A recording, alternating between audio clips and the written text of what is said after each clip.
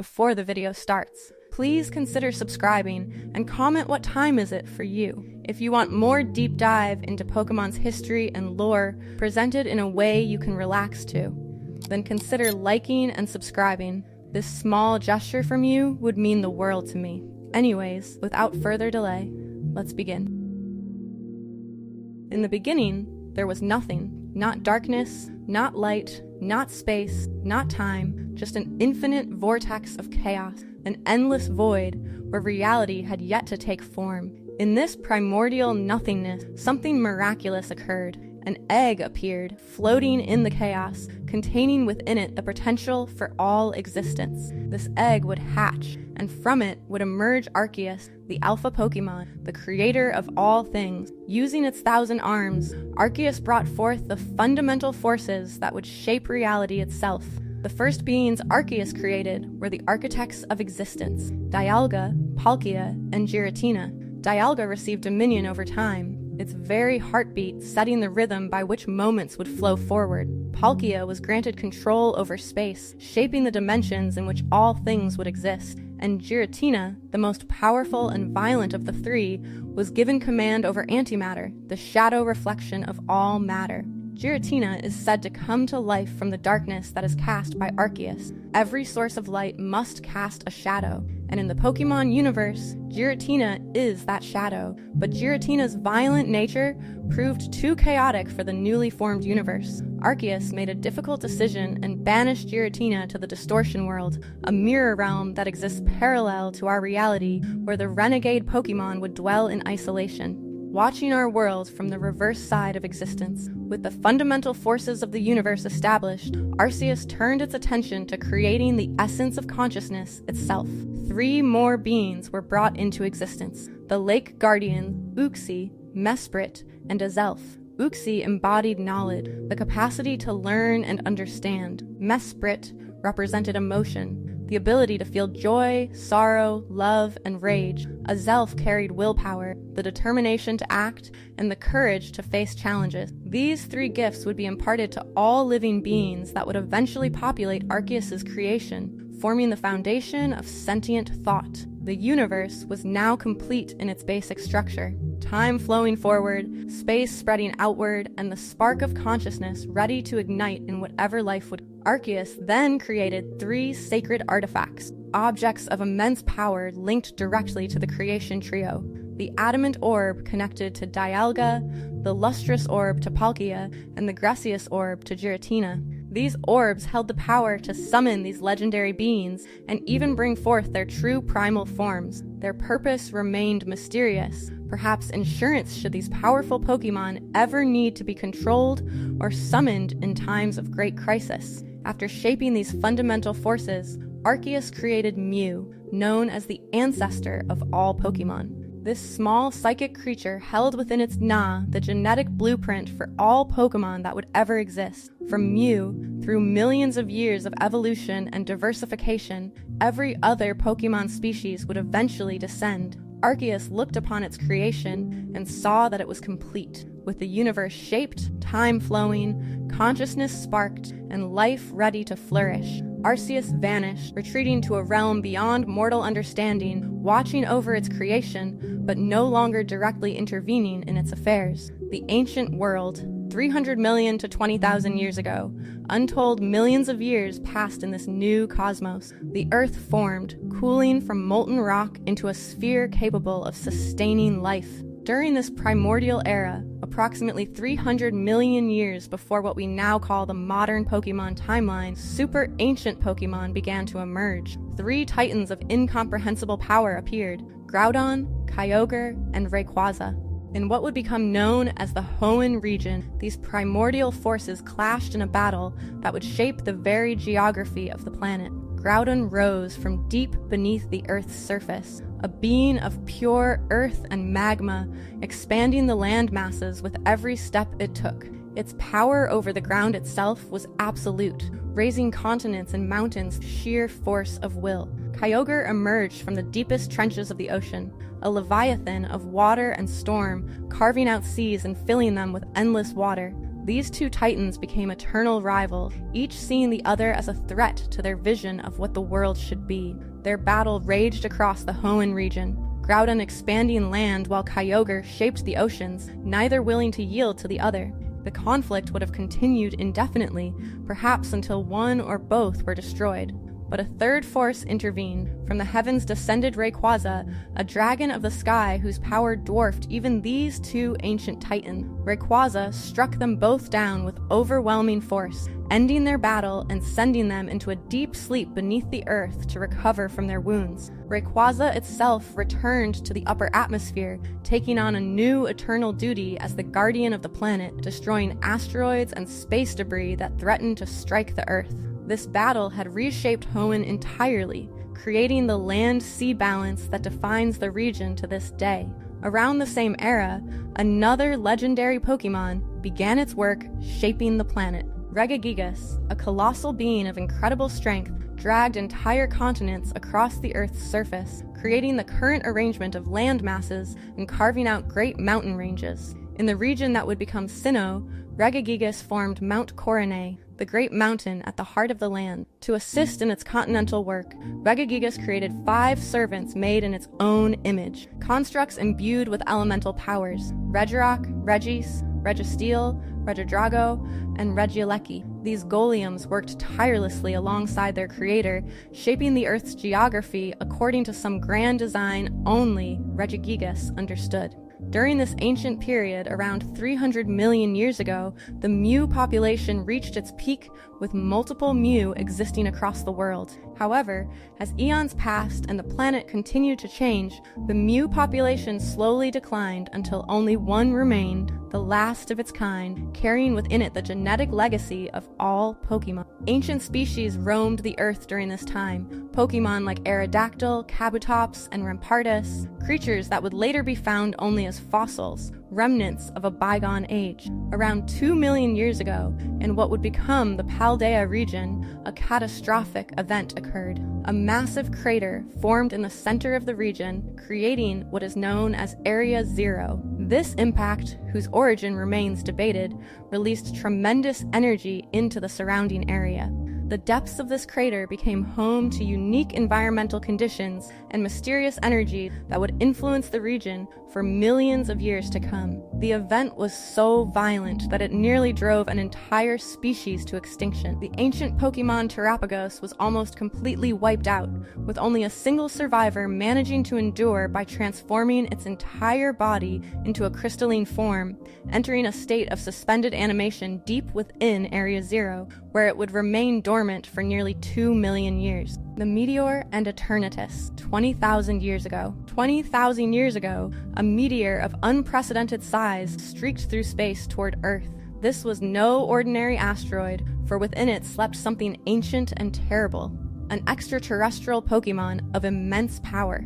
The meteor crashed into what would become the Galar region with devastating force. Some accounts suggest it struck in an area called the Crown Tundra, specifically at Slippery Slope, creating a massive cavern that would later be known as the Max Lair. The impact was cataclysmic, but Eternatus did not immediately awaken. Instead, it remained dormant within the Earth, its alien body slowly leaking energy that would seep into the ground and atmosphere of Galar over the next 17,000 years. The energy radiating from Eternatus's dormant form was unlike anything the Pokemon world had encountered before. These particles, which would later be called Galar particles or Dynamax energy, slowly permeated the entire Galar region, soaking into the soil, the air, and even the Pokemon themselves. This energy represented a fundamental force that would later allow Pokemon to grow to gigantic proportions, a phenomenon unique to Galar.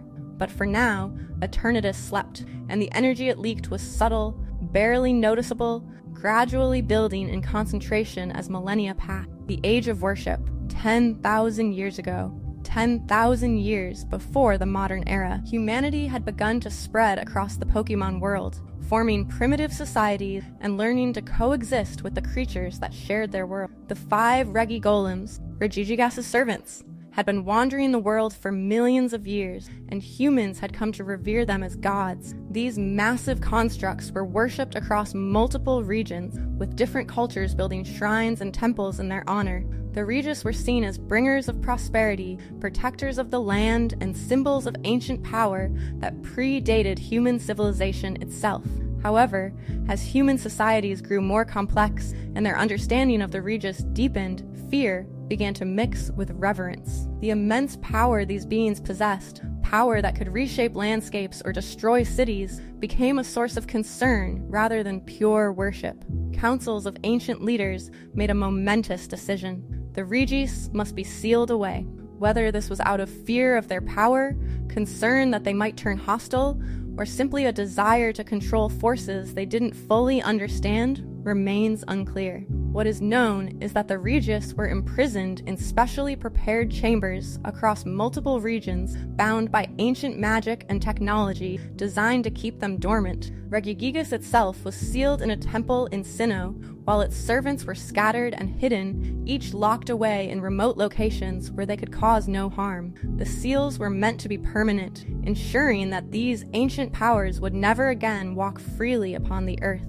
The ancient hero of Hisui, several thousand years before Legends Arceus. In the land that would become Sinnoh, then known as Hisui, an unknown legendary hero emerged whose deeds would echo through time. This hero traveled throughout ancient Hisui, befriending Pokemon and building relationships of trust and mutual respect. The hero's goal was ambitious: to collect all of Arceus' legendary plates, 18 sacred artifacts that embodied each of the elemental types, and represented fragments of Arceus' own power. These plates were scattered across Hisui, hidden in dangerous locations guarded by powerful Pokemon, and difficult to obtain, even for the most skilled trainer. The hero succeeded in this monumental task, gathering all 18 plates through courage, skill, and an unbreakable bond with their Pokemon partners. With the full power of the plates in their possession, the hero did something that should have been impossible. They challenged Arceus itself.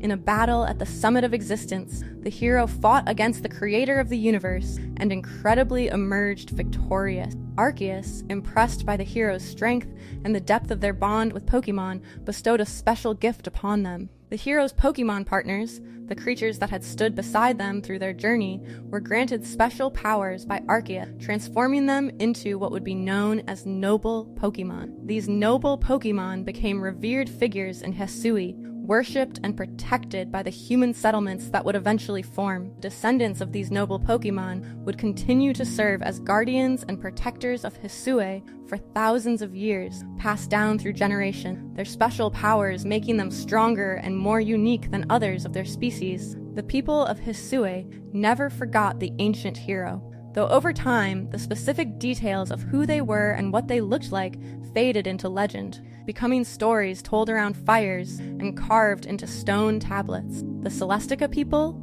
and the migration to Hisui. Several thousand years before the events of Pokemon Legends Arceus, a significant migration occurred that would shape the future of the Hisui region. The Celestica people, a civilization from Sinnoh, an area connected to the Johto region, made the long journey across treacherous terrain to settle in Hisui. The Celestica were a deeply spiritual people with advanced knowledge of legendary Pokemon and the sacred forces that shaped the world. They brought with them their culture, their architectural styles, and most importantly, their religious beliefs centered around the worship of Arceus and the creation trio. The Celestica established themselves in Hisui, building structures that would endure for millennia. They created the Celestica Trail, a pathway marked with their distinctive symbols and writing. They constructed the Celestica Ruins, massive stone structures that served as both temples and observatories, places where they could study the stars and feel closer to the divine.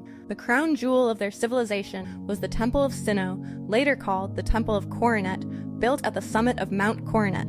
This temple was designed as a place where one might commune with Arceus itself, a sacred space where the boundary between the mortal world and the divine grew thin. The Celestica worshipped what they called the three mighty beings of creation, Dialga, Palkia, and Giratina. Though they knew Giratina only through ancient texts and warnings about the renegade banished to the reverse world, above all these, they revered Arceus, whom they called the Almighty Sinnoh. In their language and tradition, Sinnoh referred not to the region, but to Arceus itself, the supreme deity who had created everything. The Celestica recorded their knowledge in hieroglyphics carved into stone tablets and painted onto cave walls throughout Hisui. These murals depicted Pokemon, told stories of ancient events, and even contained warnings about future dangers, messages intended for those who would come after them. The 3,000-year era, the Kalos War, and the Darkest Day. 3,000 years before the modern era, two catastrophic events occurred that would forever change the course of history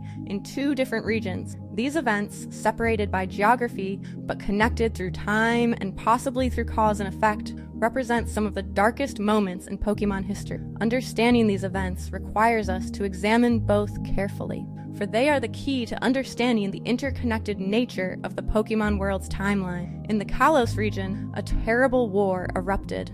Historical records are unclear about the exact cause of this conflict, but what is certain is that it involved Kalos and at least one other nation. Many scholars believe this war involved the neighboring Galar region. And indeed, the historical animosity between the real-world inspirations for these regions, France and England, lends credence to this theory. Others have suggested Paldea or even Kanto might have been involved, though these remain unconfirmed. What cannot be disputed is the scale and horror of this war. Thousands of lives were lost, both human and Pokemon. The conflict dragged on for years, with neither side able to gain a decisive advantage. Pokemon with special powers were gathered from across regions and used as weapons, treated as mere tools to secure victory. The king of Kalos at this time was a man known only as AZ, a tall, imposing figure who ruled his kingdom with wisdom and compassion. He had a beloved companion, a Floette, who held not the common flowers of its species, but a unique bloom called the Eternal Flower. This Floette was AZ's dearest friend, his constant companion, and the light of his life. When the war came, Pokemon throughout Kalos were conscripted into service, and AZ's Floette was among them. Despite AZ's position as king, he could not protect his friend from the demands of war. Floette fought bravely, but in the end, like so many others, it fell in battle. Days later, AZ received a small coffin containing his friend's body and the eternal flower it had always carried. The grief that consumed him was absolute and all-encompassing. AZ, a man of great intelligence and skill in engineering, channeled his anguish into creation. He designed and built a machine unlike any the world had ever seen, a device powered by a revolutionary energy source he called Infinity Energy. This machine could harness the life force of Pokemon, converting their vital energy into usable power. With enough energy, the machine could perform miracles that defied the natural order of death itself. AZ gathered the power from Xerneas and Yveltal to power his machine. The machine worked. Floette was restored to life, brought back from death through the power of stolen life energy, but the process had unforeseen consequences. Both AZ and Floette were transformed by the machine's power. AZ grew to an enormous height, becoming a giant among men, standing over 9 feet tall. More significantly, both he and Floette were granted eternal life, cursed or blessed to live forever, unable to age or die. But Floette was not grateful for this resurrection. When it learned the terrible price that had been paid, when it understood that countless Pokemon had been killed to bring it back, horror and disgust filled its heart. Floette looked at AZ, the being who had loved it enough to commit such atrocities, and felt only revulsion. Without a word, Floette fled, leaving AZ alone with the immortality he had purchased through mass murder. Graves now line what is known as Route 10 of Kalos, marking the final resting places of the Pokemon sacrificed to fuel AZ's desperate dream. AZ's grief transformed into rage. He had sacrificed everything, damned himself to eternal life, committed unspeakable acts, and still he had lost what he loved most. In his fury and despair, AZ made a decision that would damn him forever in the eyes of history. He converted his life-giving machine into a weapon, the ultimate weapon designed not to restore life, but to take it on a massive scale. The weapon was massive, a tower of crystalline technology that glowed with terrible power. AZ activated the ultimate weapon and fired it. The blast that erupted from the weapon was visible for hundreds of miles, a pillar of light that shot into the sky before arcing down and crashing back into the earth with apocalyptic force. The weapon's power was indiscriminate and absolute, killing everything in its path. When Floette learned the terrible price that had been paid, when it understood that countless Pokemon had been killed to bring it back, horror and disgust filled its heart. Floette looked at AZ, the being who had loved it enough to commit such atrocities, and felt only revulsion. Without a word, Floette fled, leaving AZ alone with the immortality he had purchased through mass murder. Both sides of the war were annihilated in an instant. Entire armies simply ceased to exist, vaporized by the weapon's energy. Cities were leveled. Forests were turned to ash. The war ended not because anyone won, but because there was no one left to fight. But the ultimate weapon's effects extended far beyond simple destruction. The energy it released was of a unique and powerful nature, similar to the energy used to create life, but twisted into something else. This energy interacted with certain stones scattered throughout Kalos and the neighboring Hoenn region, stones that might have been evolution stones or something similar. These stones were irradiated by the weapon's power, transformed on a fundamental level. They became Mega Stones, crystals that would allow Pokemon to temporarily surpass their normal evolutionary limits and achieve a form of power known as Mega Evolution. This accidental creation would have profound implications for the future, but at the moment of the weapon's firing, no one understood what had been created. AZ's brother, a man whose name has been lost to history, had been one of the architects of the war. Driven by greed and ambition, he had sought to claim Kalos for himself, leading a legion of followers in a bid for power. But when he saw what AZ had done, when he witnessed the devastation wrought by the ultimate weapon, and understood the magnitude of his brother's sin and his own role in creating the circumstances that led to this horror, something broke inside him. Consumed by guilt and seeking to make amends in whatever small way he could, AZ's brother took the ultimate weapon and buried it deep underground, sealing it away in a secret location where it could never be used again. He hoped that by hiding this terrible device, he could prevent such a tragedy from ever occurring again. AZ kept the key to the ultimate weapon, a small device necessary to reactivate it. With Floette gone and his kingdom in ruins, AZ began to wander the world, cursed with immortality and carrying the weight of genocide on his shoulders. He would walk the earth for 3,000 years, searching for Floette, hoping against hope that somehow, someday, his friend would forgive him and return. But for now, Floette remained gone, and AZ was left alone with his guilt and his immortality. At the same time, across the sea in the Galar region, another catastrophe was unfolding. Eternatus, the alien Pokemon that had been dormant beneath Galar for 17,000 years, finally awakened. The reasons for its awakening at this specific time remain a subject of debate. Some scholars believe Eternatus woke naturally, its long period of dormancy simply coming to an end. Others theorize that the energy released by the ultimate weapon in Kalos, which occurred at the same time, somehow triggered Eternatus's awakening. The timing is too precise to be mere coincidence, and the nature of the energies involved, both representing fundamental forces capable of affecting life itself, suggests a possible connection. Perhaps the ultimate weapon's blast, which was powerful enough to create megastones and reshape the fundamental nature of evolution, sent out shockwaves of energy that traveled through the earth and disturbed Eternatus in its slumber. Whatever the cause, Eternatus woke and immediately began absorbing energy from the Galar region to sustain itself. The creature's core, a powerful reactor that had been dormant for millennia, needed to reabsorb the Galar particles it had leaked over thousands of years. As it drew in this energy, a catastrophic phenomenon began that would be remembered as the Darkest Day. The sky over Galar turned black, covered by a massive storm of dark energy. Red light began to emanate from Eternatus's core and from power spots across the region where Galar particles had accumulated. This energy caused Pokemon throughout Galar to undergo a transformation, growing to enormous size in a process that would later be called Dynamax and Gigantamax. These gigantic Pokemon went berserk, their minds overwhelmed by the sudden influx of energy and their bodies struggling to cope with their new size. They rampaged across the Galar region, destroying cities, trampling fields, and attacking anything in their path. The darkest day threatened to destroy all of Galar, rendering the entire region uninhabitable.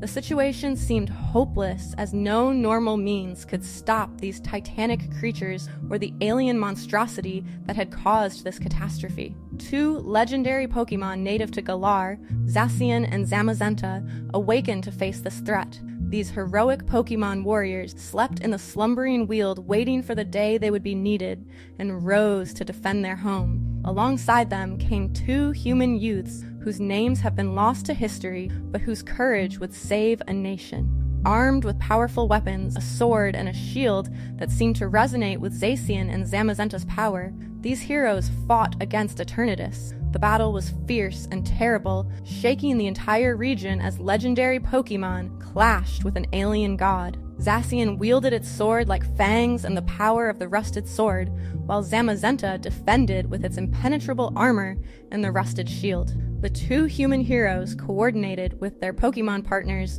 working together in perfect harmony. After a long and brutal battle, they succeeded in defeating Eternatus, forcing the creature back into dormancy. Eternatus's body fell back into the earth, sealed away once more, but this time weakened by the battle. Pieces of its body, crystalline fragments imbued with its power, broke off and rained down across Galar as wishing stars, objects that would be treasured by future generations. With Eternatus sealed, the darkest day ended. The sky cleared. The Dynamaxed Pokemon returned to their normal sizes, and peace returned to Galar. But the two heroes and their Pokemon partners were gravely wounded from the battle. They made their way to soothing wetlands, where natural hot springs with healing properties could help them recover. After healing, Zacian and Zamazenta returned to the slumbering Weald to rest. Their duty fulfilled, but their legend just beginning. The two human heroes, despite their incredible achievement, were largely forgotten by history. Future generations would remember the darkest day and the role of legendary Pokemon in stopping it, but the human element would be lost, replaced by myths and misconceptions. After the 3,000-year events, AZ, now a wandering immortal giant, traveled the world in his quest to find Floette and perhaps find some purpose in his cursed existence. His journeys took him to many regions, and he witnessed numerous significant events throughout history. Approximately 3,000 years ago, around the same time as the Kalos War and the Darkest Day, AZ traveled to Galar, where he witnessed the aftermath of the Darkest Day, seeing the devastation and perhaps recognizing parallels to his own actions with the ultimate weapon. This visit to Galar is confirmed through historical records, though what AZ did there or what he learned remains unclear. 1,000 years after the Kalos War, AZ's travels brought him to the Hoenn region. Before arriving in the populated areas of Hoenn, AZ stopped at the Cave of Origin in Setopolis City. There, he planted a tree outside the cave's entrance as a gesture whose meaning is unclear. Perhaps it was an act of penitence, a living monument to replace some small fraction of the life he had taken. Perhaps it was simply a moment of quiet reflection by a man who had too much time on his hands. Whatever his reasons, the tree would grow over the next 1,000 years. AZ's visit to Hoenn occurred at a crucial moment in the region's history. 2,000 years before the events of Pokemon Ruby and Sapphire, Hoenn was constantly besieged by meteors. These space rocks rained down on the region with unusual frequency, and one meteor in particular struck with tremendous force in the area of the Draconid people, wiping out their homes and creating what is now known as Meteor Falls. The meteors carried natural energy that awakened Kyogre and Groudon from their ancient slumber. Once again, these super ancient Pokemon began to battle, their conflict threatening to destroy Hoenn entirely. The Draconid people, desperate to save their region, made a fervent wish to Rayquaza, the sky dragon that had ended the first battle between these titans. Rayquaza heard the Draconid's plea and descended from the stratosphere. The dragon struck down both Groudon and Kyogre once again, ending their battle and returning them to dormancy. The Draconids were so grateful that they began to worship Rayquaza as their patron deity, building traditions around the Sky Dragon that would last for thousands of years. 1,000 years ago, another major meteor threatened Hoenn. This meteor was filled with natural energy similar to the ones that had struck 2,000 years prior. It impacted near what would become Sootopolis City, creating a massive crater. The energy release was so intense that it awakened Groudon and Kyogre once again, and once more, their ancient rivalry flared into open conflict. The Draconids called upon Rayquaza, and the Sky Dragon responded to their prayers. But this time, something different happened. The meteor itself contained enough natural energy that Rayquaza could absorb it. And through this absorption, Rayquaza achieved what would later be known as the first Mega Evolution in recorded history. AZ was present in Hoenn to witness this event. He watched as Rayquaza transformed, its body shifting and changing as it achieved a form beyond its normal capabilities, a primal state of power that it had never shown before. AZ, in his amazement, spoke words that would be recorded by the Draconids. He said, "It is the Delta, born of the great disturbances in this world. By the bonds born of mankind's wish and the power of the stones, it will calm the troubles that plague the world." This statement is significant because it suggests AZ recognized Mega Evolution for what it was, connecting it to the power of stones, possibly realizing that his ultimate weapon had inadvertently created the Mega Stones that made such transformations possible. Rayquaza, in its mega-evolved form, possessed power that far exceeded what it had shown in previous encounters. The battle was swift and decisive. Rayquaza stripped Groudon and Kyogre of their primal forms, the enhanced states they had achieved through absorbing the meteor's natural energy, and forced them back into dormancy once more. The Draconids, witnessing this incredible display of power, constructed the Sky Pillar as a tribute to Rayquaza, a tower reaching high into the heavens where the dragon could rest when it was not protecting the planet from space debris. The Draconids also received a prophecy at this time. They foresaw that 1,000 years in the future, another meteor would threaten Hoenn. And when that day came, the Draconids promised to pass down the knowledge of how to summon Rayquaza so that someone would be prepared to face the threat. This prophecy would prove accurate, though in ways the ancient Draconids could never have anticipated. The Diamond and Pearl Clan's migration. Several hundred years before the events of Pokemon Legends Arceus, two clans made a significant migration that would shape the future of the Hisui region. The Diamond Clan and the Pearl Clan arrived in Hisui from unknown origins, though they claimed to be descendants of or successors to the Celestica people. This claim was somewhat dubious, as these clans did not originate from Sinnoh as the true Celestica had. Regardless of the authenticity of their heritage, the Diamond and Pearl clans adopted the Celestica name and tradition, positioning themselves as the inheritors of ancient knowledge. The two clans shared a common belief in the importance of the deity they called the Almighty Sinnoh, but they fundamentally disagreed about which legendary Pokemon deserved this title. The Diamond Clan worshipped Dialga, believing that time was the supreme force in the universe and that all things flowed from Dialga's control over temporal progression. The Pearl Clan revered Palkia, arguing that space was paramount and that without the dimensions Palkia controlled, time would have nowhere to exist. This religious schism created a generational feud between the clans that would persist for hundreds of years, neither side willing to acknowledge that both Dialga and Palkia were merely aspects of the true Almighty Sinnoh, which was Arceus itself. The clans established themselves in different areas of Hisui, maintaining an uneasy coexistence that occasionally flared into open conflict, but more often manifested as cold rivalry and theological debate. Both clans maintained relationships with the noble Pokemon, the descendants of the ancient heroes' partners whom they revered and protected. The Diamond Clan settled in the highlands and areas where Dialga's influence was said to be stronger, while the Pearl Clan made their homes near water and in regions where space seemed more fluid and malleable. Construction and culture, 700 to 150 years before the present. Around 805 years before the modern era in what is now the Paldea region, two prestigious academies were established, Naranja Academy and Uva Academy. These sister institutions located in Mesagoza represented a significant advance in formalized Pokemon education and training. They would endure for centuries, becoming some of the oldest continuous educational institutions in the Pokemon world, shaping generations of trainers and researchers. Years before the modern era, significant construction began in the Johto region that would create enduring landmarks of spiritual and architectural significance. In Ecruteak City, two massive towers were constructed, the Brass Tower and the Bell Tower. These were not merely buildings, but monuments to legendary Pokemon. The Brass Tower was built as a resting place for Lugia, the guardian of the seas, while the Bell Tower was designed to house Ho-Oh, the rainbow Pokemon. These towers represented the pinnacle of architecture at the time, massive wooden structures that seemed to touch the sky, serving as beacons of hope and symbols of the connection between humans and legendary Pokemon. 500 years later, around 200 years before the modern era, tragedy struck the Brass Tower.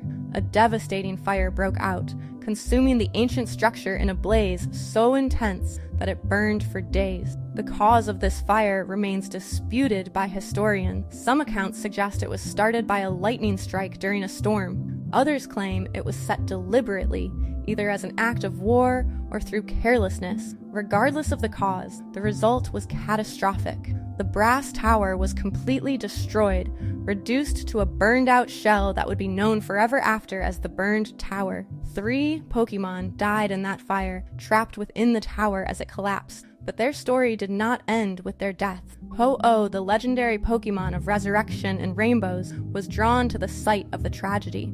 Moved by grief and perhaps seeing potential in these 3 Pokemon, Ho-Oh used its power to resurrect them. But they did not return as they had been. The fire had transformed them, and Ho-Oh's resurrection sealed these changes into their very being. They emerged as 3 new legendary Pokemon. Raikou, embodying the lightning that may have started the fire. Entei, born from the flames that consumed the tower. And Suicune, representing the waters used in vain attempts to extinguish the blaze. These 3 legendary beasts fled from the ruins and scattered across Johto, becoming wandering legends themselves. Around the same time period in the Sinnoh region, then still called Hisui by the clans that lived there, the Sinnoh ruins were constructed. These mysterious structures served as a cultural link between Hisui and Johto, incorporating elements of both regions' architectural styles and religious symbolism. The ruins suggested ongoing contact between these distant regions, implying trade routes and cultural exchange that have been largely forgotten by modern time. Also around this time, approximately 400 years before the modern era, a significant technological advancement occurred: the invention of Pokeballs. The earliest Pokeballs were handcrafted items made from special fruits called apricorns that grew in Johto and other regions. These apricorns could be hollowed out, treated with special techniques, and transformed into devices capable of capturing and storing Pokemon. Different colored apricorns produced Pokeballs with different properties, making each one somewhat unique. This invention revolutionized human-Pokemon relations, allowing for more formalized training and closer partnerships between humans and Pokemon. Around 300 years before the modern era, in Azalea Town in the Johto region, a severe drought struck. The town's water supply dried up, crops withered, and the people faced potential disaster. In their desperation, they turned to the Slowpoke that lived in a nearby well. According to legend, the Slowpoke yawned, and this simple action somehow ended the drought. Whether this was through some mystical property of Slowpoke, sheer coincidence, or a natural weather pattern that just happened to align with the yawn remains unknown. Regardless, the grateful townspeople constructed the Slowpoke well as a monument and declared Slowpoke to be sacred creatures. A law was passed forbidding anyone from harming or capturing the Slowpoke in the well, a tradition that would persist for centuries. In Sinnoh, approximately 400 years before modern times, a dark and dangerous Pokemon was successfully captured and sealed. Spiritomb, a ghost Pokemon made up of 108 malevolent spirits bound together, was imprisoned within an object called the Odd Keystone. The process of sealing Spiritomb required significant spiritual power and the cooperation of many people. Once trapped, the Odd Keystone was hidden in a remote location to prevent Spiritomb from ever being released. The exact reasons for Spiritomb's imprisonment, whether it had committed specific crimes or was simply too dangerous to be left free, had been lost to time. Around the same time in Johto, the pharmacy in Shanwood City was established. This pharmacy would become famous across the region for producing powerful medicines and remedies, including the secret potion capable of curing ailments that afflicted even legendary Pokemon. The pharmacy's founding represented growing sophistication in understanding Pokemon medicine and biology. 150 years before the modern era, another significant event occurred in Johto, this time in Olivine City's lighthouse. The guardian of the lighthouse, a title passed down through a family line, was tasked with maintaining the great light that guided ships safely to port. The current guardian had a Pokemon partner, an Ampharos, whose electric power helped keep the lighthouse functioning. However, this Ampharos became ill with a mysterious disease that no ordinary medicine could cure. The guardian, desperate to save their partner, reached out across the region seeking help.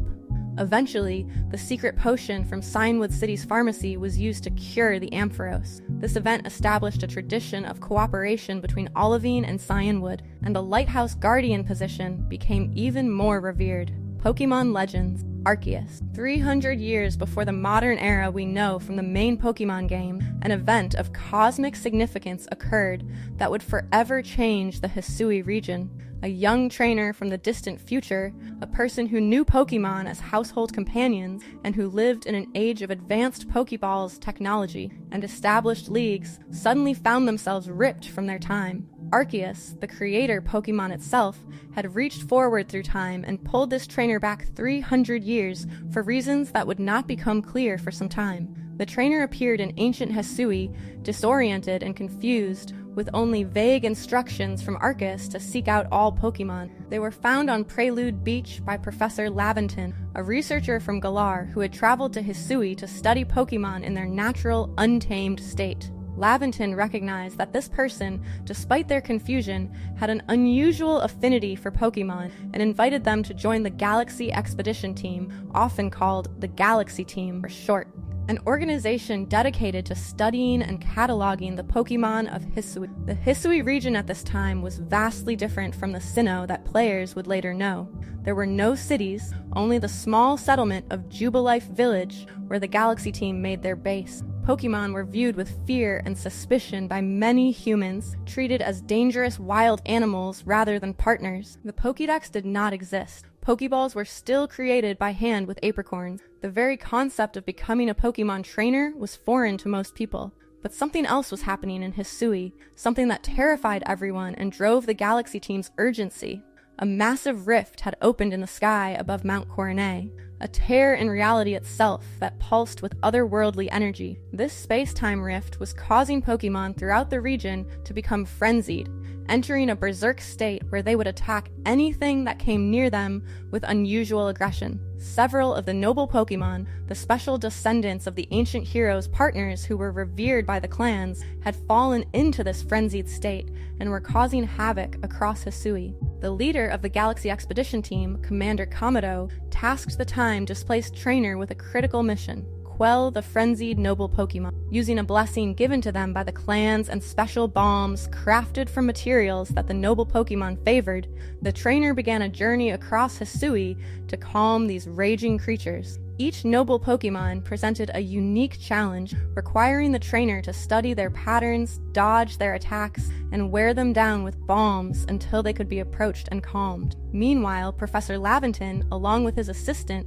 asked the trainer to document all the Pokemon species in Hisui, creating what would become the first Pokédex. This dual mission to quell nobles and catalog Pokemon drove the trainer deeper into the wilds of Hisui, into areas no member of the Galaxy Team had ever explored. During their journey, the trainer made several important acquaintances. Atamon, the young leader of the Diamond Clan, was passionate and impulsive, driven by his belief in Dialga and the importance of time. Irida, the leader of the Pearl Clan, was more cautious and thoughtful, devoted to Palkia and the significance of space. Despite their theological differences, both clan leaders recognized the trainer's skill and assisted them in quelling the noble Pokemon that their clans protected. The trainer also encountered a traveling merchant named Volo.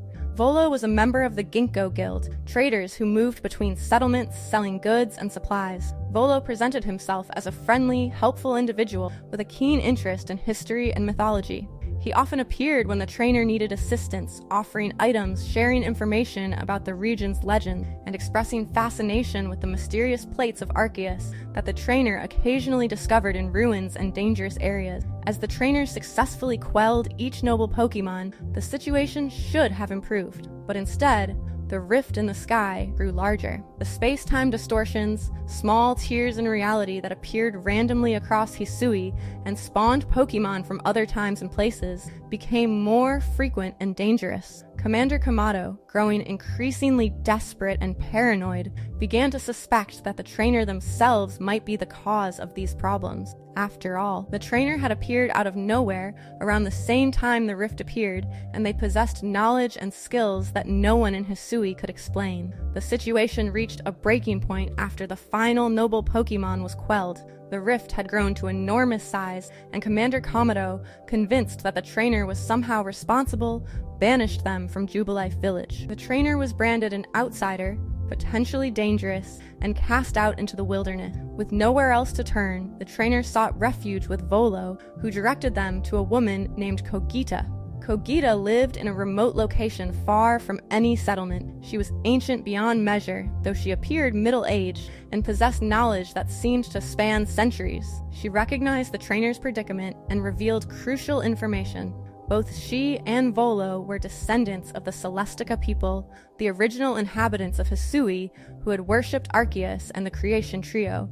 Kogita explained that the rift was caused by an imbalance in the fabric of space-time itself, and that Dialga and Palkia, somehow summoned, were fighting at the peak of Mount Coronet, their battle threatening to tear reality apart. The trainer, with help from Atamon and Irida, and eventually members of the Galaxy team who realized Kamado's accusations were wrong, made the difficult climb to the summit of Mount Coronet. There they found the Temple of Sinnoh, the ancient structure built by the Celestica.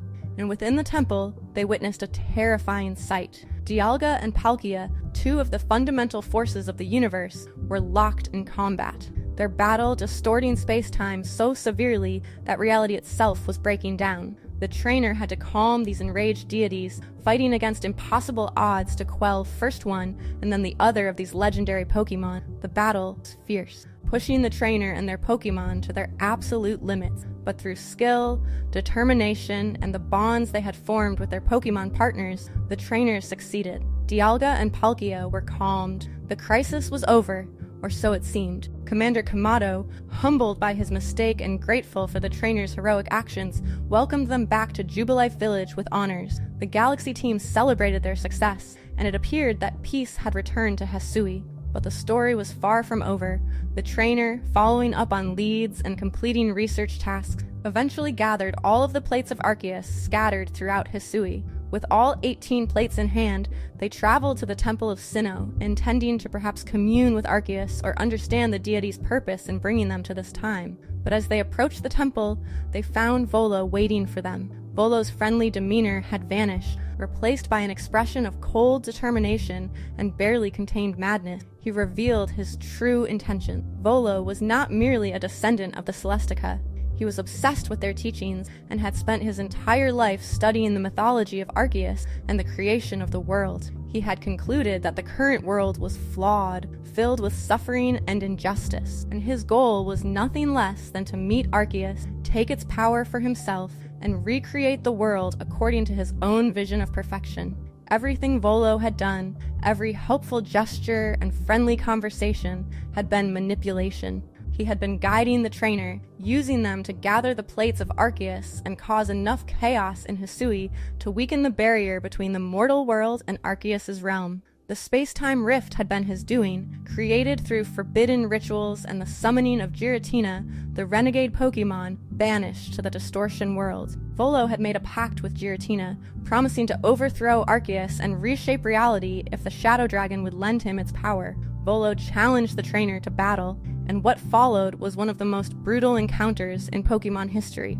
First, the trainer faced Volo's team, 6 powerful Pokemon that he had raised and trained to their absolute peak. Volo was a master trainer, skilled beyond anyone the time-displaced hero had faced before. His strategy was flawless, his Pokemon perfectly in sync with his commands. The battle pushed the trainer to their limits. but they emerged victorious. But Volo was not finished. He summoned Giratina, calling forth the renegade Pokemon from the Distortion world. The Shadow Dragon emerged, and the trainer was forced into an immediate second battle, this time against a legendary Pokemon. Giratina fought with terrible fury, its mastery over antimatter making it one of the most dangerous opponents imaginable. But the trainer's Pokemon rose to the challenge, and through incredible effort, they defeated Giratina.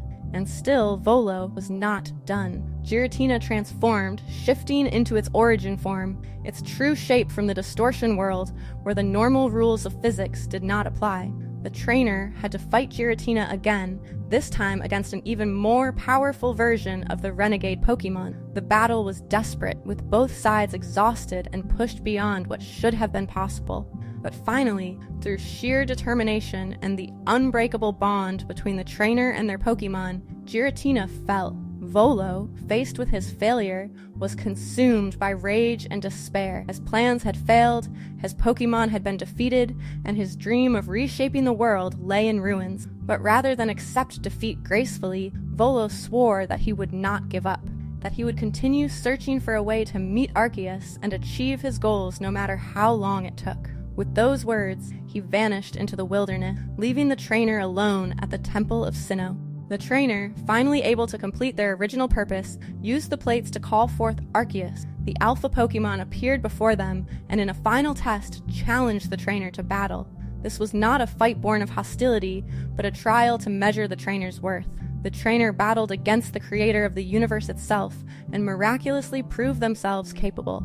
Arceus acknowledged the trainer's strength, their bond with Pokemon, and their purity of heart. Arceus revealed the purpose behind everything that had happened. The time rift, the frenzied nobles, even Volo's betrayal had all been part of Arceus's plan to test the trainer and ensure that humans and Pokemon could truly bond and work together in harmony. The trainer had proved that such bonds were possible, that humans and Pokemon were not separate species, but partners who could achieve greatness together. Satisfied with this proof, Arceus returned the trainer to their own time, erasing most memories of history from their mind, but leaving them with the knowledge and growth they had gained from the experience. But what became of Volo? Historical records from after this time are sparse, but hints and clues suggest his story did not end at the Temple of Sinnoh. Volo vanished from Hisui, but he did not die. Whether through some pact with Giratina, exposure to the powers he had been manipulating, or some other unknown factor,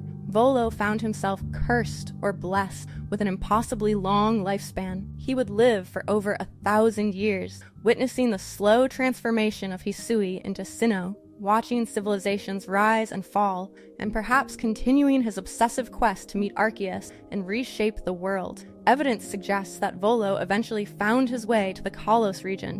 Whether this was centuries after the events in Hisui or relatively soon after is unclear. But what is certain is that Volo would play a role in events still to come in our timeline. But for now, in the Hisui of 300 years before the modern era, the region entered a period of peace. The Galaxy Expedition team continued their work, gradually building the foundation of what would become Sinnoh. The Diamond and Pearl clans maintained their rivalry, but lived in relative harmony, and the noble Pokemon, no longer frenzied, returned to their roles as guardians and protectors of the land. The final centuries before the modern era. As the centuries progressed, the various regions of the Pokemon world continued to develop and change. In Sinnoh, Jubilife Village slowly grew into a proper town, and eventually into a city. The Galaxy Expedition team evolved into civilian governance. The traditions of the Diamond and Pearl clans gradually faded as new generations had less direct contact with Dialga and Palkia, though some family lines maintained their devotion to one or the other. The Temple of Sinnoh at the peak of Mount Coronet remained a sacred site, though fewer and fewer people made the pilgrimage to visit it. In Johto, the Bell Tower continued to stand as a monument to Ho-Oh, though sightings of the rainbow Pokemon became increasingly rare.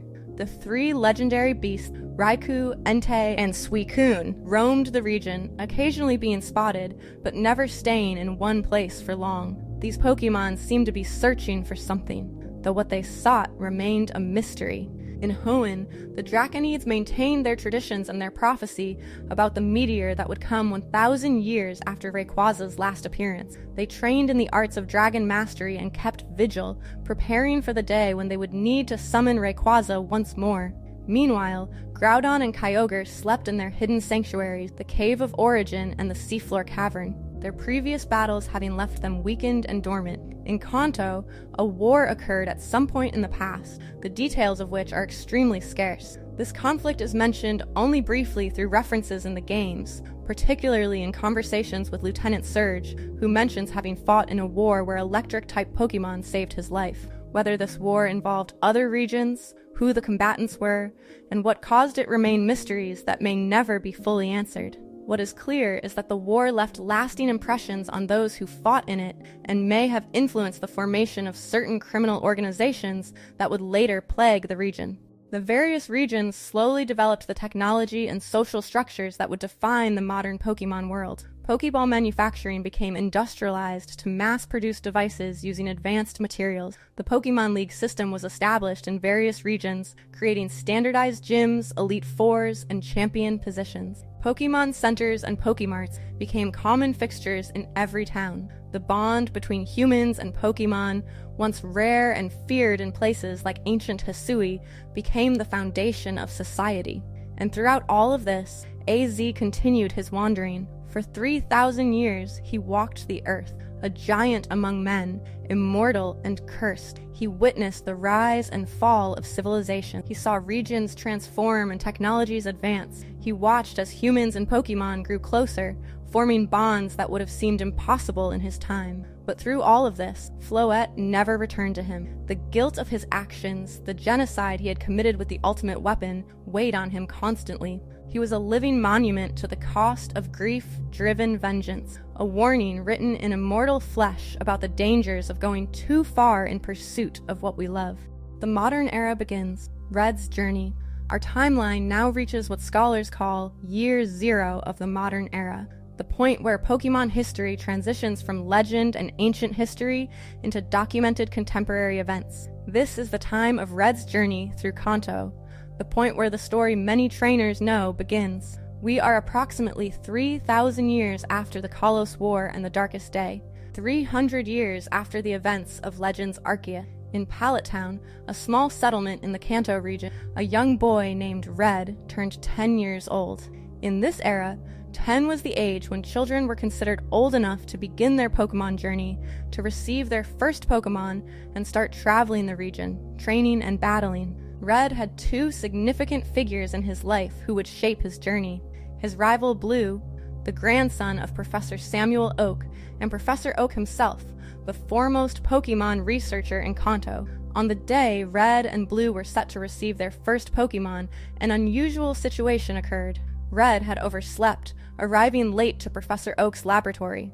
By the time he arrived, Blue had already selected his starter Pokemon. Professor Oak had 3 Pokemon prepared: Bulbasaur, Charmander, and Squirtle, each representing one of the 3 classic starter types. Depending on which version of events one follows, Red received one of these 3 as his partner, while Blue took the one that would have a type advantage over Red's choice, ensuring that the 2 rivals would always have an interesting dynamic in their battles. However, in one particular timeline, something different happened. A wild Pikachu had found its way into Professor Oak's lab and formed an instant bond with Red. Recognizing this connection, Professor Oak allowed Red to take Pikachu as a starter instead of the traditional 3. This Pikachu, while initially independent and sometimes disobedient, would become Red's most iconic partner and closest friend. Red's journey through Kanto followed the classic trainer path. He challenged 8 gyms, each representing a different Pokemon type, to earn badges that would qualify him for the Pokemon League. Along the way, he encountered and thwarted the plans of Team Rocket, a criminal organization led by Giovanni, who served as both the leader of Team Rocket and secretly the 8th gym leader. Team Rocket's goal centered around exploiting Pokemon for profit, stealing rare or powerful Pokemon, and using Pokemon as tools for criminal enterprises rather than partners. Red's encounters with Team Rocket led him to several significant locations and revealed several dark secrets about Pokemon experimentation. In Lavender Town, Red discovered that Team Rocket had killed a Marowak, leaving its orphaned Cubone to mourn alone in the Pokemon Tower. This act of cruelty drove home to Red the evil that Team Rocket represented. In the Sylph Company building in Saffron City, Red fought through Team Rocket members who had taken over the corporation, intending to steal the Master Ball prototype, a Pokeball said to capture any Pokemon without fail. On Cinnabar Island, Red discovered the remains of Pokemon experimentation that had occurred at the Pokemon Mansion. Records indicated that a scientific team had traveled to South America and discovered Mew, the ancestor of all Pokemon, in a jungle. They had obtained DNA samples and attempted to clone Mew, hoping to create a Pokemon with Mew's genetic flexibility but enhanced power. The experiment succeeded in creating a living creature, but that creature proved to be far more powerful and far more intelligent than anyone had anticipated. Mewtwo escaped from the mansion, destroying much of it in the process and presumably killing the scientists involved. Mewtwo's current whereabouts were unknown, though rumors suggested it had taken refuge in the Cerulean Cave, the most dangerous and deepest cave system in Kanto. Red eventually defeated all 8 gym leaders, including Giovanni, whose defeat caused him to disband Team Rocket, at least temporarily, and disappear. With his 8 badges, Red qualified for the Pokemon League at the Indigo Plateau. He battled his way through the Elite Four, 4 of the strongest trainers in Kanto, each specializing in a particular type. After defeating the Elite Four, Red faced the champion, a position that, depending on the timeline, was held either by Lance, a master of dragon-type Pokemon, or by Blue, who had arrived at the league just ahead of Red and defeated Lance to become champion. Regardless of who held the title, Red emerged victorious, becoming the new champion of Kanto. But Red's journey had one final chapter.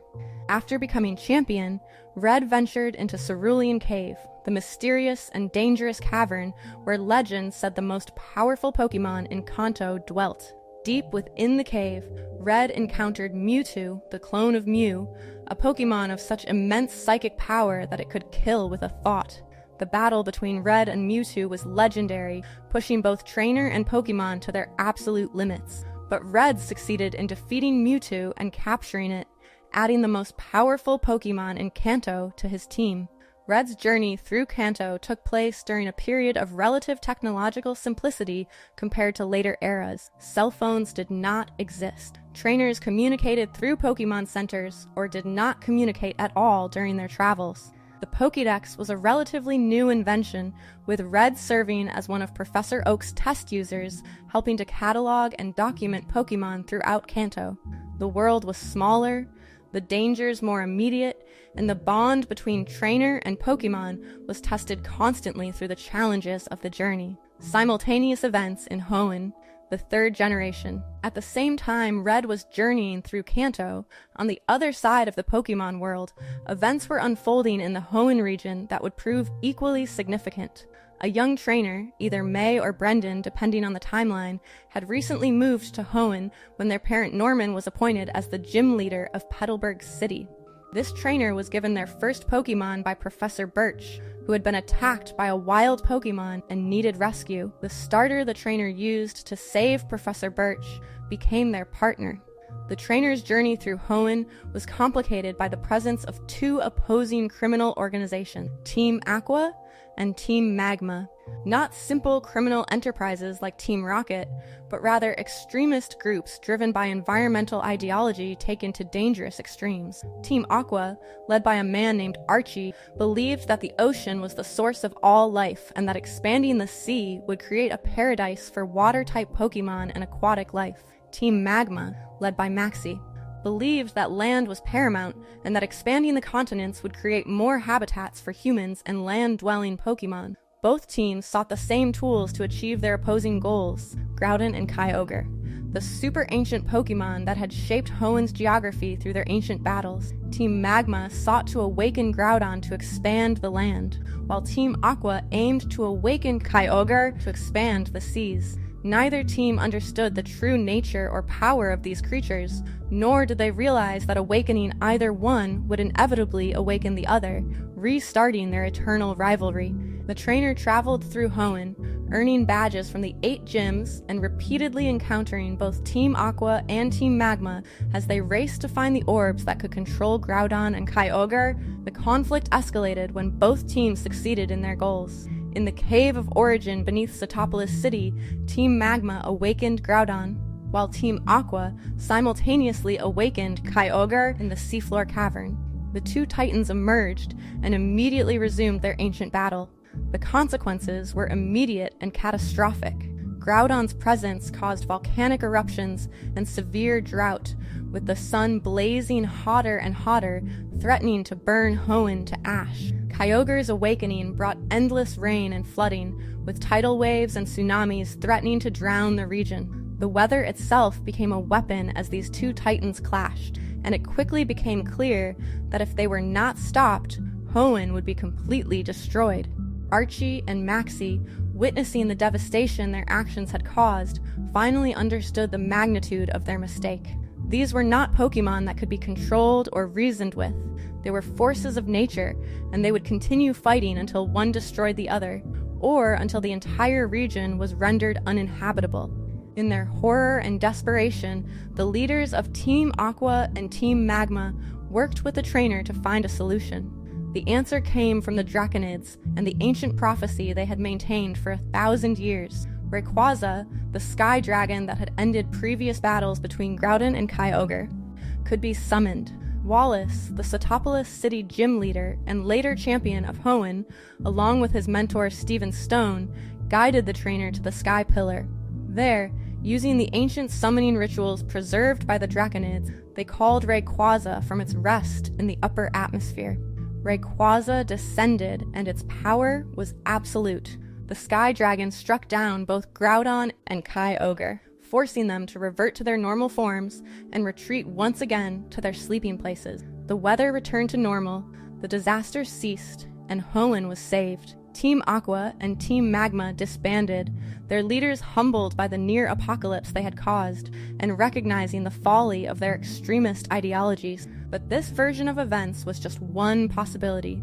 In an alternate timeline, events played out differently. In this version, the meteorites that fell on Hoenn carried even more natural energy, enough for Groudon and Kyogre to achieve forms beyond their normal states. When awakened, they underwent primal reversion, transforming into Primal Groudon and Primal Kyogre, accessing their ancient power from the time of the world's formation. In these primal forms, they were even more dangerous, their battle threatening to literally tear Hoenn apart. When Rayquaza was summoned in this timeline, the natural energy from the meteorites allowed it to achieve Mega Evolution, just as it had done 1,000 years ago when AZ witnessed it. The battle between Mega Rayquaza and the two primal Pokemon was fierce, shaking the entire region. But Rayquaza's Mega Evolved form possessed enough power to defeat both ancient titans and force them back into dormancy. In either version of events, the trainer went on to challenge the Pokemon League, defeat the Elite Four, and face the champion. They succeeded, becoming the new champion of Hoenn, and in doing so established themselves as one of the greatest trainers of their generation. 3 years later, the Johto journeys. 3 years passed after Red's journey through Kanto.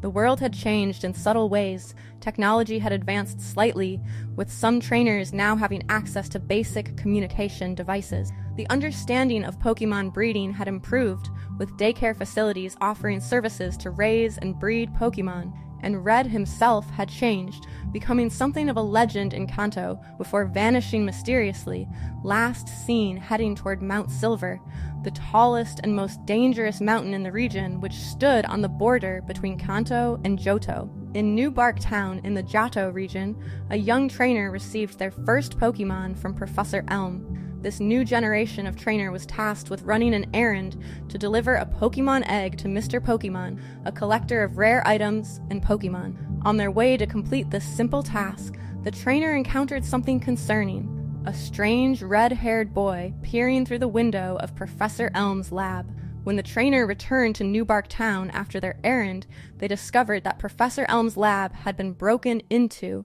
and a Pokemon stolen. The red-haired boy they had seen, who called himself Silver, was the thief. But there was something different about Silver compared to Blue or other rivals from Kanto. Silver was hostile, dismissive, and treated Pokemon not as partners, but as tools to be used and discarded if they were not strong enough. He represented a darker philosophy of training, one focused purely on power, without respect or bond. The trainer's journey through Johto revealed a region rich in history and tradition. Johto had a strong connection to legendary Pokemon, with numerous myths and sightings. The 3 legendary beasts, Raikou, Entei, and Suicune, roamed the region, and the trainer would encounter them at various points. Though capturing them proved incredibly difficult as they fled from battle and traveled constantly. At the Bell Tower in Ecruteak City, if the trainer proved themselves worthy, they might even encounter Ho-Oh itself, the rainbow Pokemon that had resurrected the 3 beasts a century ago. But Johto's most pressing problem was Team Rocket. The organization that Red had supposedly disbanded 3 years earlier had reformed, this time without Giovanni.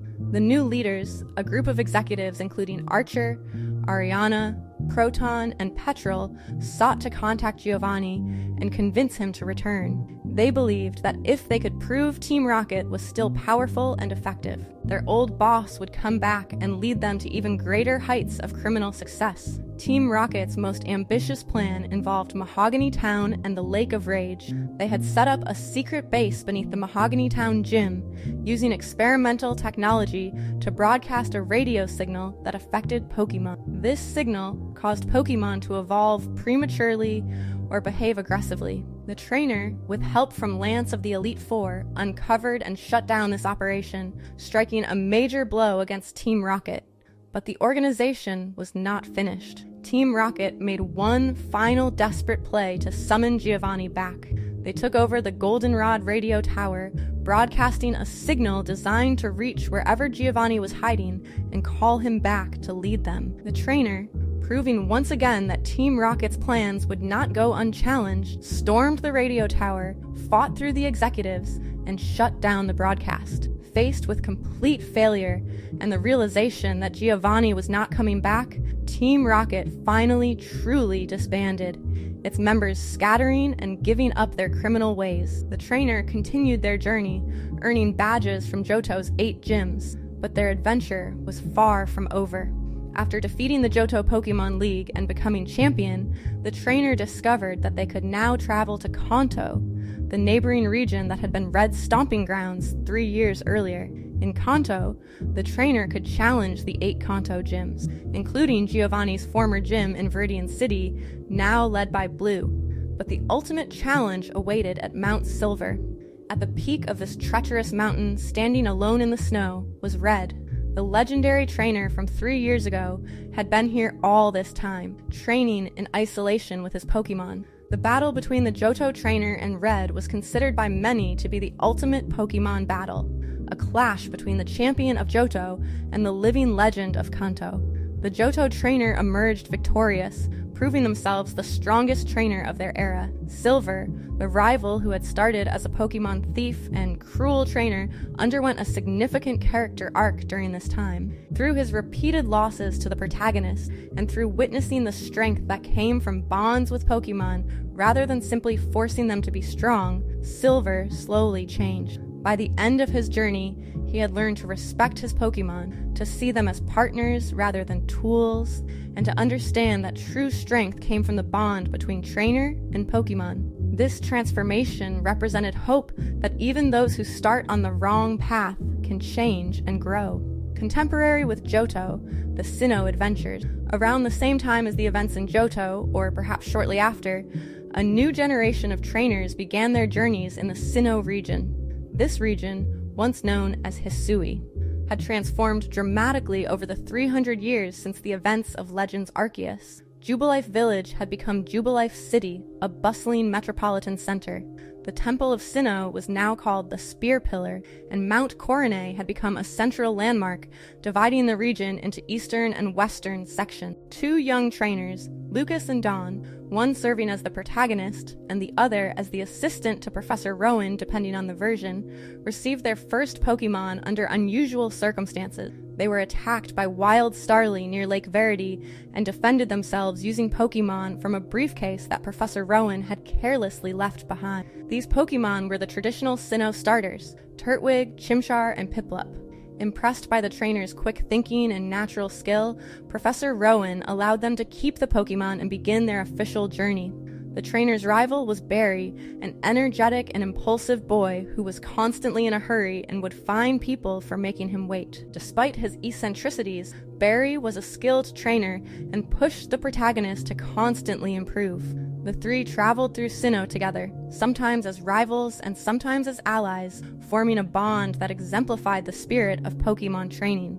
But Sinnoh faced a threat unlike any other region: Team Galactic, led by a man named Cyrus. Unlike Team Rocket's simple greed, or Teams Aqua and Magma's misguided environmentalism, Team Galactic's goals were apocalyptic in scope. Cyrus believed that human emotion was the source of all conflict and suffering. He sought to destroy the current universe entirely and create a new one, a world without spirit, emotion, or strife, where he would reign as a god over emotionless beings. To accomplish this goal, he needed the power of Dialga and Palkia, the Pokemon of time and space. Team Galactic's plan unfolded in stages. First, they created Red Chains, artifacts that could control legendary Pokemon using the essence of the Lake Guardians, Uxie, Mesprit, and Azelf.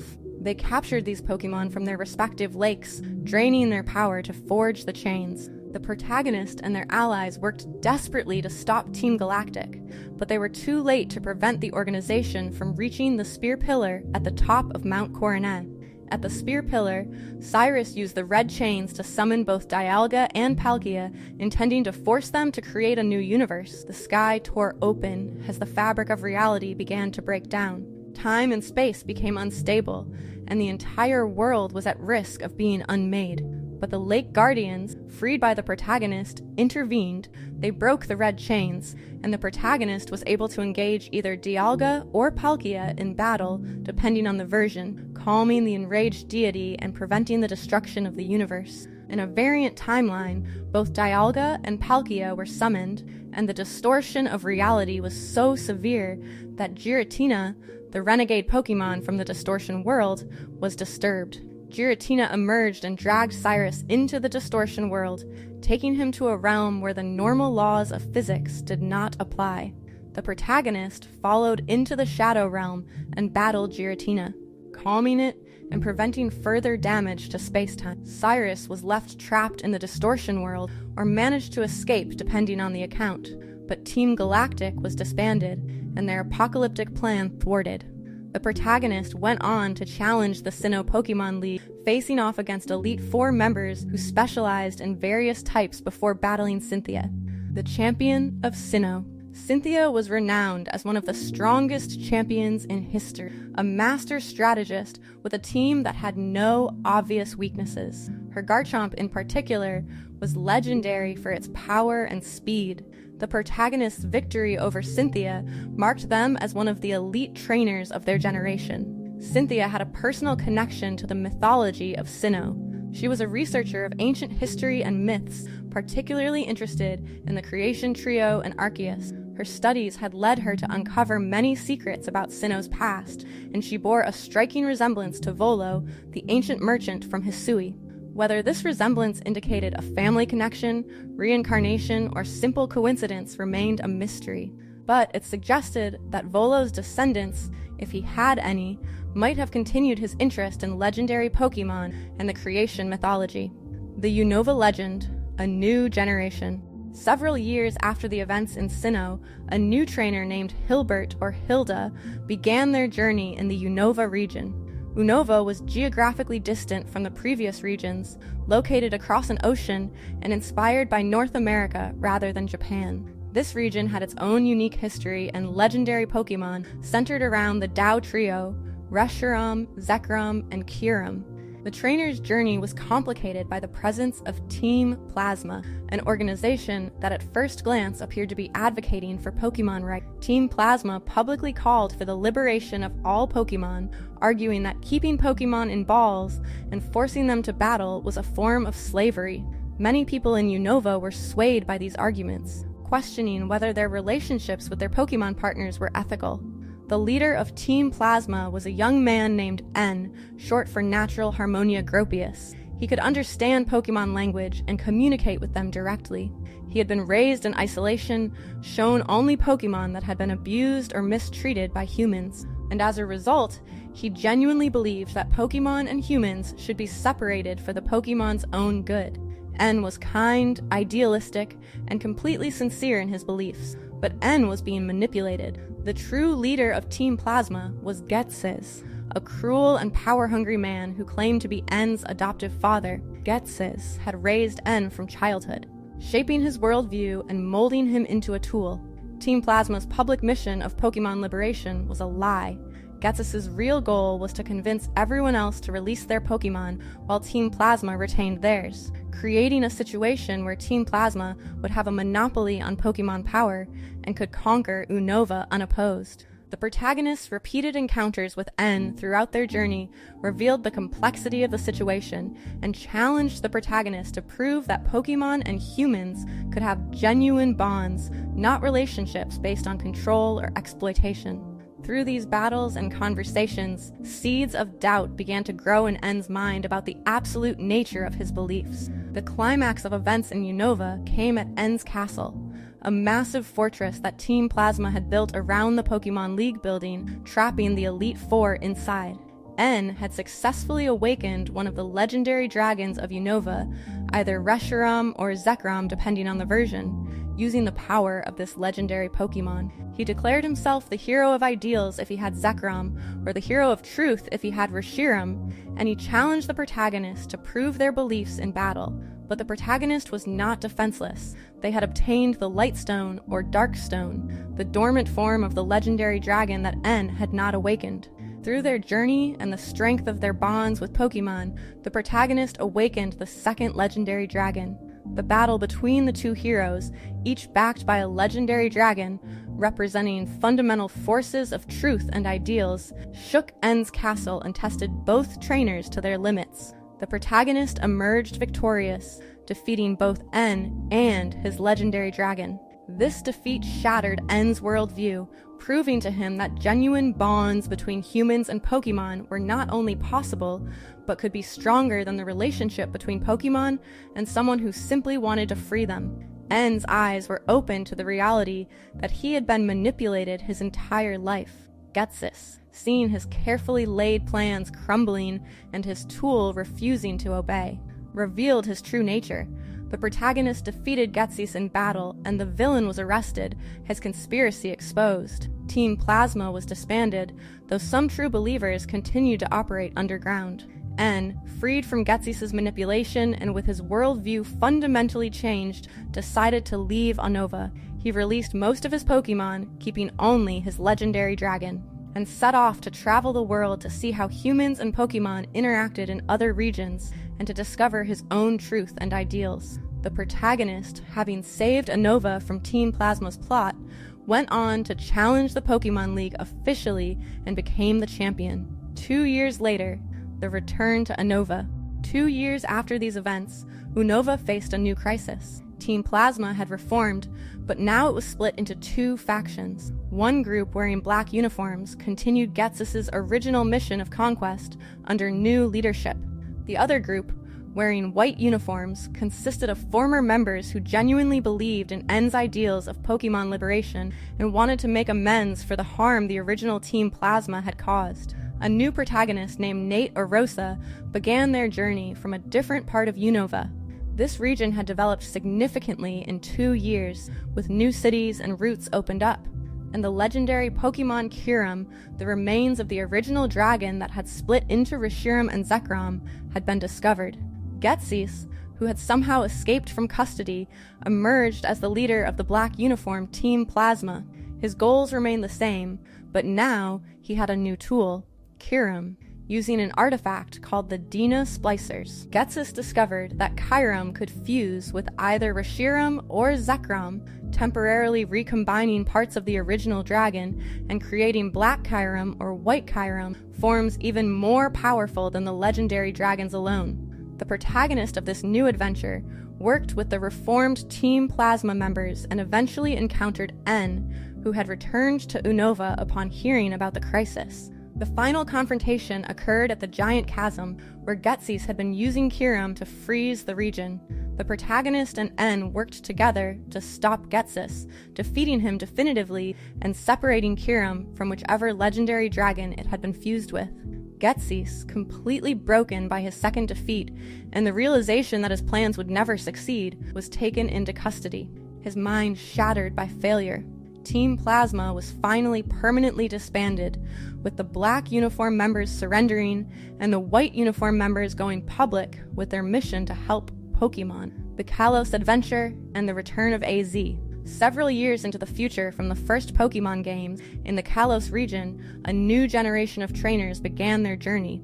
The protagonist, either named Column or Serena depending on the version, received their first Pokemon in Banaville Town and set out with a group of friends, Shauna, Tierno, Trevor, and their rival, the opposite-gender protagonist. Kalos was a region of beauty and sophistication, known for its fashion, art, and culinary excellence, but it was also the region where 3,000 years ago, AZ had fired the ultimate weapon and ended the Kalos War. The echoes of that ancient tragedy still resonated in Kalos, though few modern inhabitants knew the full story. The protagonist's journey brought them into contact with Professor Sycamore, the regional Pokemon professor, who had a particular interest in the phenomenon of mega evolution. Mega evolution was a recently rediscovered process by which certain Pokemon, when holding specific Mega Stones and bonding deeply with their trainer, could temporarily transform into more powerful forms. Professor Sycamore theorized that Mega Stones were created 3,000 years ago by the energy from the ultimate weapon, a theory that aligned with what AZ had witnessed when he saw Mega Rayquaza. In Lumiose City, the protagonist met a tall, ancient-looking man in shabby clothes named AZ. This giant figure spoke in riddles and seemed burdened by tremendous sadness. Though the protagonist did not realize it at first, this was the same AZ who had been king 3,000 years ago, still wandering the world, still searching for Floette, still unable to die or escape his guilt. The peace of Kalos was threatened by Team Flare, a criminal organization led by Lysandre, a charismatic businessman and philanthropist who publicly spoke about making the world more beautiful. Lysandre was a descendant of AZ's brother, inheriting both the knowledge of the ultimate weapon and a particular worldview shaped by his family history. Lysandre had become disillusioned with humanity, believing that overpopulation and resource depletion would inevitably lead to conflict and suffering. His solution was horrifyingly simple: use the ultimate weapon to eliminate most of the world's population, preserving only Team Flare and a select few he deemed worthy, creating a beautiful world for a chosen few. Team Flare's plan was complex and involved capturing one of Kalos' legendary Pokemon. Xerneas, the life Pokemon, or Veltal, the destruction Pokemon, depending on the version, was needed to power the ultimate weapon. In the end, Lysandre succeeded in activating the weapon, but his plans were thwarted by the protagonist and their friends. The weapon fired, but its power was disrupted and weakened, preventing the mass extinction Lysandre had planned. The weapon then destroyed itself, collapsing the underground headquarters of Team Flare and apparently burying Lysandre in the rubble. In either case, the protagonist and their friends escaped, but Lysandre's fate remained ambiguous. After these events, during a celebration in Lumiose City to crown the protagonist as the new champion of Kalos, AZ appeared and challenged the protagonist to a battle. This was not a battle driven by malice or a test of strength, but rather a final reckoning for AZ. He wanted to understand what it meant to be a Pokemon trainer in this new era, to see if the bonds between humans and Pokemon had truly become what he had destroyed his soul trying to achieve 3,000 years ago. The protagonist defeated AZ, and in that moment, something miraculous occurred. Floette, who had been watching from somewhere hidden for 3,000 years, saw that AZ had finally changed. He was no longer the king consumed by grief and rage who had committed genocide. He was a broken, repentant man who had suffered for millennia for his crimes. Floette descended from the sky and returned to AZ, reuniting with him for the first time in 3,000 years. AZ wept openly, and the curse of his immortality, if not lifted, at least felt lighter. He had been forgiven by the one whose forgiveness mattered most. For the first time in 3,000 years, AZ could imagine a future that held something other than wandering and guilt. The protagonist had not only saved Kalos from Team Flare, but had also unknowingly helped to end the suffering of a man who had been punished longer than most civilizations had existed. Alola and the Island Challenge. Several years after the events of Kalos, in the tropical Alola region, a different kind of Pokemon journey began. Alola had no traditional gyms or Pokemon League. Instead, the region practiced the Island Challenge, a series of trials on 4 islands where trainers faced totem Pokemon and captains before battling powerful Kahuna trainers. A young trainer named Elio, or Celine, had just moved to Alola and was beginning their Island Challenge journey. Alola had its own legendary Pokemon and unique history.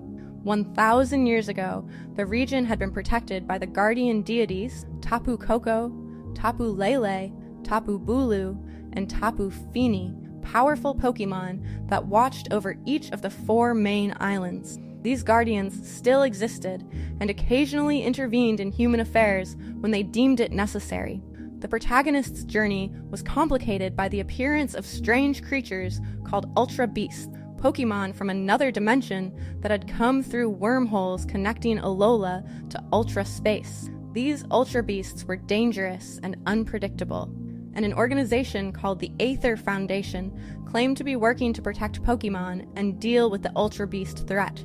However, the Aether Foundation's leader, Lusamine, had an obsession with Ultra Beasts that bordered on madness. She had encountered them years ago and become fascinated, seeing them as the ultimate form of beauty and perfection. Her obsession drove her to extreme actions, including freezing Pokemon in her collection like trophies and neglecting her children, Gladion and Lily, to the point where Gladion ran away and Lily developed a fear of touching Pokemon. The crisis came to a head when Lusamine opened a massive wormhole to Ultra Space, intending to reach the Ultra Beasts and perhaps live among them. The protagonist, along with Lily and other allies, entered Ultra Space to stop her and faced off against Lusamine, who had been affected by exposure to Ultra Beasts and was no longer entirely rational in her thinking. The protagonist succeeded in defeating Lusamine, and while Lusamine eventually recovered, the experience helped Lily overcome her fears and grow stronger. Galar and the Darkest Day returns. In the Galar region, approximately 3,000 years after the first Darkest Day, a new generation of trainers began their journey. The protagonist, named Victor or Gloria, started in Postwick with their childhood friend Hop, the younger brother of Leon, the undefeated champion of Galar. Galar's culture was heavily focused on Pokemon battles as entertainment, with gym challenges broadcast throughout the region and stadiums packed with cheering fans. The phenomenon of Dynamax, where Pokemon grew to enormous sizes in specific power spots, was unique to Galar and had become the centerpiece of their battle culture. Trainers could activate this transformation using a Dynamax band during official matches, creating spectacular battles between gigantic Pokemon.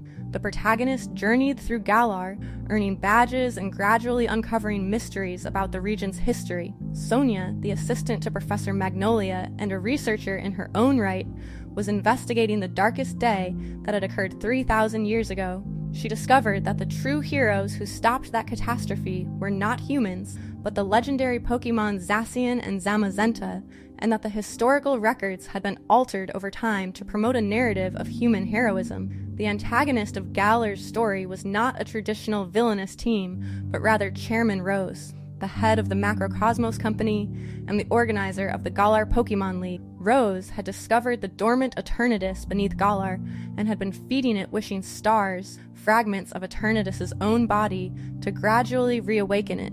Rose's motivations were not entirely selfish. He genuinely believed he was acting in Galar's best interests.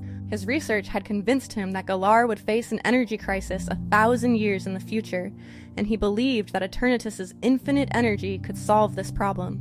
However, Rose drastically underestimated Eternatus's power and the danger of awakening it. During the champion finals, where the protagonist was set to battle Leon for the championship, Rose activated his plan. Eternatus immediately woke up, and the second darkest day began, the sky turning black as Galar particles flooded the region. Pokemon throughout Galar began to Dynamax uncontrollably, going berserk just as they had 3,000 years ago.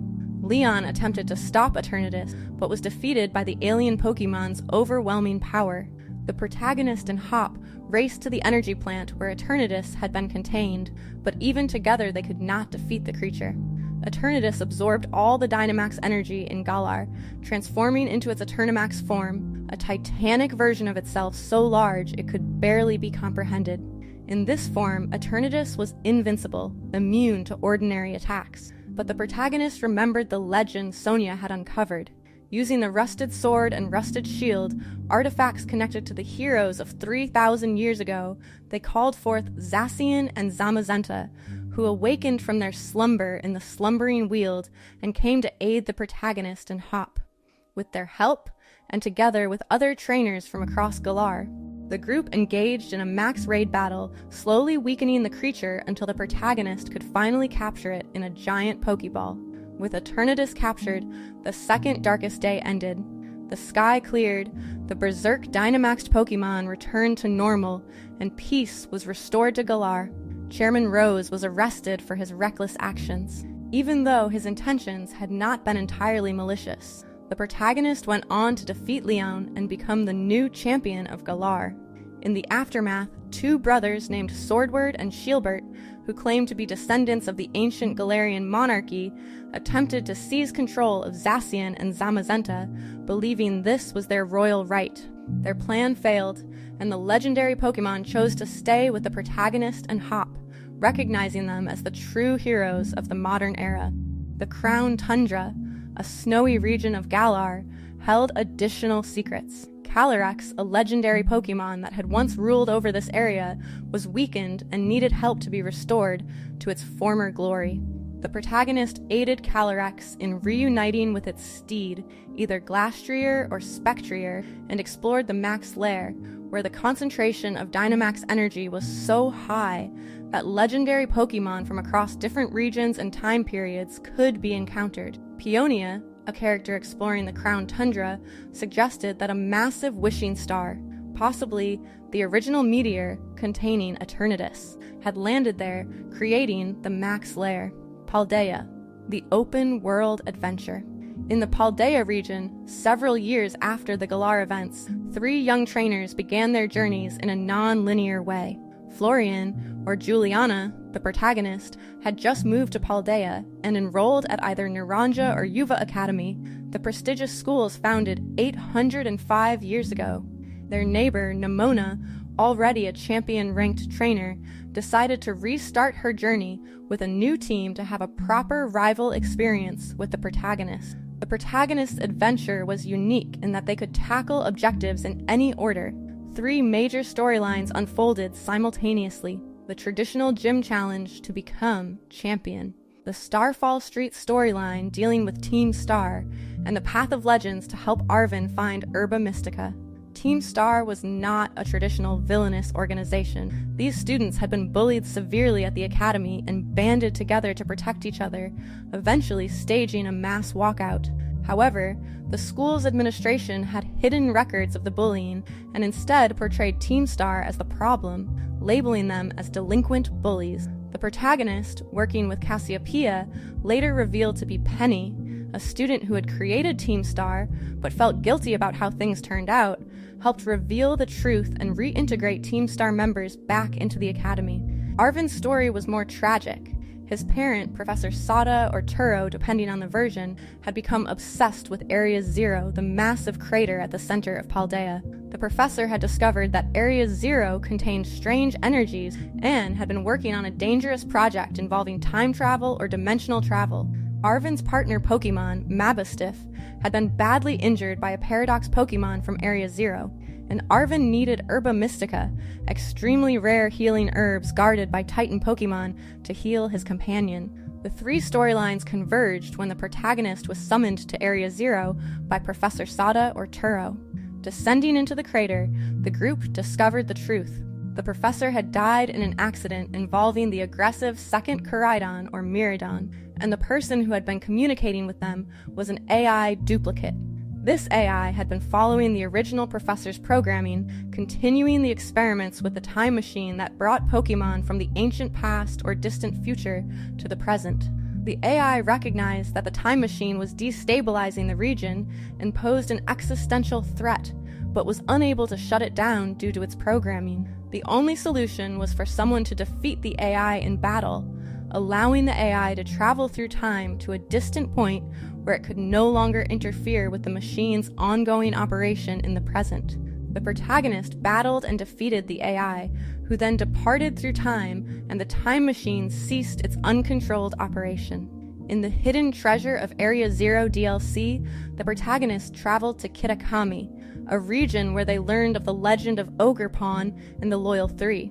The story the townspeople believed painted Ogerpon as a villain and the Loyal Three, Okidoki, Monkey Dory, and Fazandapiti as heroes. But the truth was the reverse. Ogerpon had been the victim, and the Loyal Three had been the villains who killed Ogerpon's companion and stole its masks. The protagonist helped reveal the truth and befriended Ogerpon. Later, the protagonist was invited to Blueberry Academy in Unova, where they discovered that Kieran, a boy from Kitakami who had become obsessed with Ogerpon and felt betrayed when it chose the protagonist, had become the champion of the Beb League through obsessive training. The protagonist defeated Kieran, helping him overcome his unhealthy obsession and heal emotionally. The most significant discovery came when the group traveled to Area Zero's depths and found Terapagos, the legendary Pokemon that had survived since the crater's formation 2 million years ago by crystallizing itself. Legend ZA. 5 years after the events of Pokemon X and Y, the Kalos region had changed significantly. Lumiose City, the centerpiece of Kalos, had undertaken an ambitious urban redevelopment project to transform the city into a model of harmonious living between humans and Pokemon. This initiative, which would give the game its name, Pokemon Legends ZA, focused on rebuilding and modernizing Lumiose while preserving its historical and cultural significance. The protagonist of this story was a young tourist who arrived in Lumiose City just as this redevelopment was beginning. They quickly became involved in the ZA Royale, a competitive series of Pokemon battles that served as both entertainment and a proving ground for trainers who wanted to contribute to the city's reconstruction. As the protagonist rose through the ranks of the ZA Royale, earning promotions from rank Z to rank A, they discovered that Lumiose City held far more secrets than anyone realized. To understand Legend ZA, we need to start 3,000 years in the past with AZ, because everything in this game traces back to one king's terrible choice and his attempts to atone for it. 3 millennia ago, AZ was a king caught up in a devastating war that consumed Kalos. Many Pokemon lost their lives, and in the chaos, AZ's beloved Floette, a Pokemon with a unique black flower, was sent to the front lines where she died. Most people grieve and eventually move on. AZ had the resources and knowledge to do something about it. He created a device that could grant life, and he used it to revive his Floette. It worked. She came back. But here is the horrifying truth. AZ was so hurt and traumatized that they had hurt his beloved Floette that he relaunched the ultimate weapon to end the war once and for all. Floette was brought back at the cost of countless other lives. AZ's rage at the war had not subsided. He could not forgive the world that had hurt the Pokemon he loved, so he transformed his device into the ultimate weapon. The weapon fired a beam of light that reached into the heavens and poured down, burning away everything upon the earth. AZ ended the war by becoming destruction itself, committing genocide to stop the conflict. The war ended, But Floette realized the truth. She understood that the life AZ had given her was stolen from other Pokemon, that thousands or millions had died so she could live. She could not bear it. Floette left AZ and wandered alone for 3,000 years. AZ has been alive since before the rise and fall of countless civilizations. He watched empires crumble.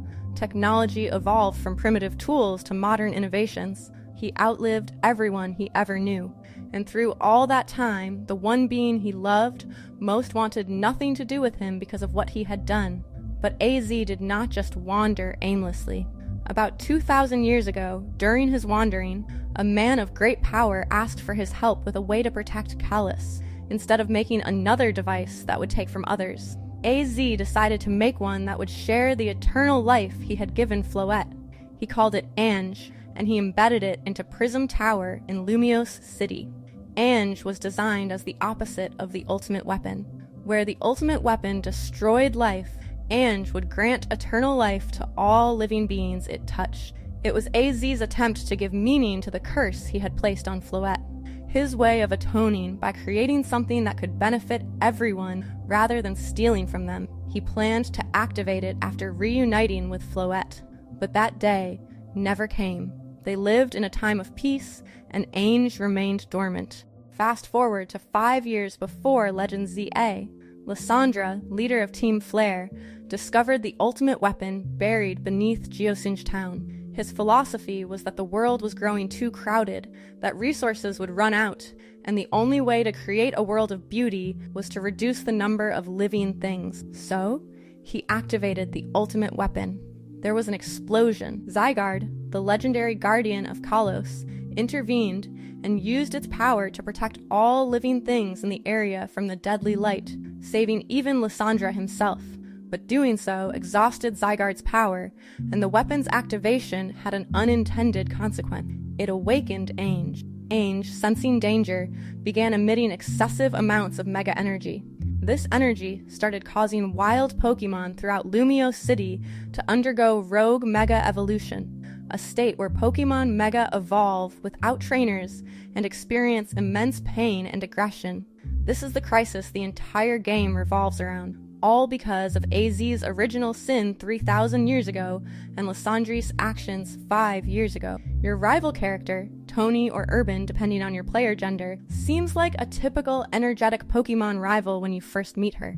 She is filming content for Hotel Z, excited about battles, and helps you chase down the Pancham that stole your bag. But very early on, the game drops hints that something deeper is going on. She wears a distinctive jacket that belonged to her mother, and she mentions she came to Lumiose looking for someone. This is not just a side quest. Finding answers about her family is the entire reason she is in Lumiose. The ZA Royale, Team MZ, all of it is secondary to her real mission. Tony becomes the leader of Team MZ, recruiting her friends to compete in the ZA Royale tournament. But she is also dealing with serious financial problems. She borrowed a large sum of money from the Rust Syndicate to make promotional videos for Hotel Z. Due to predatory interest rates she had not noticed in the fine print, that debt ballooned massively. Despite her outward confidence and leadership, Tony is struggling. She is in debt, searching for family she has never met, trying to keep Hotel Z afloat for AZ who took her in, and leading a team of people all dealing with their own problems. But she never complains, never breaks down. She keeps pushing forward because that is what leaders do. Her team reflects her role as your rival.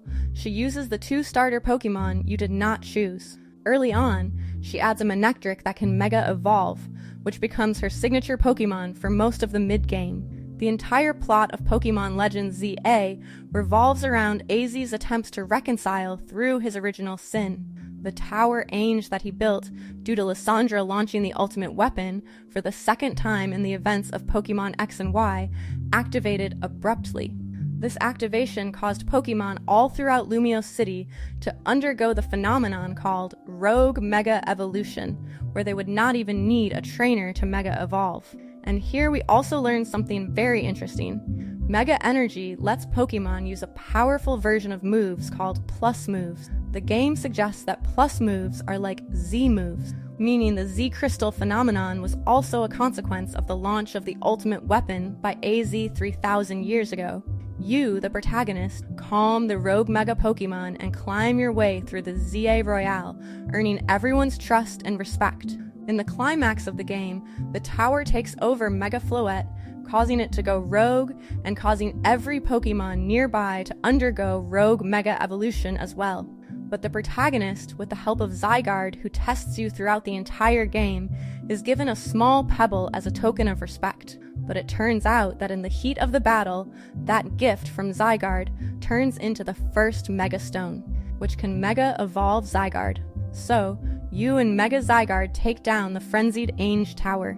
After saving the entire city and becoming worthy of Zygarde's trust, AZ finally finds peace and passes away after 3,000 years. By the post-game Infinite ZA Royale, when you face Tony as the 15th challenger, she has a full team of 6 Pokemon at level 72, and her final Pokemon is AZ's Floette, the eternal flower form that can Mega Evolve.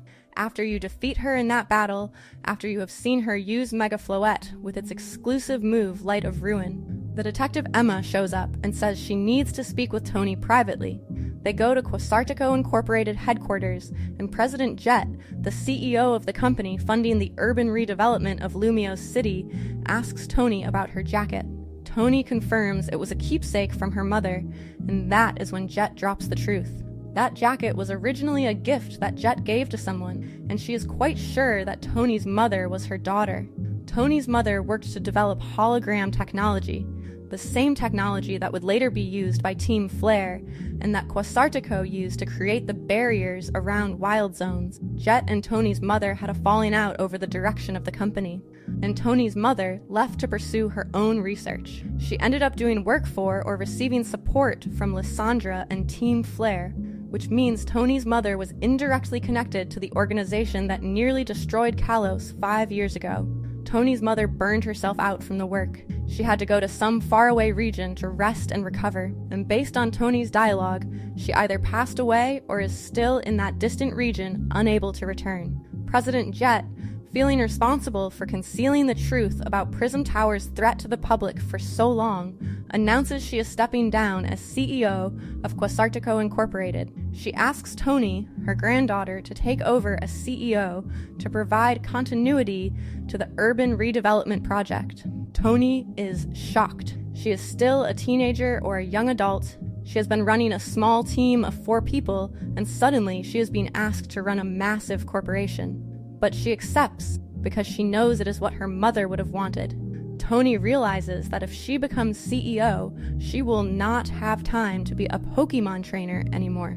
She has to give up battling, give up Team MZ, give up the thing that brought her to Lumiose in the first place, so she makes the most selfless decision in the entire game. She gives AZ's Floette to you, the player, along with its Mega Stone. She trusts you to keep Lumiose safe, to do what AZ would have wanted, to be the trainer she can no longer be. And then she asks you to break the news to her team because she cannot bear to do it herself. This is a rival character who does not just lose to you in battles, she loses her entire dream of being a trainer. But she does it willingly because she understands that some responsibilities are bigger than personal desires. Now, we need to talk about Floette herself, because she is not just AZ's partner Pokemon, she is a fully realized character with her own agency, trauma, and journey. The Floette we are talking about is not a normal Floette.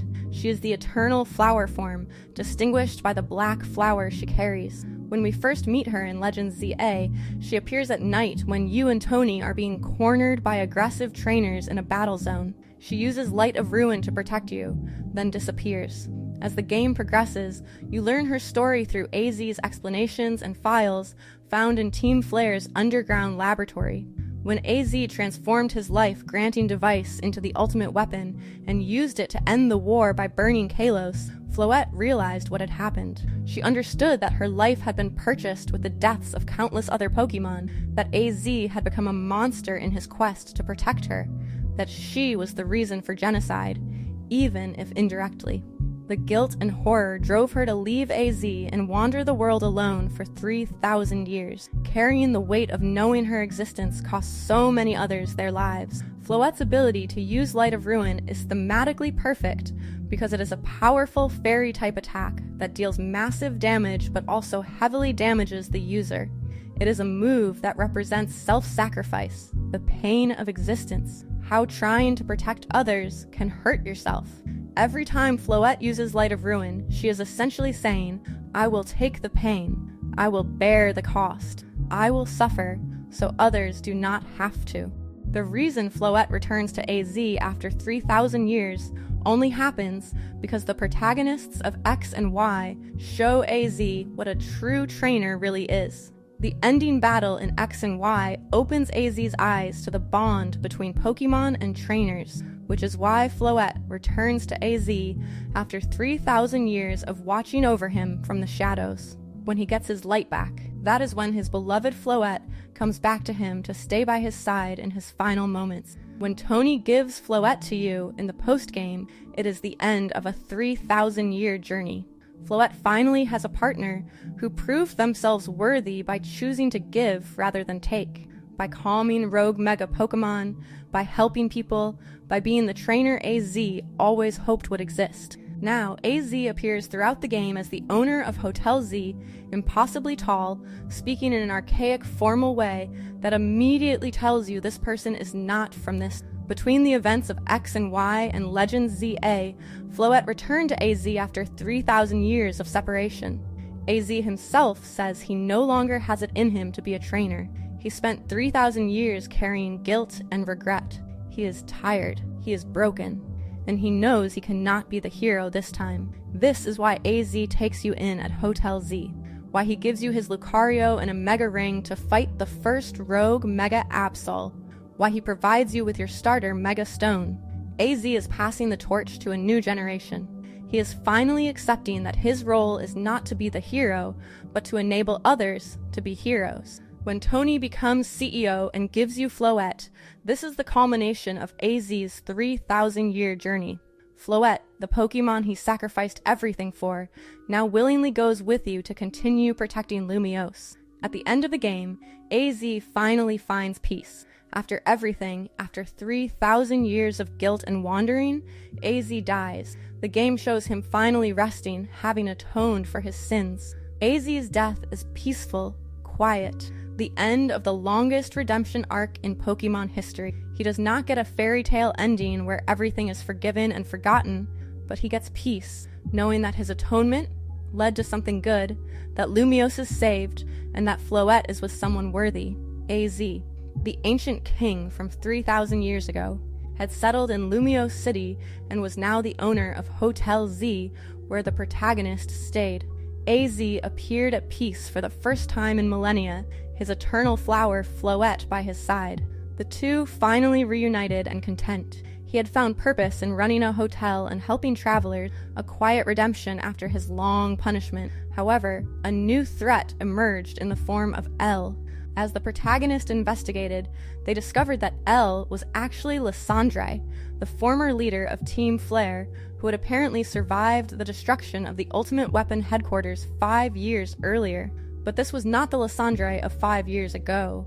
Whether through the effects of using Xerneas's power at the end of Pokemon X, or through some other means, Lysandre had been granted extended life. Perhaps not true immortality like AZ, but certainly an unnaturally long lifespan.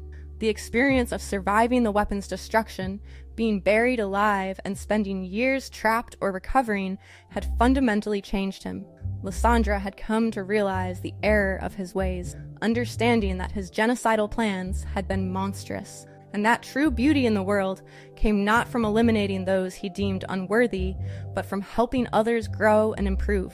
Lysandre's goal in Legends ZA was not conquest, but redemption. He genuinely wanted to help Lumiose City succeed in creating a better world, working from behind the scenes under the alias L, because he knew that if his true identity became known, he would be arrested, or worse, Throughout the game, Lysandre provided guidance and assistance to the protagonist, though his methods were sometimes questionable, leading to suspicion about his motives. Xerneas, the life Pokemon, represented the life-giving force that would help the city's parks and natural areas flourish. Yveltal, the destruction Pokemon, represented the necessary cycle of decay and renewal. Zygarde, the order Pokemon, served as the balance between them, maintaining equilibrium in Kalos' ecosystem. When they returned to Hotel Z after capturing both Xerneas and Yveltal, Lysandre revealed himself and challenged the protagonist to battle. After being defeated, Lysandre helped the protagonist locate Zygarde, which existed in multiple forms: 10% form, 50% form, and complete form. The battle against Zygarde was one of the most challenging encounters in the game, with the Pokemon shifting between forms and using devastating attacks. The protagonist succeeded in capturing Zygarde, and Lysandre gave them the Zygarde Cube, an item that allowed controlled transformation between Zygarde's forms. The game's ending was emotionally powerful. After the main story concluded, AZ made a final decision about his long life. For 3,000 years, he had been cursed or blessed with immortality, unable to die, forever carrying the guilt of his genocide. But now, reunited with Floette and having witnessed a new generation of trainers who truly embodied the bonds between humans and Pokemon, AZ felt that his penance was complete. The ancient king finally passed away peacefully. The postgame also featured extensive exploration of Lumiose City, including the Lumiose Museum.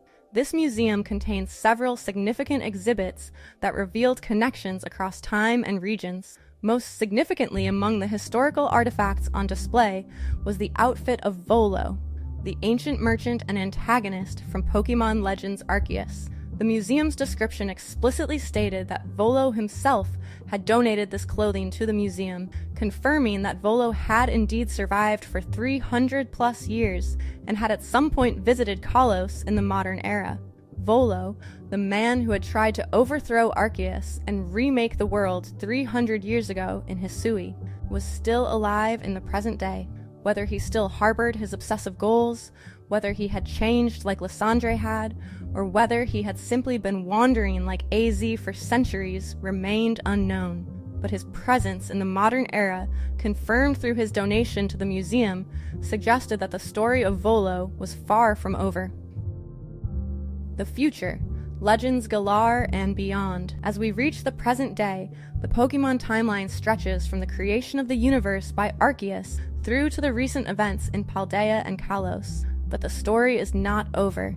Information has leaked about future plans, revealing projects that will continue to expand the Pokemon timeline in new directions. According to these leaks, Pokemon Wind and Waves is scheduled for release in 2026, representing Generation 10. This game will take place in a region inspired by Southeast Asia, featuring procedurally generated explorable islands and underwater exploration. The game will introduce a new category of Pokemon called Seed Pokemon and will push the boundaries of open-world design in Pokemon games. This game represents the next step forward in the modern timeline, showing how Pokemon and humans continue to grow and change together. More relevant to our historical timeline is Pokemon Legends Galar, codename Project Ringo. Scheduled for release in 2027 or beyond, this game will take the Legends formula and apply it to the Galar region, but with a twist. While Legends Arceus went back 300 years, and Legends ZA moved forward 5 years, Legends Galar will leap back 1,000 years into Galar's past. The game will be set during a pivotal era in Galarian history, possibly exploring the time when human civilization was first establishing itself in the region, long before the kingdoms that would later become the monarchy referenced in Sword and Shield. The game's premise involves players creating the first Gigantamax Pokeball, suggesting that the mechanics of Dynamax and the ability to control giant Pokemon were not natural developments, but rather technological or mystical innovations created by ancient Galarians. This 1,000-year past setting is particularly interesting because it places Legends Galar relatively close in time to several other significant events. 1,000 years ago was when AZ witnessed Mega Rayquaza in Hoenn, and when the Draconids made their prophecy about the future meteor.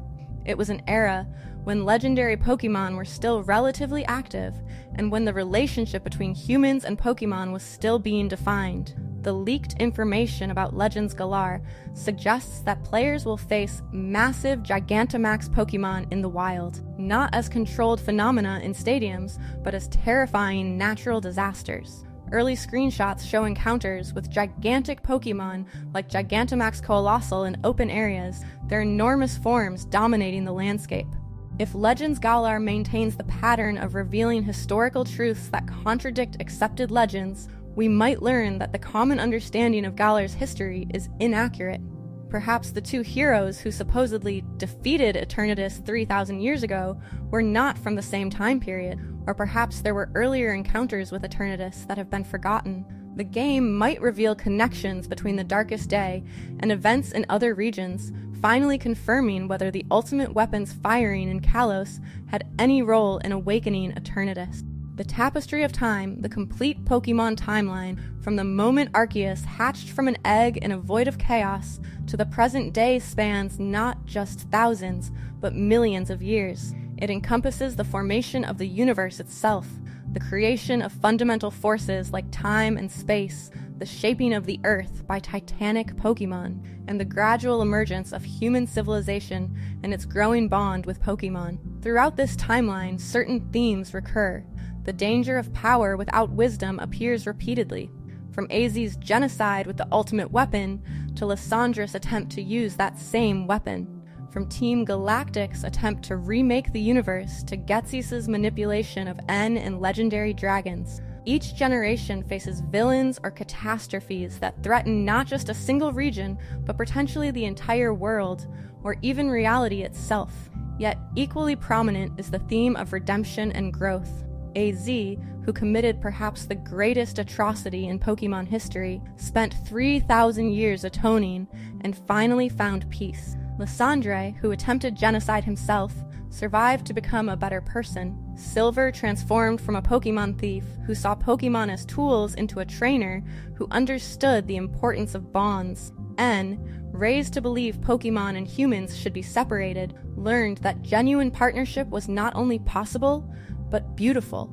Even Volo, the obsessed merchant who tried to overthrow Arceus, apparently found some path toward change. The legendary Pokemon that appear throughout this timeline are not merely powerful creatures, but embodiments of fundamental forces and concepts. Arceus represents creation itself, the source from which all else flows. Dialga and Palkia are time and space, the stage on which reality plays out. The Aura trio of Kalos represents life, death, and the balance between them. The Tao trio of Unova embodies truth, ideals, and the potential for both to unite. Each legendary Pokemon serves a purpose in the cosmic order, and when humans try to control or exploit them, disaster inevitably follows. The timeline is not linear, but rather a tapestry woven from multiple threads that loop back on themselves. Events in the ancient past influence the present in unexpected ways. The Darkest Day from 3,000 years ago left wishing stars scattered across Galar that power modern Dynamax technology. Volo's actions 300 years ago in Hisui somehow connect forward to his presence in modern Kalos, though the specifics remain mysterious. Time travelers from the future are pulled into the past to fulfill destinies that shape the future they came from, creating stable time loops where cause and effect become circular. The Pokemon world is also explicitly a multiverse, with multiple timelines branching at key points. The revelation of Team Rainbow Rocket in Ultra Sun and Ultra Moon confirmed that there are dimensions where villains succeeded, where Giovanni conquered Kanto, where Cyrus erased emotions from the universe, where Lysandre activated the ultimate weapon successfully. As we look toward the future, the Pokemon timeline continues to expand. Generation 10 will push the modern timeline forward, showing how the world continues to evolve. And with characters like Volo still alive after more than 1,000 years, with legendary Pokemon that have existed since the dawn of creation still active, and with mysteries like the true origin of Eternatus still unresolved, there is no shortage of stories left to tell. The most fascinating aspect of the Pokemon timeline is how it mirrors human history and mythology while remaining distinctly its own creation. Unova is explicitly stated to be very far from the other regions, across an ocean, based on a different continent entirely. Its culture, architecture, and even the legendary Pokemon it venerates are distinct from the Japan-inspired regions, suggesting a different cultural lineage. Kalos neighbors both Paldea and likely Galar, with all three regions based on European countries, creating a cluster of connected regions with shared history, as evidenced by the Kalos War possibly involving Galar and the proximity between Kalos and Paldea. Alola stands apart as an island region, isolated enough to have developed unique traditions like the Island Challenge and to have its own guardian deities separate from the legendary Pokemon found elsewhere. Its connection to Ultraspace adds another dimension entirely, suggesting that some regions might have unique relationships with other dimensions or realities. Galar, based on the United Kingdom, has the unique distinction of being the only region where an extraterrestrial Pokemon, Eternatus, crashed and made its home. This alien influence gave Galar the Dynamax phenomenon, making it fundamentally different from other regions in a way that goes beyond cultural differences. And Paldea, with its massive crater at the center and the presence of Paradox Pokemon, hints at temporal or dimensional instabilities that might connect to other regions' mystery. The mystery of Volo's survival and its apparent millennium-plus lifespan opens fascinating questions. We know AZ was granted immortality through the ultimate weapon's power, specifically through exposure to Xerneas' life-giving energy. But Volo was nowhere near the ultimate weapon when it fired, and his immortality or extended lifespan must have come from a different source. Possibilities include his pact with Giratina granting him extended life, exposure to the space-time distortions he created, or perhaps even intervention by Arceus itself, cursing him to live long enough to witness the consequences of his actions or to learn the lessons he needed. The parallels between Volo and Lysandre are striking and almost certainly intentional. Both were charismatic figures who believed the world was flawed and needed to be remade. Both sought to use legendary Pokemon to achieve their goals. Both caused tremendous harm in pursuit of their vision of perfection, and apparently both survived their defeats and lived long enough to potentially change and seek redemption. The fate of various legendary Pokemon across the timeline is worth examining. Many legendary Pokemon appear to be unique single entities that exist across multiple timelines and can sometimes be encountered in different regions or eras. Others, like the legendary birds or the legendary beasts, might exist as species with multiple individuals, though this remains debated. Some legendaries, like Mewtwo, are explicitly artificial, created through human intervention and genetic manipulation. The relationship between legendary Pokemon and humans has evolved across the timeline. In ancient times, Pokemon like Regigigas and the Super Ancient Trio were feared and worshipped as gods. By the time of Legends Arceus, legendary Pokemon were still revered, but also understood to be beings that could be interacted with, and in some cases partnered with. In the modern era, legendary Pokemon are sought after by trainers, and while they remain rare and powerful, they are no longer seen as untouchable gods, but rather as powerful partners who can choose trainers worthy of them. Throughout the timeline, we see legendary Pokemon responding to specific individuals who demonstrate certain qualities. Arceus chose a specific trainer to pull back through time to Hisui, someone who embodied the potential for strong bonds with Pokemon. The legendary dragons of Unova specifically sought heroes of truth and ideals. Zacian and Zamazenta chose to partner with trainers who demonstrated courage and selflessness in defending Galar. The pattern suggests that legendary Pokemon are not merely powerful, but intelligent and discerning, capable of judging the character of potential partners and choosing to work only with those who meet their standards. The villain teams across the timeline represent an escalation of ambition and danger. Team Rocket and Kanto were simple criminals seeking profit through Pokemon exploitation. Teams Aqua and Magma in Hoenn were environmental extremists with ideological goals, but still limited to affecting a single region. Team Galactic in Sinnoh aimed to recreate the entire universe. an ambition that threatened all of reality. Team Plasma in Unova sought to reshape society's relationship with Pokemon through manipulation and control of legendary dragons. Team Flare in Kalos attempted genocide on a global scale using ancient weapons of mass destruction. And in Galar, the antagonist was not a traditional team, but rather a well-meaning individual whose reckless actions nearly caused apocalypse. This escalation mirrors the increasing power and scope of legendary Pokemon encountered. Early threats involved controlling powerful but localized Pokemon. Later threats involved Pokemon capable of affecting entire regions or fundamental forces like time and space. The ultimate threats involved beings like Eternatus or the power to recreate the universe itself. The existence of ruins in various regions, ancient structures that predate known history, suggests that there were civilizations in the Pokemon world that rose and fell before the recorded history we follow. The ruins of Alph in Johto, the abyssal ruins in Unova, the reflection cave in Kalos, the various ruins in Paldea. All of these hint at lost civilizations that had relationships with Pokemon, understood legendary powers, and then vanished for reasons that remain mysterious. The cosmic level of the Pokemon timeline cannot be overstated. This is not merely a story about children collecting monsters and battling in tournaments. It is a story that literally begins with the creation of the universe. It involves beings that embody fundamental forces like time, space, and antimatter, and regularly features threats that could destroy reality itself. Yet somehow, this cosmic scope is grounded through the personal relationships between trainers and their Pokemon partners. The fate of the universe has been decided multiple times by the bonds between individual trainers and their Pokemon, by the trust and understanding between humans and their partners. This grounding of cosmic threats and personal relationships is part of what makes the Pokemon timeline so compelling. When Cyrus attempts to erase emotion from the universe, it is not defeated by abstract philosophy, but by trainers whose emotions and bonds with Pokemon prove stronger than his nihilism.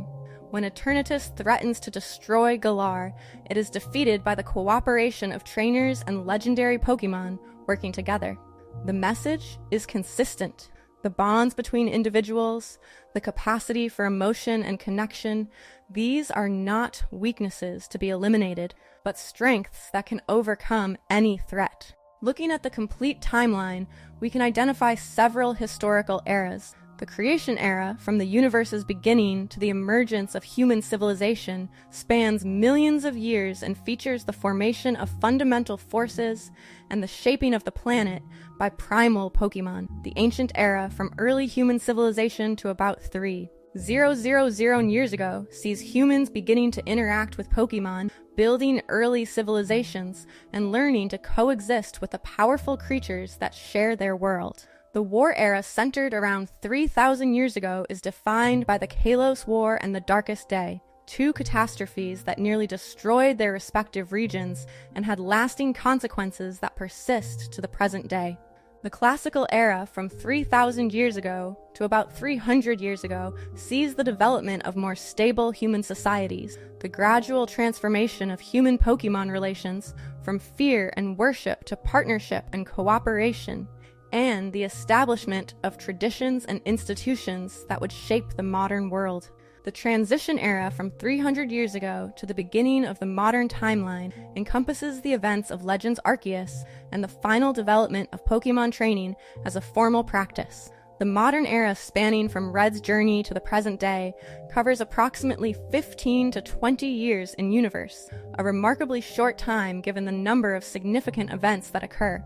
This era is characterized by rapid technological advancement, the establishment of Pokemon leagues across multiple regions, the rediscovery of Mega Evolution, the management of Dynamax energy, and the revelation of multiple timelines in Ultra Space. It is an era of heroes where each new generation of trainers faces and overcomes threats that previous generations could never have imagined. The future era, yet to unfold in the games but hinted at through leaks and development plans, will continue to expand the timeline, both forward into new regions and backward into historical periods not yet explored.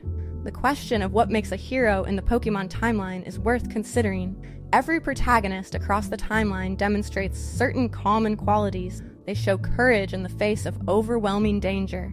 They form deep bonds with their Pokemon partners, treating them not as tools, but as friends. They stand against injustice and protect the innocent. They adapt and grow through their challenges, becoming stronger not just in terms of Pokemon battle prowess, but as people. And they inspire others, their actions motivating those around them to be better.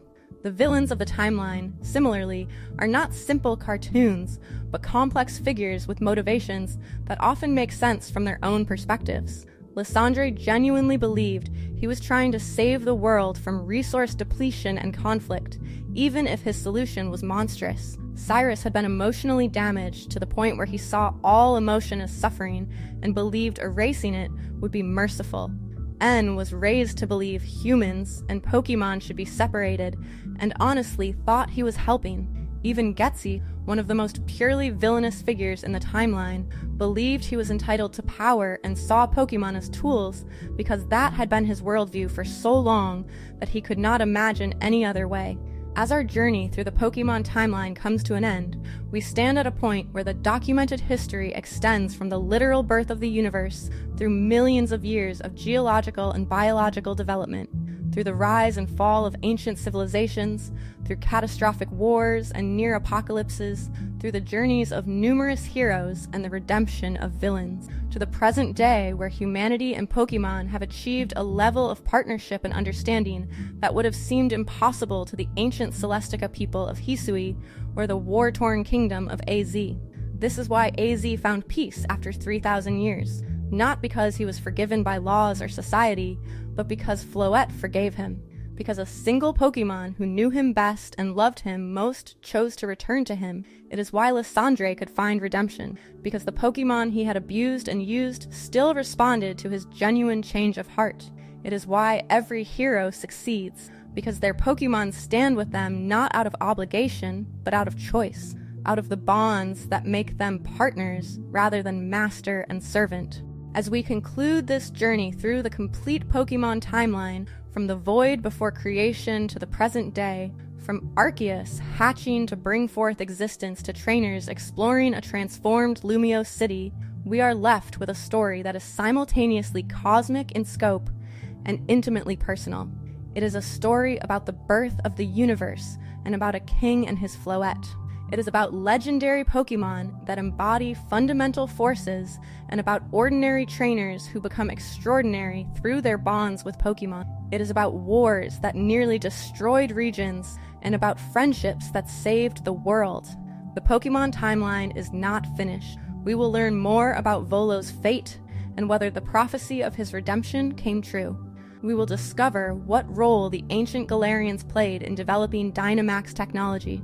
We will continue to see how the modern world grows and changes, how new regions are discovered, how new legendary Pokemon reveal themselves, and how each new generation of trainers faces challenges that test the bonds between humans and Pokemon. But the core truth will remain constant. The Pokemon world is one where the bonds between individuals, human and Pokemon alike, are the foundation of everything good and right, where cooperation triumphs over domination, where understanding defeats fear, where love is stronger than hate, and where the choice to partner with Pokemon rather than control them makes all the difference. This has been true from the beginning, when Arceus granted consciousness to all living things, and it will remain true into whatever future awaits.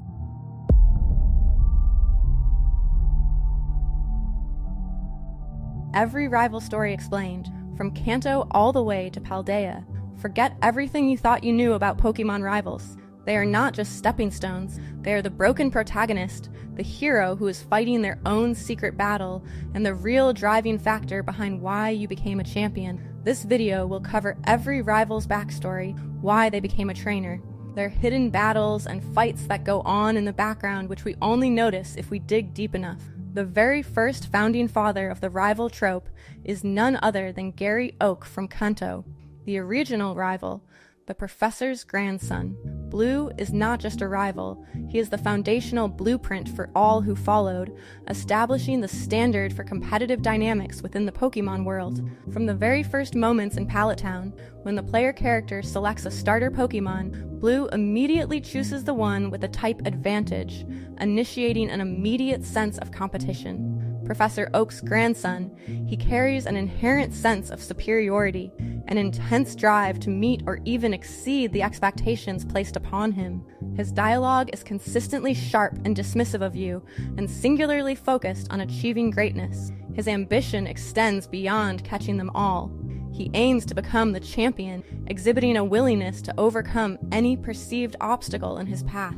In Oak's lab, this is where it all begins. Professor Oak introduces Blue as your rival since you were a baby. When you pick your starter, Blue immediately snatches the one with the type advantage, setting the stage for a lifelong rivalry. His first words to you after choosing his Pokemon are cocky. He says his Pokemon looks a lot stronger. He then challenges you to your very first Pokemon battle right there in the lab. If he wins, he will gloat and say something like, "Yeah, am I great, or what?" If he loses, he will quickly dismiss it, saying he picked the wrong Pokemon. Regardless, he ends with his iconic farewell. Blue's starter counters yours. If you chose Bulbasaur, he has Charmander. We next see him at Route 22 just outside Viridian City. Blue challenges you again with a stronger team, including a Pidgey. He will ask why you only have 2 Pokemon and tell you that you should catch some more. This battle reinforces his early lead and his dismissive attitude, often ending with him telling you to go train some more. Blue's team at Route 22 consists of a Pidgey and your counter-type starter. Next, we meet Blue in Cerulean City on the infamous Nugget Bridge. After you have gained a few levels and new Pokemon, Blue appears on Nugget Bridge. He is still full of himself. This battle is rather hard due to the number of battles you have already faced on Nugget Bridge, but after beating Blue, it shows that you are catching up. His dialogue remains condescending. He is still so full of himself. Next, we meet Blue on the SS Anne. On the luxury ship, Blue challenges you again. His team is growing, and he is becoming a more serious threat. He is still dismissive, but the battles are getting tougher, indicating his relentless training. Blue's team on the SS Anne includes a Pidgeotto, Raticate, Kadabra, and your counter-type starter. The Raticate would play a big role in Blue's journey, which brings us to the next fight in Lavender Town. This encounter is a pivotal moment in Blue's character development. He is found in the Pokemon Tower, and while not explicitly stated, it is strongly suggested that he is grieving the loss of his Raticate, a Pokemon he used previously but is absent from his team thereafter. He says something along the lines of what brings you here, that you do not have any dead Pokemon. Now, the famous fan theory that you killed his Raticate would be great character development for our rival, but it simply is not the case. This theory was debunked years ago, and Blue is still that cocky rival with almost no character development in the original games. People have always wished the Raticate theory were true to give our rival some depth. The final battle happens with Blue at the Pokemon League. Blue has already claimed the champion title, having defeated the Elite Four just moments before the player character arrives. His defeat in this final battle is a crushing blow to his ambition. It signifies a monumental win for you, the player. He is shocked and frustrated by his loss, but even then, Professor Oak steps in to remind him of the importance of trust and love for Pokemon, a lesson Blue seems to take to heart. Blue's champion team consists of a Pidgeot, Alakazam, Exeggutor, Arcanine, Gyarados, a Rhydon, and your counter-type starter. Specific Pokemon in his team vary slightly based on your starter choice. After the experience of losing the champion title, Blue does not simply fade away. He assumes the role of a gym leader in Viridian City after Giovanni went out of commission, transitioning into a position of guidance rather than pure competition.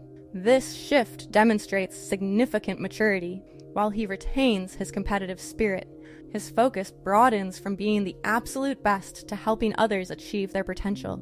This transformation from pure competition to a more mature form of mentorship showcases that even seemingly one-dimensional characters can undergo significant development, setting a precedent for how future rivals might evolve not just in strength, but in purpose. Blue becomes the gym leader during the times of Generation 2, and in Pokemon Sun, Moon, Ultra Sun, and Ultra Moon, he is invited to be a leader at the Battle Tree in the Alola region. He and Red are presented as legendary trainers from Kanto, and the player can battle either of them after becoming the Alola champion.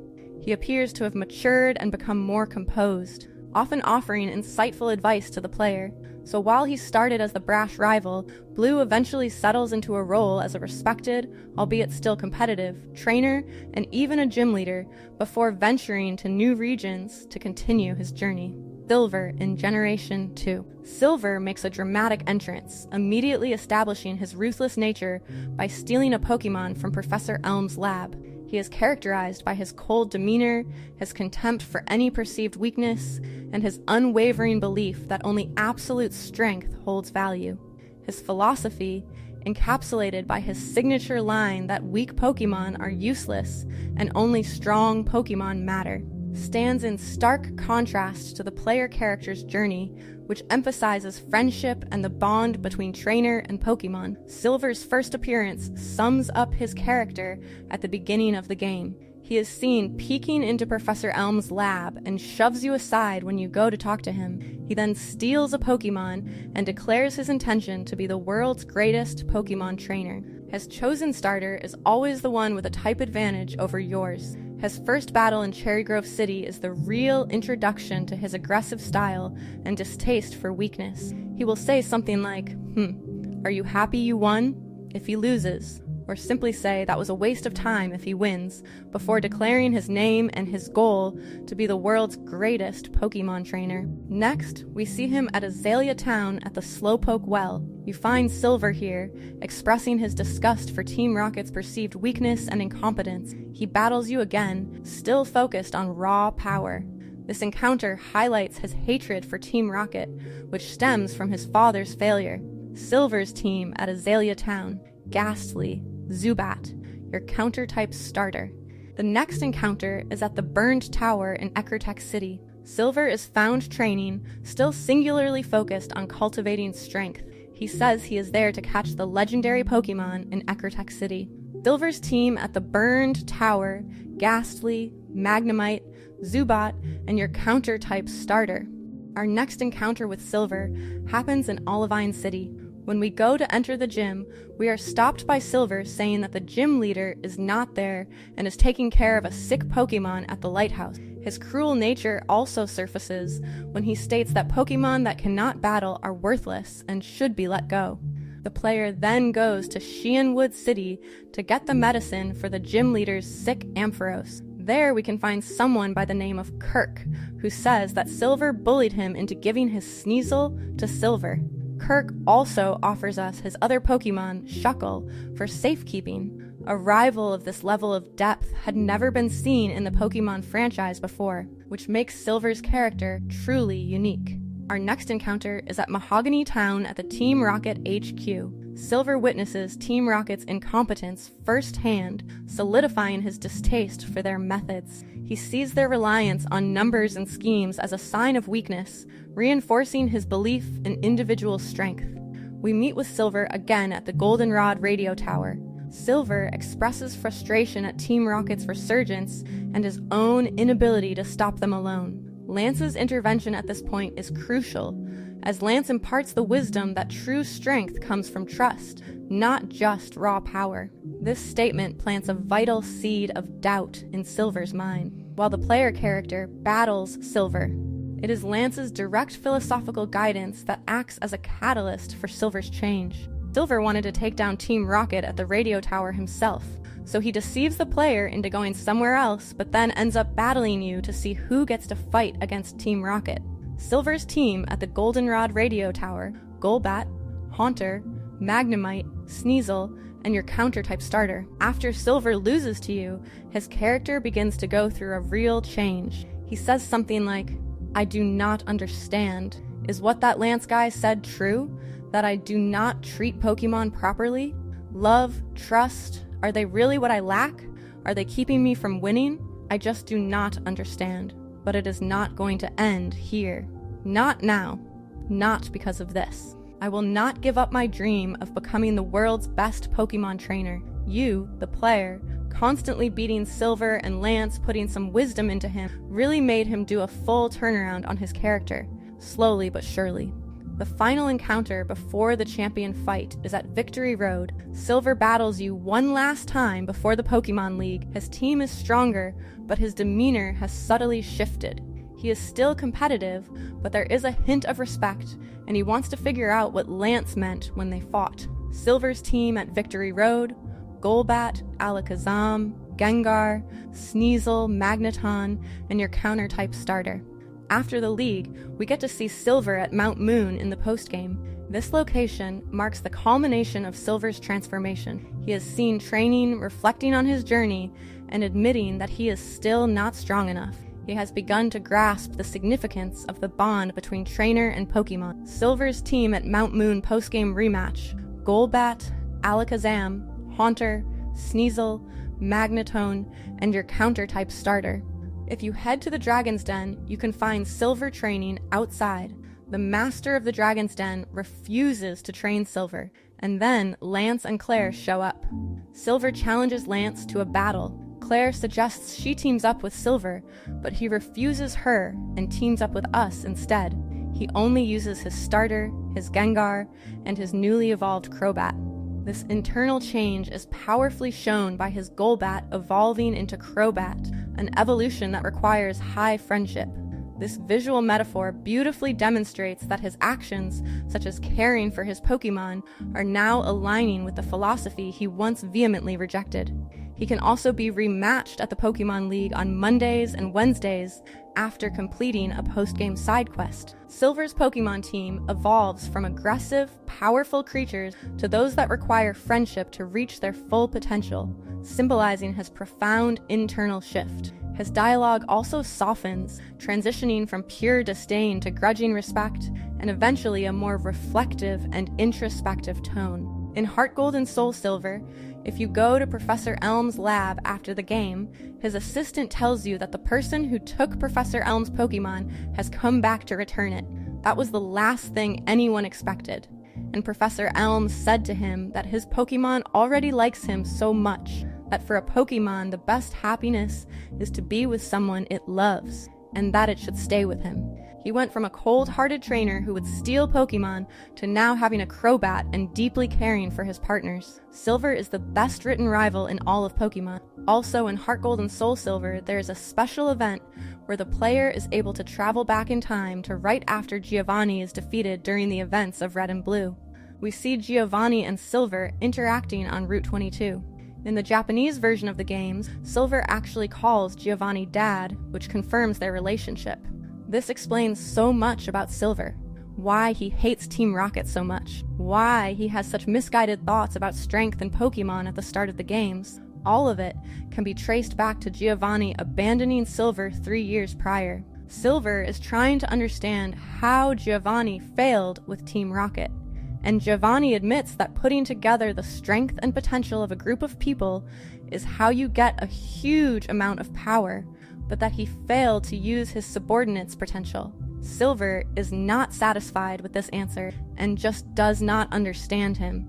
This is where Silver vows that he will never become someone like his father, a person he views as weak and a coward.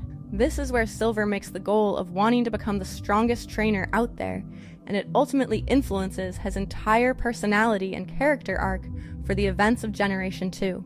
Knowing Silver's backstory when you go through and play the games adds so much to it. Generation 3, Wally, the frail newcomer. Wally is introduced as a timid, sickly boy from Petalburg City.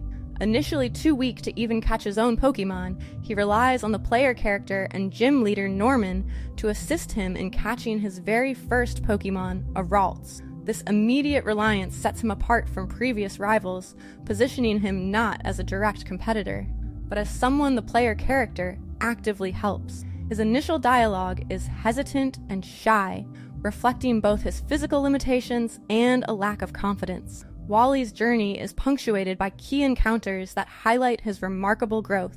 At the start, he is too weak to venture into the tall grass alone. Norman asks you to help him catch his first Pokemon, Ralts. This act of kindness establishes a bond that is more mentorship than rivalry. Wally is shy and grateful, a stark contrast to the cocky rivals before him. We find out that Wally is leaving his home and family in Petalburg to go stay with his aunt and uncle in Verdanturf Town because of the air quality of the town he is coming from.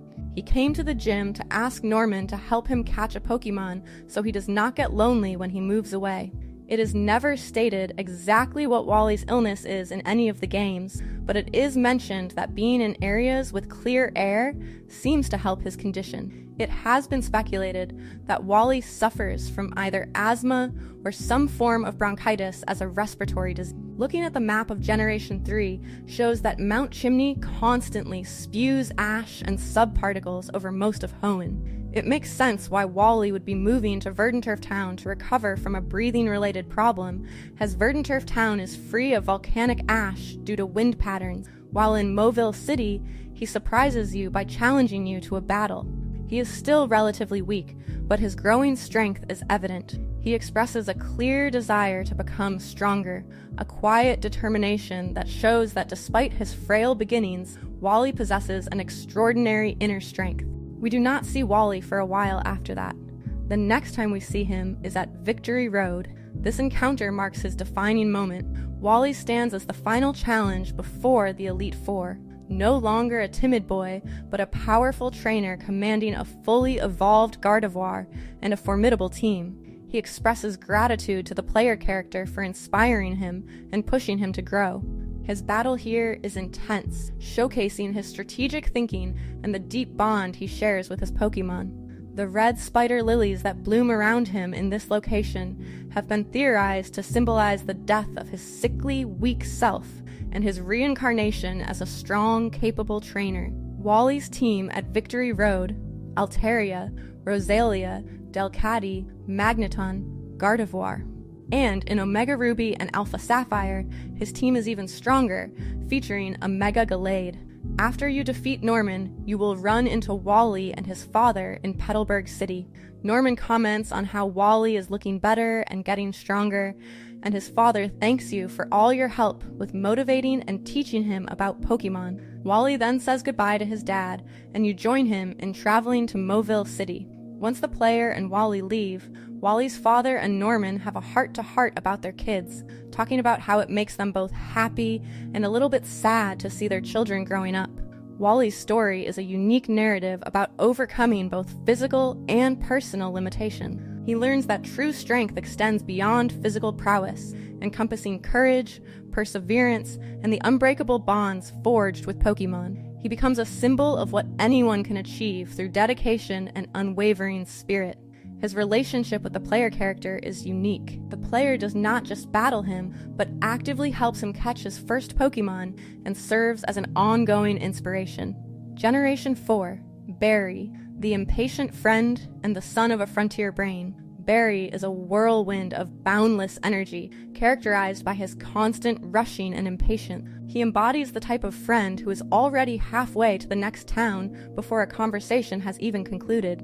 This hyperactive personality directly translates into his battle style, aggressive, fast, and reckless. His iconic running gag of finding the player character for perceived slowness perfectly encapsulates his personality and his relentless drive for efficiency. Despite his impatience, Barry possesses deep ambition. He aspires to become the strongest trainer, following in the footsteps of his father, Palmer. This ambition fuels his journey. Yet, unlike the more antagonistic Blue or Silver, his competition with the player character is consistently friendly and devoid of malice. He genuinely desires success for both himself and the player character. Barry's impatience is not merely a quirky trait. It is a direct manifestation of his underlying ambition and the unspoken pressure of being the son of a powerful frontier brain. He is perpetually rushing because he feels a need to prove himself quickly to live up to or even surpass his father's formidable reputation. Barry's introduction is immediate and energetic. He drags you into the tall grass, leading to an encounter with Wild Starly and Professor Rowan, who then gives you both starter Pokemon. Barry chooses the starter with a type advantage over yours. His first battle is on Route 201, where he is already boasting about his strength. In Pastoria City, after another defeat, Barry admits for the first time that you are tough and acknowledges he got beat because he was careless. This shows a growing awareness of his own flaws as a trainer. In Platinum, the peak of his character development happens at Lake Acuity. You find him after he has lost to Team Galactic Commander Jupiter. He describes Ugsy as suffering and admits he is not strong enough, and that just wanting to be the strongest trainer is not enough either. This defeat profoundly shakes his confidence and forces him to reevaluate his approach. Barry then actually teams up with you to fight against Team Galactic's Jupiter and Mars. This shows his growth beyond pure competition as he seeks revenge for his failure at Lake Acuity and works alongside you for a common goal.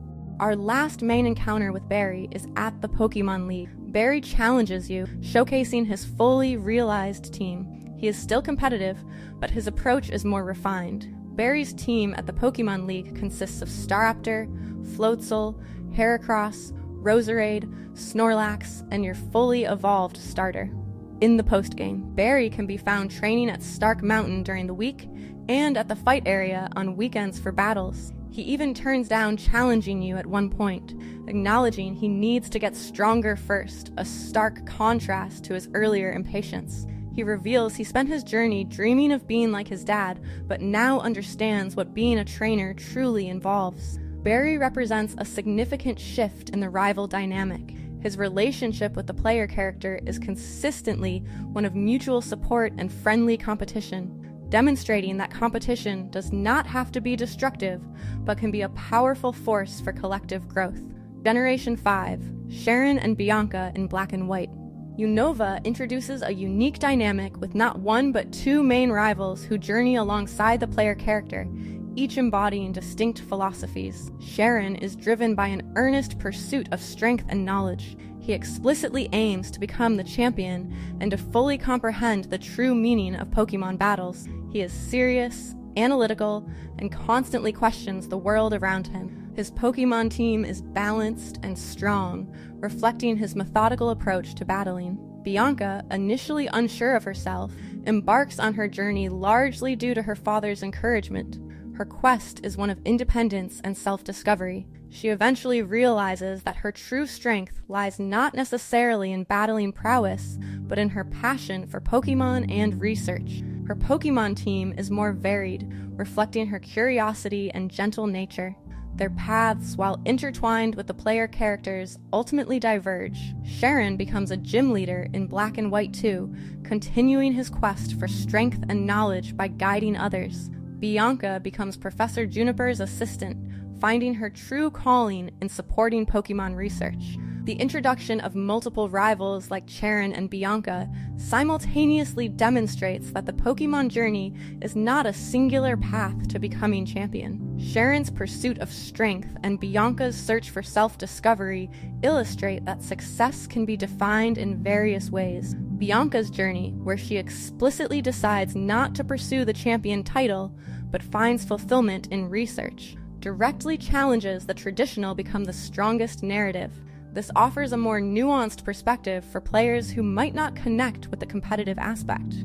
The game literally starts with you, Sharon, and Bianca receiving your starter Pokemon from Professor Juniper via a gift box in your room. Sharon immediately picks the one strong against yours, while Bianca takes the one weak to yours. Your first battle is a chaotic three-way brawl that makes a mess of the room. Bianca is amazed by Pokemon, while Sharon is more analytical, already questioning things. Sharon battles you in the trainer school, eager to test his strength and learn more about battling. He is constantly pushing himself.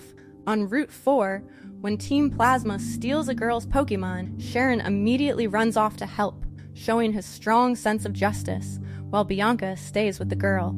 This highlights their different approaches to problems. After defeating the Pokemon League, Sharon can be found at the top floor of Victory Road, where he will accept challenges from you daily. This is where he truly embraces his role as a guide and a strong trainer, continuing his pursuit of strength. Sharon's team at Victory Road Rematch, Unfezant, Leopard, Haxorus, Gigalith, Elemental Monkey, and your fully evolved starter. Bianca can be battled at Professor Juniper's lab on Saturdays and Sundays in the postgame. Her postgame team reflects her growth and her eventual role as Professor Juniper's assistant, focusing on research and supporting others rather than just battling. Her team features a Stoutland, Chandelure, the Elemental Monkey, Musharna, Mean Shao, and your weak-type starter. Now, let us talk about N, the king of Team Plasma, and who stands apart from all previous rivals due to his extraordinary ability to understand the hearts of Pokemon. He genuinely believes that Pokemon are suffering under human control and seeks to liberate them from what he perceives as servitude. He is a philosophical antagonist, challenging the very premise of the human-Pokemon relationship within the games. His battles are less about demonstrating strength and more about proving the validity of his ideals. He serves as the king of Team Plasma, unknowingly manipulated by his adoptive father, Ghetsis. He is a pure-hearted individual who genuinely believes he is working for the greater good. But his naivety renders him a pawn in Ghetsis' nefarious schemes. N first appears after a Team Plasma rally where Ghetsis preaches about Pokemon liberation. N approaches you and states his ability to hear Pokemon's voices, questioning if your Pokemon are truly happy in their Pokeballs. He then challenges you to a battle to test his ideals. His team at Accumula Town has a Purloin at level 7. We meet him again at the Nacrene City Museum, where he expresses his desire to see things no one else sees and questions whether you truly understand the ideals for the Pokemon you keep. He challenges you to another battle seeking to prove his truth. In Nimbasa City on the Ferris wheel, this is a unique non-battle encounter where N invites you to ride with him. He shares more about his past and his desire to create a world where Pokemon are free. This moment humanizes him, showing his genuine, albeit misguided, intentions. N successfully awakens and befriends either Reshiram or Zekrom, depending on your game version at Dragon Spiral Tower. This signifies his growing power and the approaching climax of his ideological quest. The climax of his story unfolds at N's castle, which rises from the Pokemon League. He engages the player character in a final epic battle wielding his legendary dragon. It is here that Ghetsis reveals his true manipulative nature, exposing the extent to which N has been used. This moment is one of realization and heartbreak for N. His entire worldview shatters as he realizes Ghetsis never cared about Pokemon liberation, only about power. In the sequels, N has released his original Pokemon into the wild, and you can find and capture them. He still travels Unova, trying to figure out how people and Pokemon should coexist. He can be encountered and battled, with his legendary dragon still by his side, as he seeks to understand the world and his place in it. N's story is a powerful exploration of idealism, manipulation, and the search for truth, making him one of the most memorable and complex characters in the Pokemon series. Hugh, the rival in Pokemon Black 2 and White 2. Hugh stands out as one of the most compelling and unique rival characters in the entire Pokemon series. Unlike many of his predecessors who pursued the traditional goal of becoming the Pokemon champion, Hugh's journey is driven by a deeply personal and emotionally charged quest, revenge and retrieval. At the heart of Hugh's character is an incident 5 years prior to the game's events, where Team Plasma stole his younger sister's Purloin, a gift from their grandfather who had passed away, adding more significance to the loss. This act of theft and emotional violation instilled in Hugh an intense, almost singular hatred for Team Plasma. His entire being is consumed by the desire to get that Purloin back and to ensure that no one else suffers the same fate. This makes him incredibly relatable. His anger is justified, and his dedication to his sister's happiness is endearing. What makes Hugh unique as a rival is that his primary goal is not to surpass the player. While he certainly maintains a competitive spirit and battles the player frequently, these battles often serve a dual purpose: to hone his own strength for his mission against Team Plasma, and to assess the player's strength, sometimes even pushing them to become stronger themselves so they can be a reliable ally. He is not trying to be the best for glory. He is trying to be the strongest to achieve justice. His competitive nature is often intertwined with his anger. He can be impulsive and hot-headed, especially when confronting Team Plasma. His hatred for Team Plasma is all-encompassing. He sees all members, both new and old, as equally culpable for the suffering they caused. This is particularly evident in his disdain for the reformed ex-Team Plasma members in Driftvale City. He struggles to comprehend why anyone would forgive them or even interact with them peacefully. However, as the story progresses and he encounters both the cruel reality of the new Team Plasma and the genuine remorse and efforts of the old Team Plasma, his perspective begins to shift. He witnesses the stark difference between Ghetsis' manipulative, power-hungry faction and the former members who were misled by N's ideals. This journey of understanding challenges his initial black and white view of the world. He eventually comes to terms with the complexities of human nature and the idea that people can change, ultimately accepting the aid of the reformed Plasma members. This maturity is a significant step for him, moving beyond pure vengeance. Despite his fierce demeanor and single-minded focus, he is fundamentally a good person. He is fiercely loyal to the player, whom he views as a trusted friend and partner. He frequently battles alongside the player in multi-battles against Team Plasma, showcasing his trust and camaraderie.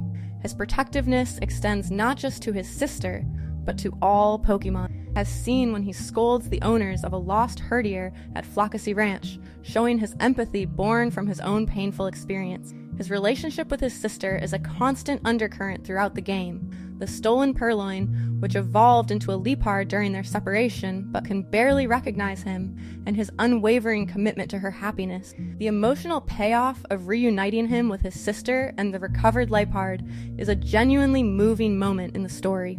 Hugh is far more than just a battle opponent. He is a dynamic character whose personal quest adds a layer of emotional depth to Black 2 and White 2. His journey from impulsive, revenge-driven youth to a more understanding, still passionate trainer is a compelling one. Generation 6, Shauna, Tierno, Trevor, and the rival in Kalos. Kalos introduces a significant evolution in the rival dynamic by presenting not a singular rival, but an entire group of friends who journey alongside the player character. Each member of this group embodies a different facet of the Pokemon journey. Shauna is primarily focused on the emotional bond with Pokemon and experiencing the sheer joy of the journey. She wants to make fun memories. Tierno aspires to create a Pokemon dance team, valuing rhythm, grace, and performance over raw power. He gets easily distracted by watching Pokemon moves, trying to incorporate them into dance. Trevor is driven by the goal of completing the Pokédex, valuing data, knowledge, and discovery. He is a shy bookworm whose aim is to aid Professor Sycamore.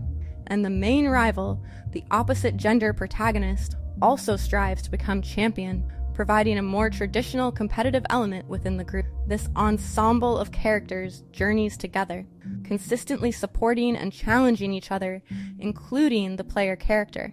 They do not merely engage in battles. They offer gifts, provide encouragement, and celebrate the player's successes.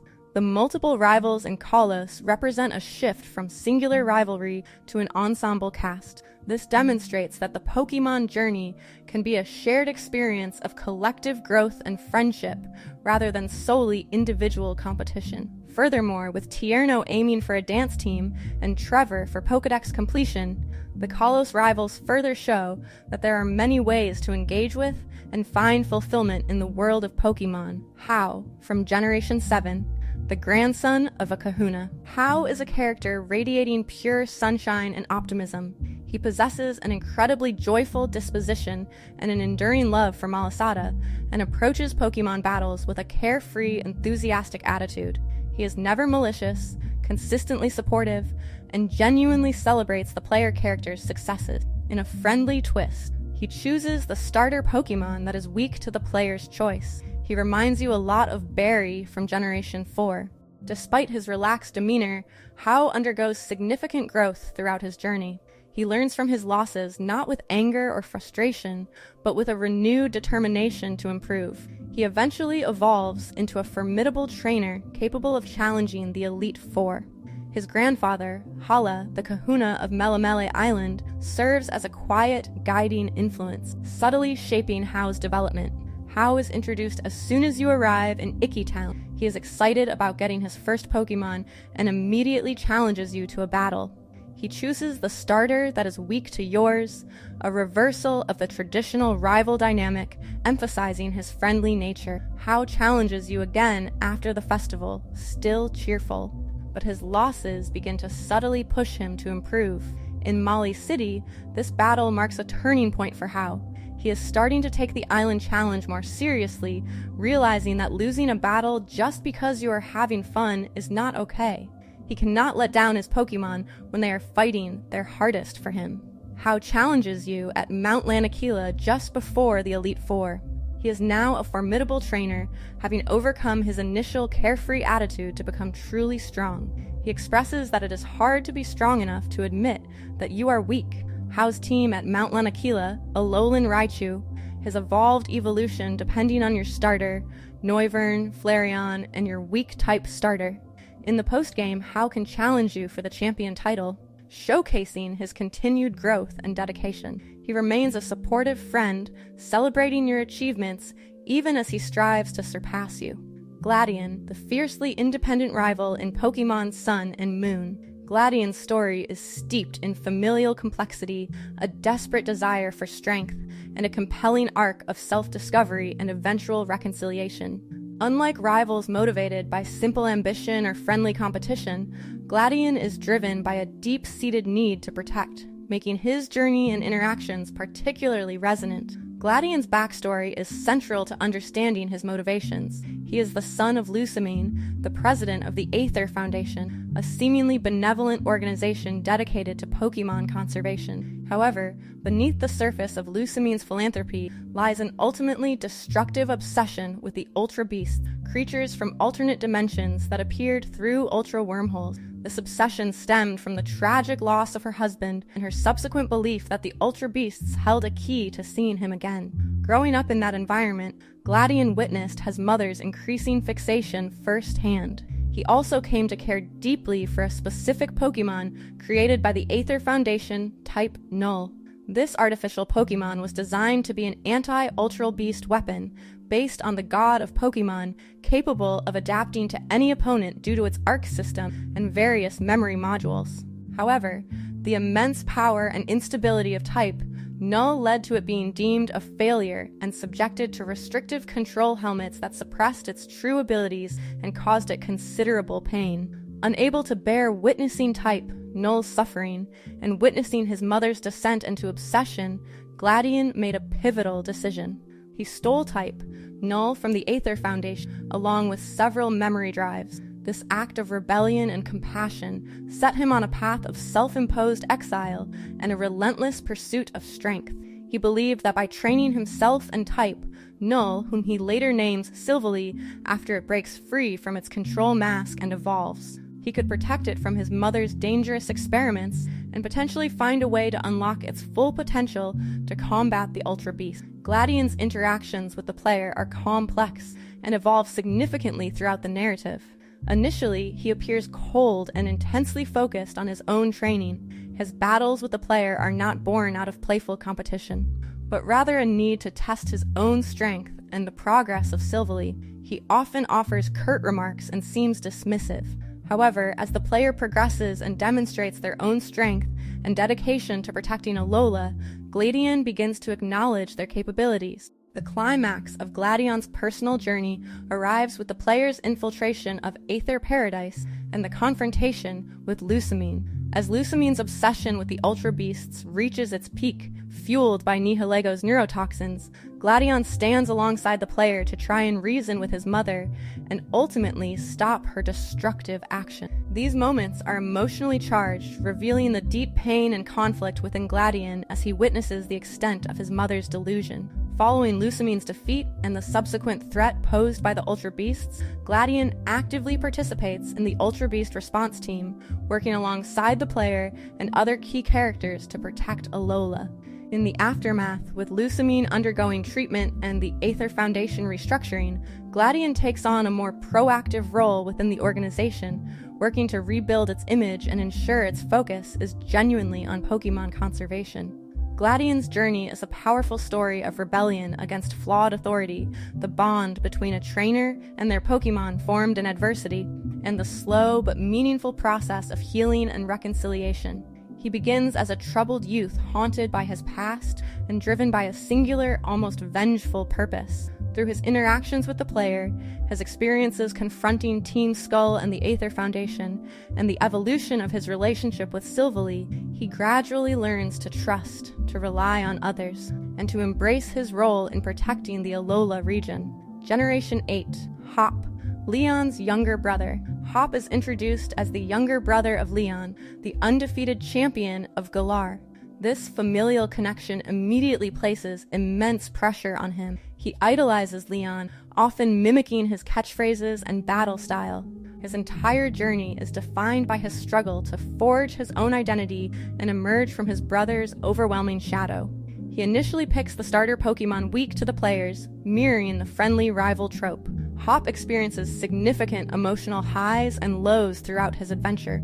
He starts with an almost unshakable overconfidence, but repeated losses, particularly to the player character, and a brutal defeat at the hands of Bede shakes his self-assurance. He begins to question his abilities and the path he has chosen. In response, he experiments with different Pokemon and battle strategies, desperately seeking what truly works for him. Hop is introduced as Leon's brother, immediately setting up the pressure he faces. He is overly confident, believing he is destined for greatness because of his lineage. He chooses the starter weak to yours and challenges you in the slumbering Weald. In Motostoke, he is still confident despite early losses, eager to prove himself. But then Bede defeats him badly and taunts him, saying he is worthless and bringing his brother's name down. This deeply affects Hop, shattering his self-confidence and forcing him to confront his limitations. He begins to question everything. Hop starts experimenting with different Pokemon and strategies, trying to find his own style rather than just mimicking Leon. He is still struggling, but he is actively working on himself. In the Champion Cup, having come a long way, he is still aiming for the top, but his perspective has broadened. He is no longer just trying to be Leon, he is trying to be the best version of himself. After the main story, Hop realizes his true passion lies not in becoming champion, but in becoming a Pokemon professor. He dedicates himself to research, finding a fulfilling path that is truly his own. Hop's Pokemon team changes significantly throughout his journey as he tries different strategies and Pokemon, visually reflecting his internal struggle to find his own identity as a trainer. Marnie from Generation 8, the Spikemouth Star. Marnie is a popular trainer originating from the gritty Spikemouth city, instantly recognizable by her punk rock aesthetic and the unwavering loyalty of her fan club, Team Yell. Despite her somewhat intimidating appearance, she is surprisingly shy and soft-spoken. Her primary motivation is not personal glory, but a deep-seated desire to become champion in order to revitalize her hometown, which has been overshadowed by other more prominent cities. Marnie is the younger sister of Piers, the Spikemouth gym leader and a former rock star. Their bond is strong, with Piers actively supporting her dream. Marnie's journey is characterized by quiet, steadfast determination, focused on continuous improvement for the sake of her community. Marnie is first encountered in Motostoke, accompanied by her boisterous fan club, Team Yell, who try to obstruct other trainers to help her. Despite their antics, Marnie herself is polite and focused on battling. Her quiet determination is evident as she continues her journey, focused on improving for Spikemouth's sake. She is a participant in the Champion Cup, battling fiercely to achieve her dream of becoming champion for Spikemouth. She is a strong opponent, but always respectful. After the main story, Marnie becomes the new gym leader of Spikemouth, fulfilling her goal of bringing life back to her hometown. Bede, from arrogant privilege to humbled purpose. Bede's story begins in an orphanage where he lived after his family encountered trouble. His life changed when he was visited by Chairman Rose of the Galar Pokemon League, who saw talent in him and gave him a Pokemon. Rose personally sponsored Bede's participation in the Gym Challenge, an endorsement Bede wears as a badge of honor. This connection to Chairman Rose is the foundation of Bede's initial personality. He is arrogant and believes his sponsorship from the most influential person in Galar makes him superior to other challengers, including the player and Hop. He is fiercely loyal to Rose and is single-mindedly focused on proving his worth to him, even at the cost of his own integrity. This is revealed when he goes on a quest to gather wishing stars for Rose, which leads him to his downfall. He destroys a historic landmark in Stow-on-Side. This act leads to his public disqualification from the gym challenge by Rose himself, leaving Bede feeling abandoned and without a purpose. After his disqualification, a dejected Bede is found by Opal, the fairy-type gym leader of Balin-Lee. Opal, who sees something in him despite his arrogance, decides to take him on as her apprentice. She forces him to take on the role of her successor. This marks a turning point in Bede's character. He changes his team from his initial psychic-type specialty to fairy-type Pokemon, reflecting his new role. Under Opal's mentorship, Bede undergoes a subtle but significant transformation. While he remains prideful and a bit sharp-tongued, he begins to mature. He starts to value the strength of his new team and the trust placed in him by Opal. He no longer defines himself solely by his connection to Chairman Rose. In the postgame story, Bede battles the player once more as the new gym leader of Balin-Lee. This final battle is not a test of superiority, but a legitimate challenge between two respected trainers. After his defeat, he had planned on using the battle as an excuse to quit being a gym leader, but the crowd's unexpected support makes him realize his new purpose. He accepts his new role with sincerity, vowing to become a master of fairy-type Pokemon and surpass even Opal, demonstrating that he has found a new self-defined path forward. Nemona, Arven, and Penny from Paldea. Paldea introduces a revolutionary open-world structure with 3 distinct story paths, each centered around one of these compelling rivals, creating a rich tapestry of interconnected narratives that converge with the player character's journey. Nemona is a senior at the academy and already a champion-ranked trainer. She is utterly obsessed with battling and constantly seeks out strong opponents, finding immense joy in challenging others and pushing them to grow. She serves as the player's primary battle rival, always eager for a fight. In a unique twist, she picks the starter Pokemon that is strong against the player's choice, immediately setting a high bar for competition. She admits she feels lonely because she is so strong, and she becomes attached to the player because they can finally challenge her. Nemona is the first character you meet, guiding you through the early parts of the game. She immediately challenges you to a battle, eager to test your strength and choosing the starter strong against yours. She frequently appears before gym challenges, eager to battle and push your limits. She is genuinely excited by your growth and the prospect of a strong opponent. After you collect all 8 gym badges, Nemona challenges you to a final assessment battle to determine if you are truly champion material. This is her ultimate expression of joy in battling a worthy opponent. Arven is initially aloof, driven by a deeply personal quest to find Herba Mystica to heal his injured Mabosstiff. He is not interested in traditional Pokemon battles, only in his goal. He assists you in battling the Titan Pokemon to gather Herba Mystica. After each victory, he uses the herbs to try and heal Mabosstiff, revealing his deep emotional connection to his partner. His battles are often reluctant, but he fights fiercely when Mabosstiff is involved. Arven's story culminates in Area 0, where he confronts his past and his parents' legacy. He battles alongside you, showing his growing trust and friendship.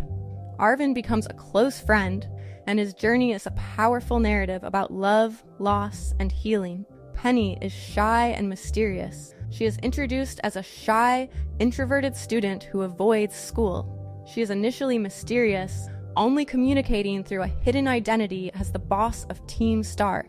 You challenge the various Team Star bases, unknowingly dismantling Penny's own organization. Her motivation is gradually revealed. She formed Team Star to combat bullying, and she is trying to disband it herself to protect her friends. Penny's team exclusively consists of evolutions, reflecting her unique connection to them and her desire to protect her friends. Penny reveals her identity and battles you, explaining her past and her reasons for creating Team Star. This battle is about acceptance and finding a way to move forward. Penny's team in the final Team Star battle features an Umbreon, Flareon, Vaporeon, Jolteon, Leafeon, and a Sylveon. In the postgame, Penny becomes a trusted friend, working to help Team Star members reintegrate into the Academy. Volo in Pokemon Legends Arceus. Volo at first glance appears to be a friendly and eccentric merchant in the Hisui region. However, a deeper look reveals a much more sinister and complex character, one whose ambition and obsession with the mythical Arceus drives the entire plot of Pokemon Legends Arceus. He is a master manipulator, a formidable opponent, and arguably one of the most memorable antagonists in the series' history. From the very beginning of the game, Volo is presented as a hopeful, albeit strange, ally to the player. He is a member of the Ginkgo Guild, a traveling merchant group, and constantly expresses his fascination with the region's ancient lore and legendary Pokemon. He is a constant presence, appearing at various points to offer advice, share stories about Sinnoh's myths, and even engage the player in casual battles. His polite, smiling demeanor and seemingly genuine interest in the player's journey are all part of a carefully crafted facade. Volo's interactions with the player are long-term manipulation. He consistently guides the player towards specific goals, investigating the frenzied nobles, seeking out the plates, and learning about the Lake Trio. He feigns surprise and excitement when the player succeeds, all while covertly using their progress to further his own plans. He is essentially using the player as a pawn to gather all the necessary tools to summon Arceus, a task he is unable to do himself. His friendly battles are not just for fun. They are tests to gauge the player's strength and to see if they are a worthy key to unlocking his ultimate goal. Volo's true nature is revealed in a stunning twist at the end of the game. After the player gathers all the plates and seemingly completes their journey, Volo confronts them. His friendly smile vanishes, replaced by a look of wild and unhinged obsession. He reveals that he was the one who caused the space-time rift above Mount Coronet and orchestrated all the game's major events, including the frenzied Pokemon, to draw out the player and the plates. Everything Volo had done was manipulation. He was not helping the player out of kindness, he was using them as a tool. His goal is to not only see Arceus, but to control it and reshape the world in his own image, believing himself worthy of such power. Volo's team is a reflection of his power and his true allegiances. He uses a formidable team of 6 Pokemon, each chosen for their strength and strategic value. His team is even a direct replication of Champion Cynthia's team in the future. After the player defeats his team, Volo reveals his true ace. He summons Giratina, calling forth the renegade Pokemon from the Distortion World, the creature he had been working with through forbidden rituals. This final battle cements his status as a villain on par with the likes of Cyrus and Ghetsis. Volo's character arc is one of the most effective and memorable in the Pokemon franchise. He is a villain who hides in plain sight, using a friendly and eccentric persona to fool not only the player, but the entire cast of characters. His downfall comes not from a lack of power, but from his hubris. He believes he is worthy of god-like power, but he fails to account for the unbreakable bond between the player and their Pokemon. His defeat is poetic justice, as his ambition and manipulation are ultimately undone by the very thing he sought to control, a world in which people and Pokemon can work together. The journey through the stories of Pokemon rivals reveals an evolution in character design and narrative depth. From Blue, the original antagonist driven by pure competition, to complex figures seeking redemption like Silver, individuals overcoming personal challenges like Wally, and those finding their own unique paths like Bianca and Hop. These characters consistently enrich the player's experience. Others like N challenge fundamental ideals, while some like Hao simply share the joy of the journey. Their stories are a tapestry woven with threads of growth, friendship, intense competition, self-discovery, and at times tragedy. They push the player character, offer support, and ultimately make the player's own journey richer and more meaningful. Rivals are far more than mere obstacles. They are essential characters who embody the core themes of the Pokemon universe. They demonstrate that strength is not solely about winning battles, but about perseverance, empathy, and the unbreakable bonds forged with Pokemon. They serve as a constant reminder that even competitors can be the greatest teachers and friends, shaping not just the player's team, but their understanding of the world and their place within it. The true heroes of Pokemon are indeed often the rivals who, through their own struggles and triumphs, push the player character to greatness and illuminate the many-sided nature of the Pokemon journey.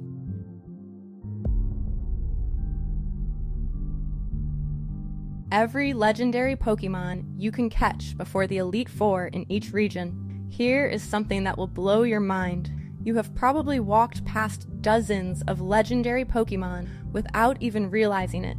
While everyone is rushing to become champion, there is an entire army of legendary creatures just sitting there, waiting to be caught, and most players never even find them. Here is the thing that makes this absolutely wild. Some of these legendaries are available so early in the game that you could theoretically have a team of gods before your third gym badge. I am not talking about post-game content or some mythical endgame grind. I am talking about legitimate, catchable legendaries that the game practically throws at you. And somehow 90% of players miss them completely. Let us start with something that will mess with your head completely. In the original Red and Blue, you can catch Zapdos before you even fight Lieutenant Surge. Yeah, you heard that right. The moment you get Surf, you can surf over to the power plant and grab a level 50 electric legendary while the rest of your team is probably sitting around level 25. Here's the crazy part. Zapdos in Generation 1 is absolutely broken. It has Drill Peck for coverage, Thunder that actually hits reliably because of its sky-high special stat, and it is faster than pretty much everything in the game. Lance's Flying Dragons? Zapdos eats those at breakfast. But wait, it gets better. All 3 legendary birds are available before the Elite Four in the original Red and Blue games. Articuno is chilling in the Seafoam Islands with Ice Beam ready to destroy Lance's entire team. Moltres is literally sitting in Victory Road. You walk past it on your way to the Pokemon League. Most players see Victory Road as the final challenge, not realizing they are walking past one of the strongest Pokemon in the entire game. Now, here is where Pokemon got really sneaky in Generation 2. Gold and Silver have this weird timing thing with their box legendaries that most players never figure out. In Gold, you can catch Ho-Oh at level 40 right after dealing with Team Rocket at the radio tower. That is before the Elite Four. Meanwhile, Silver players get Lugia at the same point, same level. The legendary beasts in these games are where things get absolutely chaotic. After you wake them up in the burned tower, they start roaming randomly across Johto. Most players encounter them once, watch them run away, and assume they are gone forever. Wrong. They are still out there. They just keep fleeing every single battle unless you trap them. Here is the technique most experienced Pokemon players use. Get a Pokemon with Mean Look or Block. Find one of the beasts. Use the trapping move. Then start throwing Ultra Balls. Their stats carry over between encounters, so that paralysis you inflicted 3 routes ago is still there. That damage you dealt still counts. You are basically playing a region-wide game of hide-and-seek with Pokemon that could single-handedly wreck the Elite Four. So far, you can rock up to the Elite Four in Kanto with the 3 legendary birds, and in Johto, you can rock up to the Elite Four with Ho-Oh or Lugia, and Entei, Raikou, and Suicune. 4 legendaries to fight the Elite Four is absolutely broken. Generation 3 is where Pokemon started getting absolutely wild with legendary availability. The real hidden gems are the Reigi Trio. These 3 are available in all the Generation 3 games, and they require solving what is basically an ancient conspiracy theory. To access them, you need Wailord and Relicanth in specific party positions, you need to solve Braille puzzles underwater, and then you need to solve more Braille puzzles in 3 separate ruins scattered across the region. 90% of players see these ruins, cannot figure out the puzzle, and leave. Meanwhile, the 10% who solve it get access to 3 level 40 legendary Pokemon with unique typing combinations. Regirock is pure rock, Regis is pure ice, Registeel is pure steel. These are defensive powerhouses that can wall entire teams. Emerald takes this to the next level though, by giving you Rayquaza during the story. In Pokemon Emerald, you are allowed to capture Rayquaza at level 70 prior to challenging the Elite Four.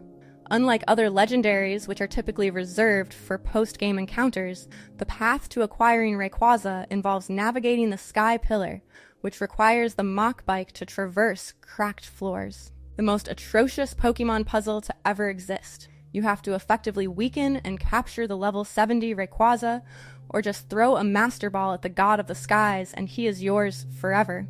However, by making it available before the Elite Four at already level 70, the power balance breaks completely.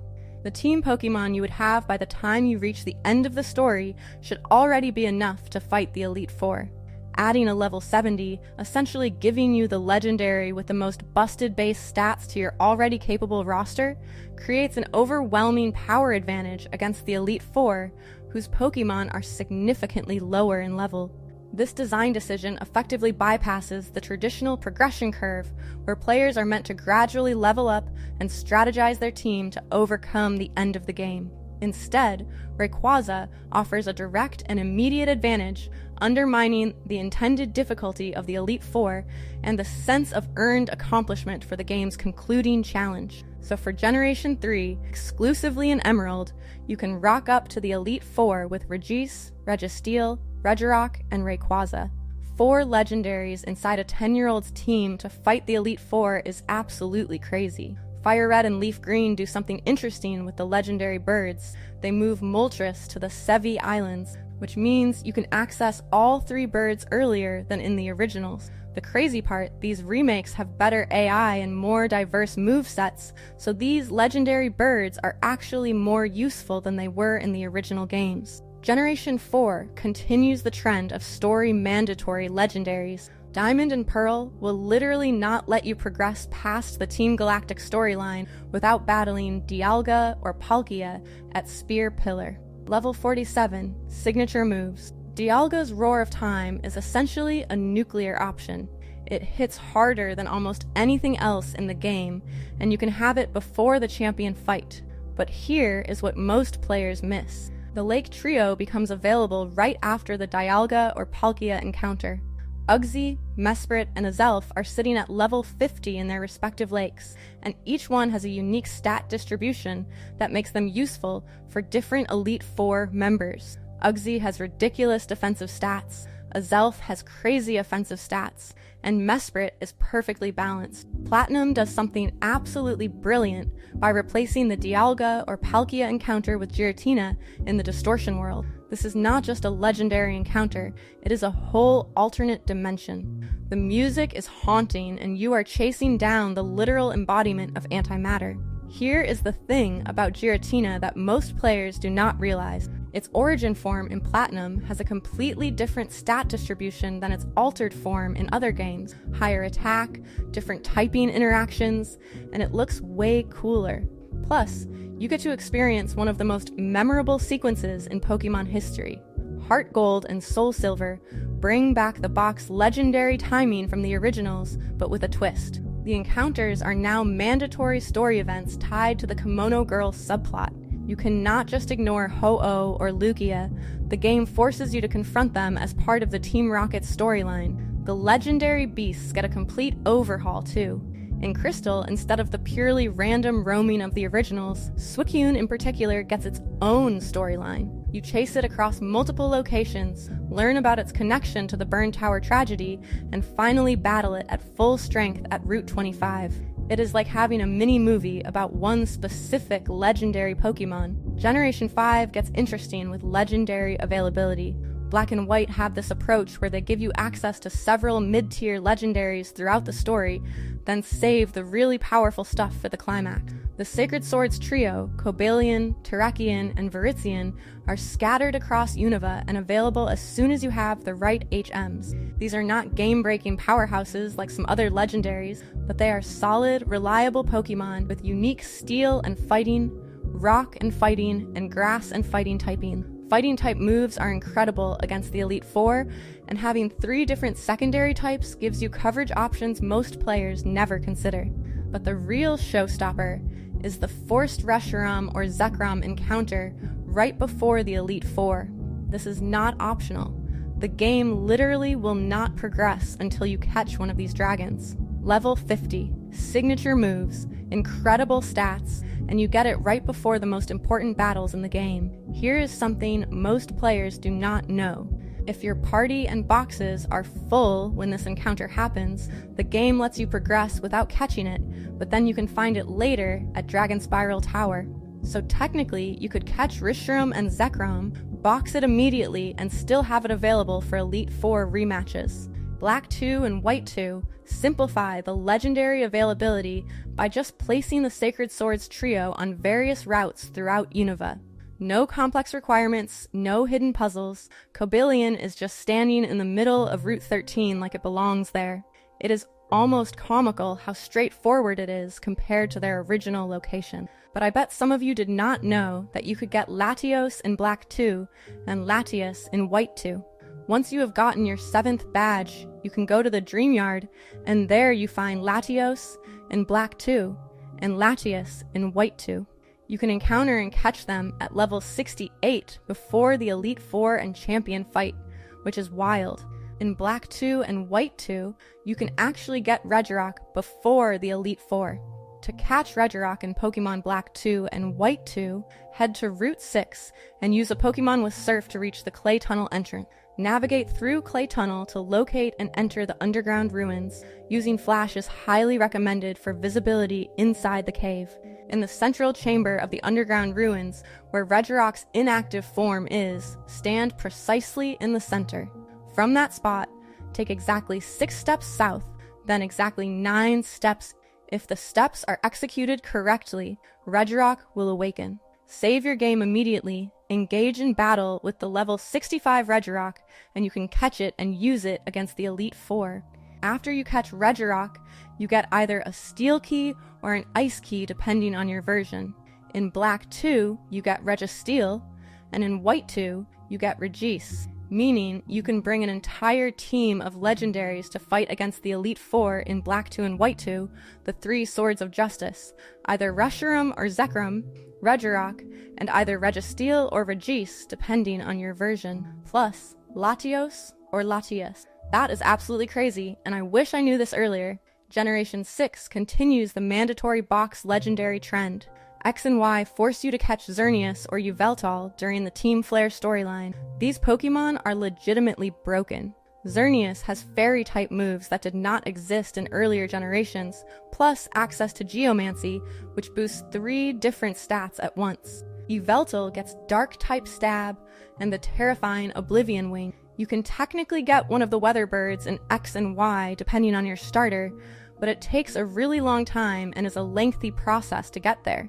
So for X and Y, it is mainly the box legendaries. Omega Ruby and Alpha Sapphire bring back the Regi Trio puzzles, but now they are even more elaborate.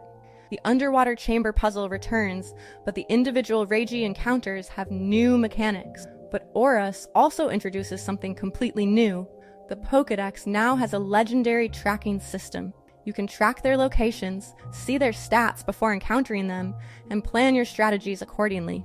In Oras, you also get one of the Eon duo who asks for your help. And what is crazy is that Latios and Latias can Mega Evolve right after you catch them. So technically you can bring the box legendary, the 3 Regis, and one of the Eon duo depending on your version. The level 30 Latias or Latios joins your team as thanks, and it is holding a Mega Stone. Then Steven gives you the Mega Bracelet. From that point on, you can use Mega Latios or Mega Latias on your team. These Pokemon in their Mega forms have base stat totals of 700. That is greater than base form Groudon and Kyogre. And you do not even have 6 badges yet. Generation 7, Sun and Moon, are surprisingly stingy with pre-Elite Four legendaries. Most of the island guardians are locked behind completing the island trials. Solgaleo and Lunala are story-locked, and they are the only ones you can catch before the Pokemon League. Ultra Sun and Ultra Moon add Necrozma to the available pool, but it is weakened during the story encounter, and does not become truly powerful until later. But in Pokemon Ultra Sun and Ultra Moon, you can technically get a very large number of legendary Pokemon before the Elite Four. You can catch a Necrozma right before going to the League. Beyond this, you gain access to the Ultra Wormhole system. By flying into the colored wormholes in Ultra Space, you can encounter and catch a vast number of other legendary Pokemon from previous generations. While this process is time-consuming and relies on luck, the opportunity to catch these additional legendaries is unlocked before the Elite Four. You can technically catch a total of 23 unique additional legendary Pokemon from Ultra Wormholes, which is absolutely mind-blowing, and even I did not know about this until I was researching for this video. That is 23 unique legendaries you can choose from to bring to the champion battle. That is insane. Sword and Shield completely revolutionized the Elite Four concept by replacing it with the Champion Cup tournament system. Eternatus is one of the legendaries you get before the league, and it is completely story mandatory. You cannot avoid it. You cannot ignore it. The game stops progressing until you catch this massive poison dragon. It has the highest base stat total of any catchable Pokemon in the original Sword and Shield, 1,125 total base stats. That is higher than Arceus. You literally get access to one of the strongest Pokemon ever created as part of the main storyline. But did you know that if you had the Dilk, you can also get Kubfu for the League? As soon as you reach the wild area in the main game, you can travel to the Isle of Armor. Upon arrival, you will be invited to the Master Dojo and begin training under Master Mustard. After completing the trials, Master Mustard will gift you the legendary Pokemon Kubfu. To evolve Kubfu, you need to raise its friendship level and fight in either of the towers to get either form of Urshifu. Since all these steps can be completed as soon as you have access to the wild area and the Isle of Armor, you can indeed get a powerful Urshifu on your team and bring it to challenge the Champion Cup and the battle against Leon. Legends Arceus does something completely unique by giving you access to both Dialga and Palkia during the story climax. You pick which one you want to catch first, battle the other in its origin form, then can catch that one too. It is the first time in the series where you can get both box legendaries as part of the main story without trading. Scarlet and Violet represent the most generous legendary distribution in series history. Not only do you get Koraidon or Miraidon as part of story progression, but all 4 Treasures of Ruin are available before the Elite Four if you know where to look. The Treasures of Ruin require collecting colored stakes scattered across Paldea, which sounds complicated, but is actually pretty straightforward once you have the movement abilities from the Path of Legends storyline. Wo Qian, Chen Pao, Ting Lu, and Qi Yu are all level 60 encounters with unique Dark-type combinations and signature abilities available as early as you want to grind for them. Wo Qian's ability lowers all opponents' special attack. Qian Pao lowers their defense, Ting Lu lowers their attack, and Qi Yu lowers their special defense. You could theoretically have a team of stat-lowering legendaries before your first Elite Four attempt. And if you have the DLC for Scarlet and Violet, then you can actually get Ogerpon and the Loyal 3 before the League. The beautiful thing about early legendary access is that it completely changes the power curve of Pokemon game. Instead of the steady progression from weak starter to strong team, you get these massive power spikes that make subsequent challenges feel completely different. But here is the deeper game design insight. Pokemon games are balanced around players not knowing about these early legendaries and playing blind. The Elite Four's rosters, their move sets, their strategies, all of it assumes you are coming in with regular Pokemon that you caught and trained throughout your journey. When you show up with multiple legendary Pokemon, you are essentially playing the game on a different difficulty setting, not because you cheated or used glitches, but because you explored more thoroughly and understood the game systems better than average. The speedrunning community has figured out optimal routes for catching multiple early legendaries without significantly impacting completion time. We are talking about strategies that let you grab 3 to 4 legendary Pokemon while still maintaining efficient story progression. The community has also figured out which legendaries are trap choices, Pokemon that seem powerful but do not actually help much with story progression. Some of the more defensive legendaries fall into this category. They are strong, but they do not speed up battles or provide significant advantages over well-trained regular Pokemon. why these 9 Pokemon are the GOAT of any playthrough. Out of over 1,025 Pokemon from Kanto to Paldea, these pseudo-legendaries are not just powerful additions to a team, they are the core of the team. They are the backbone, the heavy hitters, the ones who carry players through the toughest battles, smash the Elite Four, and conquer the champion. They are without a shadow of a doubt the coolest, most necessary, and almost everyone's favorite Pokemon in every single region. And today, we are giving them all the credit they deserve. Generation 1, Dragonite the Pioneer. Dragonite, the original dragon and flying powerhouse, has some truly fascinating roots. Its pre-evolutions, Dratini and Dragonair, are sleek serpentine creatures. But then, Dragonite bursts forth as this bipedal orange-winged powerhouse. This design shift has puzzled fans for ages, leading some to speculate it was not originally intended to evolve from Dragonair due to their completely different designs. This unique design progression, which sets Dragonite apart even from its own evolutionary line, adds to its mystique and highlights the dynamic creative process behind early Pokemon designs. Recent discoveries suggest Mega Dragonite might be based on the Caduceus, the staff carried by Hermes in Greek mythology. The 2 serpents wrapped around the rod could represent Dratini and Dragonair, with the pair of wings at the top symbolizing Mega Dragonite's new head wings. This direct connection to Greek mythology is even more exciting, with rumors of a Greek-inspired Generation 10 region possibly featuring new Mega evolutions. It is like they are building up to something legendary. Dragonite's typing is Dragon and Flying, a powerful combo in Generation 1. This dual typing gives it better defenses against bug and fighting types. However, it also brings weaknesses to electric and rock attack and a crippling double weakness to ice. Getting a Dratini meant grinding coins at the Celadon City Casino Game Corner or painstakingly fishing in the Safari Zone. And if a player wanted a Dragonite directly in yellow, good luck, because they needed a lot of luck to actually take one home from the Safari Zone. This was not just a Pokemon, it was a trophy.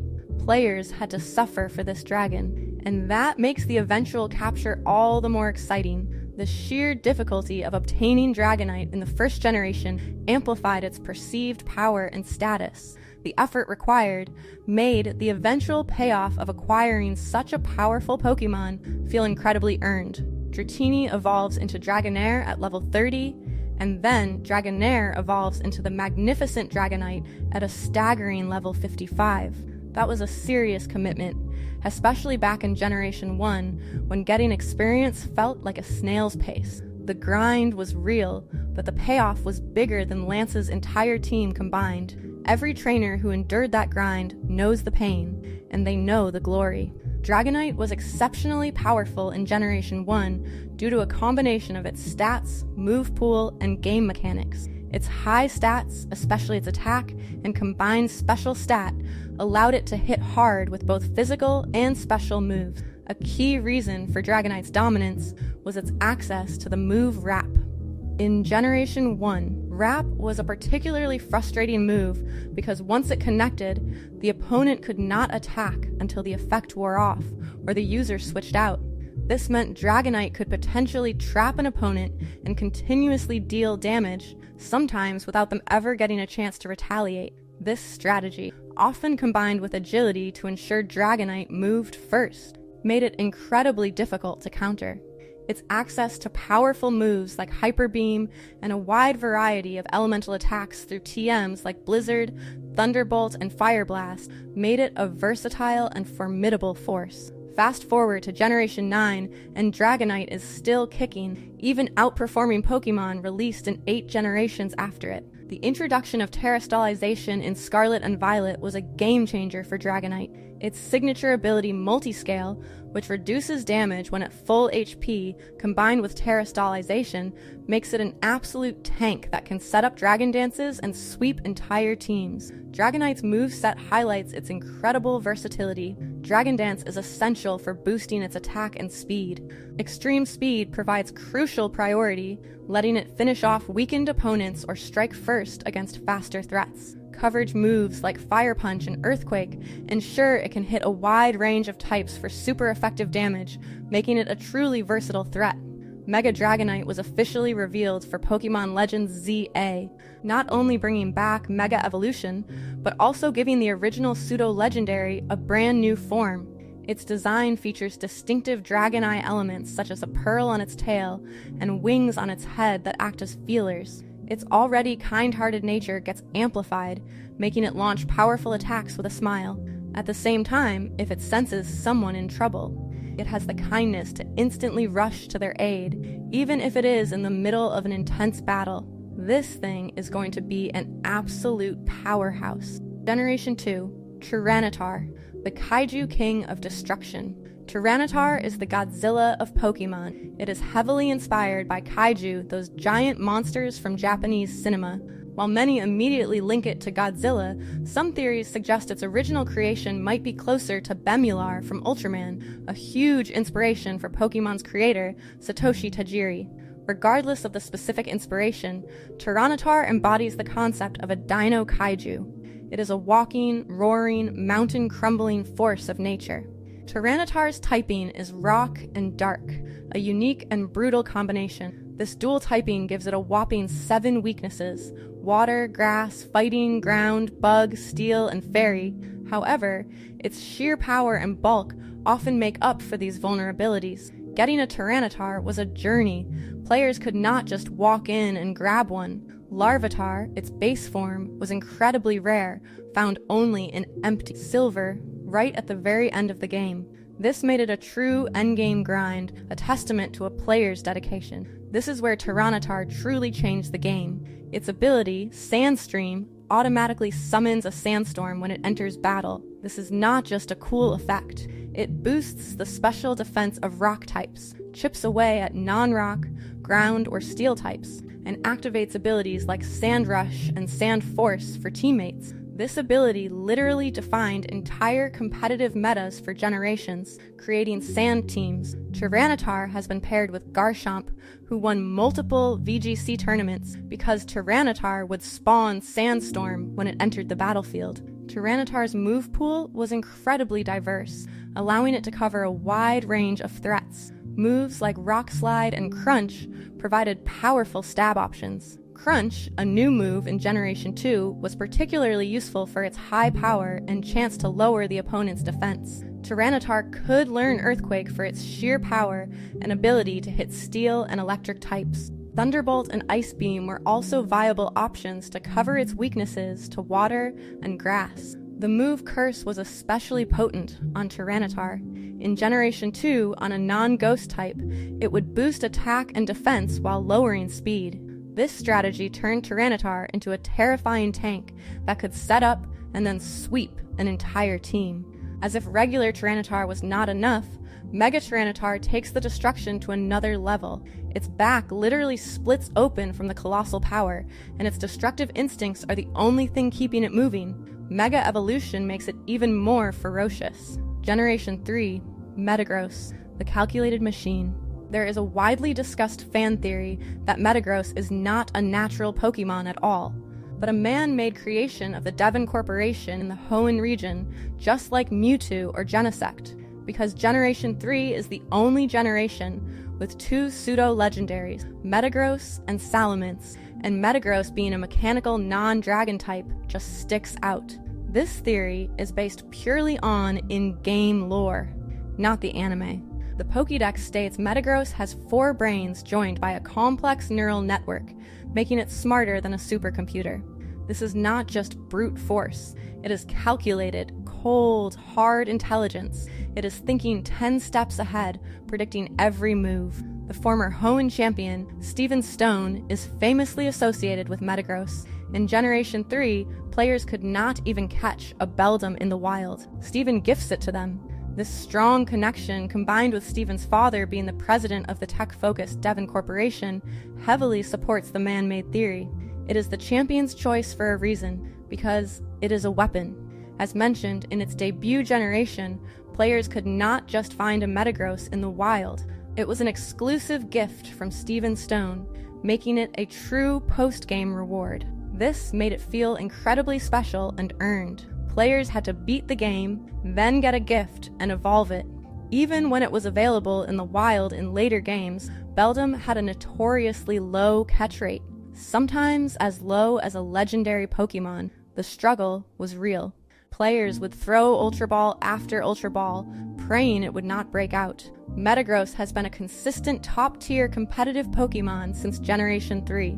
Its unique Steel and Psychic typing offers a blend of defensive prowess and offensive coverage. Its diverse move pool, including Meteor Mash, Earthquake, Thunder Punch, and Bullet Punch, makes it a formidable force that adapts to changes in the competitive landscape.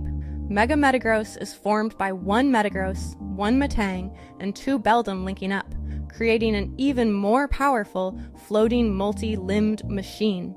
It gains the Tough Claws ability, which boosts the power of its contact move. Its multiple brains process information simultaneously, enabling it to calmly assess the situation and defeat its opponent with accuracy. Generation 3 also has Salamence, the definitive aerial menace. Salamance's Pokédex origin is a story of pure, unyielding will.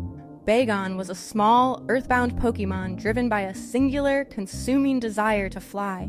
That raw ambition would lead Bagon to repeatedly bash its head against rocks, not in frustration, but in an almost primal attempt to stimulate the growth of wings. This relentless pursuit transfers through its evolution. Shelgon, a period of intense internal development, encased and protected, the calm before the storm. And then finally, at level 50, Salamence, the shell breaks, the wings unravel, and its dream comes true.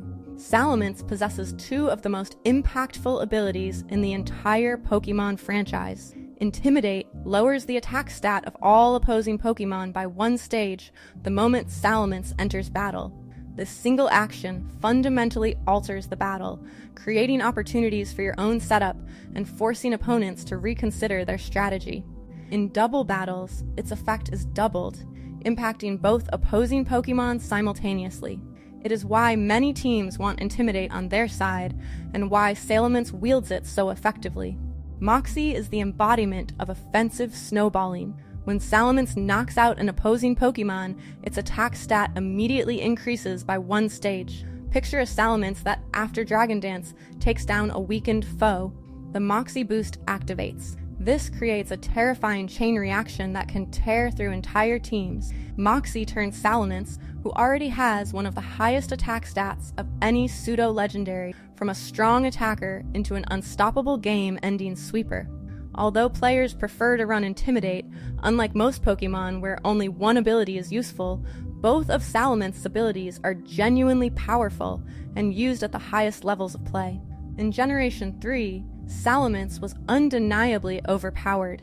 Once you put in the significant effort to level it up to 50, its exceptional base stats paired with its sky-high attack and impressive speed allowed it to outspeed and decimate most in-game opponents. Its diverse move pool, including Dragon Claw, Fly, Flamethrower, and Earthquake, meant it could tear through gyms, rival battles, and the Elite Four with minimal resistance. Then, in Generation 6, Mega Salamence changed things forever. It was not just an upgrade, it was an ascension to absolute dominance. Mega Salamence was not merely powerful, it was for a period the undisputed apex predator of the competitive scene. Its body becomes a sleek, menacing crescent-winged weapon. Its ability, Aerolate, transforms all of Salamance's normal-type moves into flying-type moves and boosts their power by a significant 20%. Hyper Voice, already a sound-based attack that bypassed Protect and hit both opponents in double battles, became a flying-type stab move with a built-in power increase. A high base power move hitting both opponents, ignoring common defensive maneuvers. Amplified by both Stab and Aerolate, it was simply an annihilation button. The results on the world stage speak for themselves. Mega Salamence won the Pokemon World Championships in both 2018 and 2019, 2 consecutive years of undeniable global supremacy. Few, if any, Pokemon in competitive history have achieved such consistent, high-level, undisputed dominance for such extended periods of time. Just when you think Salamence would finally slow down, Game Freak introduced Roaring Moon, the Paradox Pokemon that has been banned multiple times in competitive Pokemon already. Salamence might as well be the new golden boy of Pokemon design. This new form carries the torch of Salamance's inherent dominance, proving that its fundamental power transcends specific eras and mechanics. Generation 4, Garchomp, the dragon that traumatized a generation. Garchomp's design is a masterclass in combining terrifying concepts. It is a large bipedal dragon like Pokemon with a shark-like head and fins. It draws inspiration from hammerhead sharks, elements of jet aircraft, and classic dragons from mythology.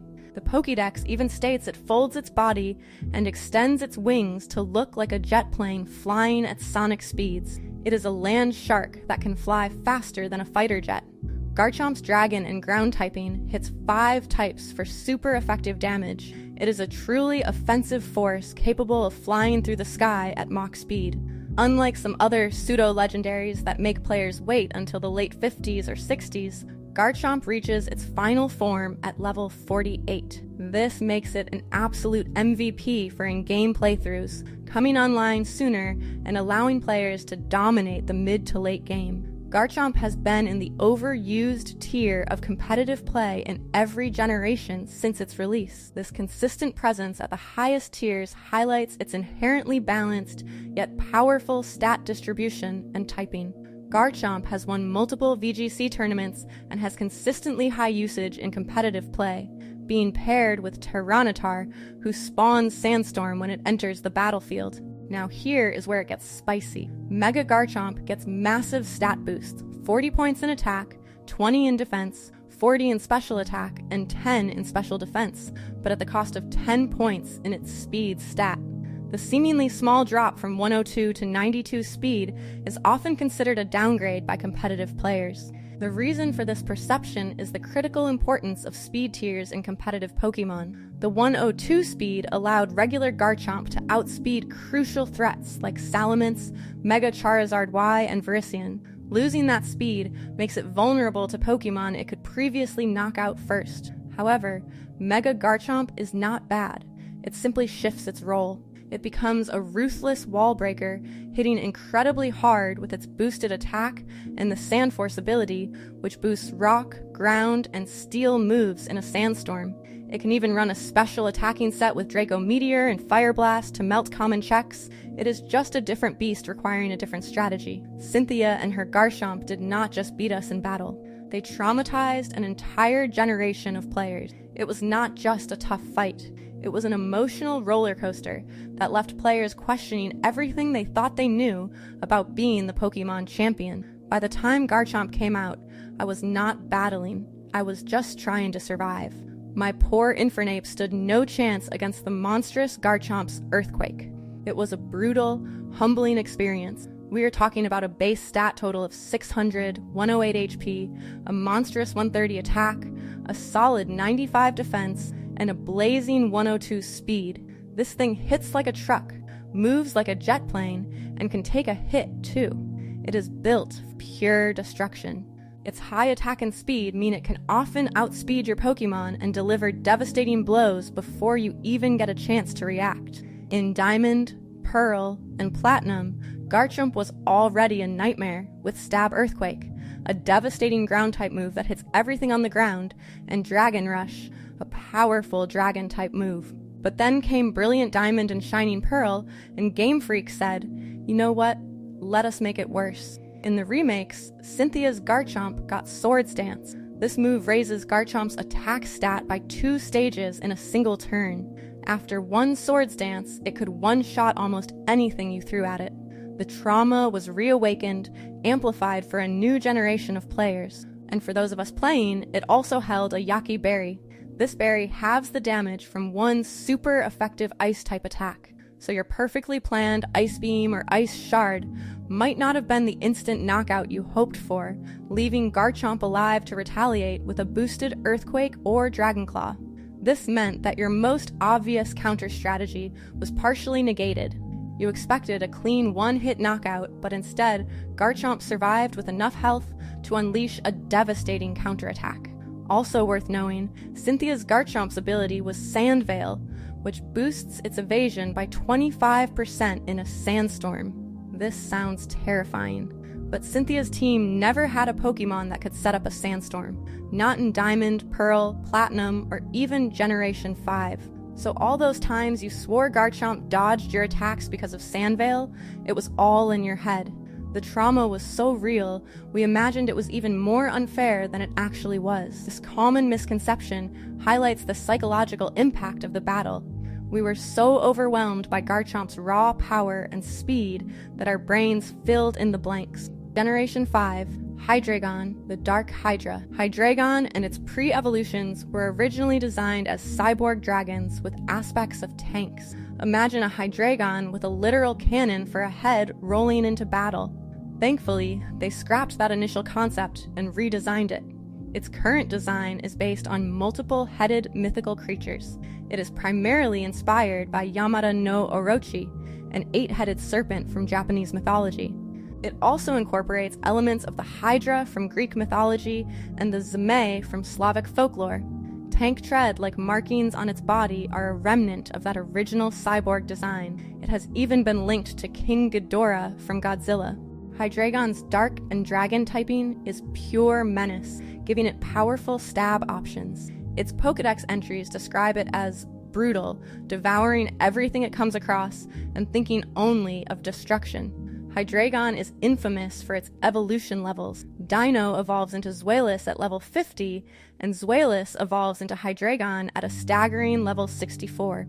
This is one of the highest evolution levels for any non-legendary Pokemon in the entire series. Players had to commit to this one, grinding for what felt like an eternity, but the reward was a truly brutal beast. In a typical playthrough of Pokemon Black or White, Hydreigon is a fantastic Pokemon, but it requires a lot of patience. In Black and White, the first time you can even catch a Dano is on Victory Road, meaning you will be using it as a Zweilous for the champion battle and post-game. Despite the grind, the payoff is immense. Once you finally get Hydreigon, it is a dominant force. Its incredible 125 special attack and diverse move pool allow it to sweep through many of the toughest trainers in the game. A fully evolved Hydreigon can learn Dark Pulse and Dragon Pulse for stab, plus Flamethrower, Earth Power, and Surf for coverage. This incredible versatility allows it to hit almost any opponent for at least neutral damage. Hydreigon has consistently been a strong, competitive Pokemon since its introduction. The Dark and Dragon typing is a strong, offensive and defensive combination, giving it an immunity to psychic moves. Its high special attack and decent 98 speed make it a constant threat. Competitively, Hydreigon's move pool is what makes it so viable. Draco Meteor is its most powerful Dragon-type attack, though it comes with a special attack drop. Dark Pulse is a reliable secondary stab. It has access to incredible coverage moves like Fire Blast and Focus Blast to hit Steel and Fairy types. U-Turn is a key move for pivoting, allowing Hydreigon to deal damage and then switch out to a more favorable matchup. Then, Generation 6 happened, and the Fairy type arrived, giving Hydreigon a crippling 4 times weakness. This knocked it down significantly, but it still finds its place, especially in formats where fairy types are less prevalent, or it can leverage its other strengths. It is a testament to its raw power that even with such a glaring weakness, it remains competitively viable. Generation 6, Goodra, the friendly tank. Goodra is often described as an amazingly friendly Pokemon that displays affection by hugging its trainers, leaving them covered in sticky slime. Interestingly, when Sliggoo evolves into Goodra, it regains its sight, a detail scientists do not fully understand. It is a dragon that just wants a hug, even if it leaves you a sticky mess. Despite evolving from the meek Goomy, Goodra are among the strongest dragon types in existence. They use their stretchy horns to launch devastating punches 100 times greater than that of a pro boxer. Finding Goomy in Generation 6 was a task in itself, primarily found in swampy areas of Route 14 with only a 20% encounter rate. To evolve Sliggoo into Goodra, it needs to reach level 50 while it is raining in the game. There are no permanently rainy areas, so players had to either get lucky with random weather or strategically use moves like Rain Dance. This was a unique, frustrating, but ultimately rewarding challenge. Goodra's standout competitive feature is its incredibly high special defense stat. It is a special attacker's nightmare, able to tank hits like nobody's business. Its abilities, Sap Sipper for immunity to grass moves and an attack boost, and Gooey, which lowers opponents' speed on contact, add to its competitive viability. It might not be flashy, but it gets the job done as a reliable tank. Generation 7, Kamo-O, the Haka Warrior. Kamo-O's entire line is deeply inspired by Hawaiian culture, fitting for the Alola region. Its middle evolution, Hakamo-O, even has Haka in its name, referencing the powerful ceremonial war dance of the Maori people adopted by many Pacific Island cultures. Kamo-O itself is said to clang its scales in a war dance to unnerve opponents. Its design, with glittering scales and a regal appearance, has been linked to Hawaiian royalty, with its tail resembling a Kahili royal standard. Kamo-O's dragon and fighting typing is a unique and aggressive combination that gives it powerful stab options, hitting a wide range of types for super effective damage. It battles valiantly with its steel-scaled fists and specializes in uppercuts. Finding Kamo-O's line, Jangmo-O and Hakamo-O, was a challenge. They were found in vast Pony Canyon, but often only through SOS battles where a wild Pokemon calls for allies, and sometimes a rare one shows up. This made it feel even more elusive and special to finally get one. Kamo-O has a signature Z move, Clangorous Soul Blaze, which when used with its unique move Clangorous Soul gives it a massive +1 boost to all of its stats: attack, defense, special attack, special defense, and speed, at the cost of some H. This makes it an incredibly dangerous setup sweeper, capable of turning the tide of battle in an instant. It is a stat-boosting machine that can quickly overwhelm opponents. Generation 8, Dragapult, the Ghost Jet. Dragapult's design is pure genius. It is a dragon and ghost type that looks like a stealth bomber or fighter jet, with a head resembling a hammerhead shark.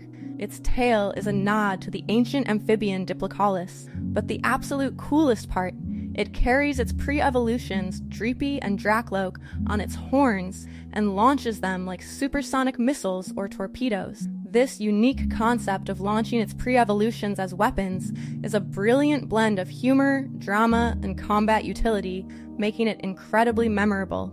It is a ghost plane that launches its little ones as weapons. What is not to love?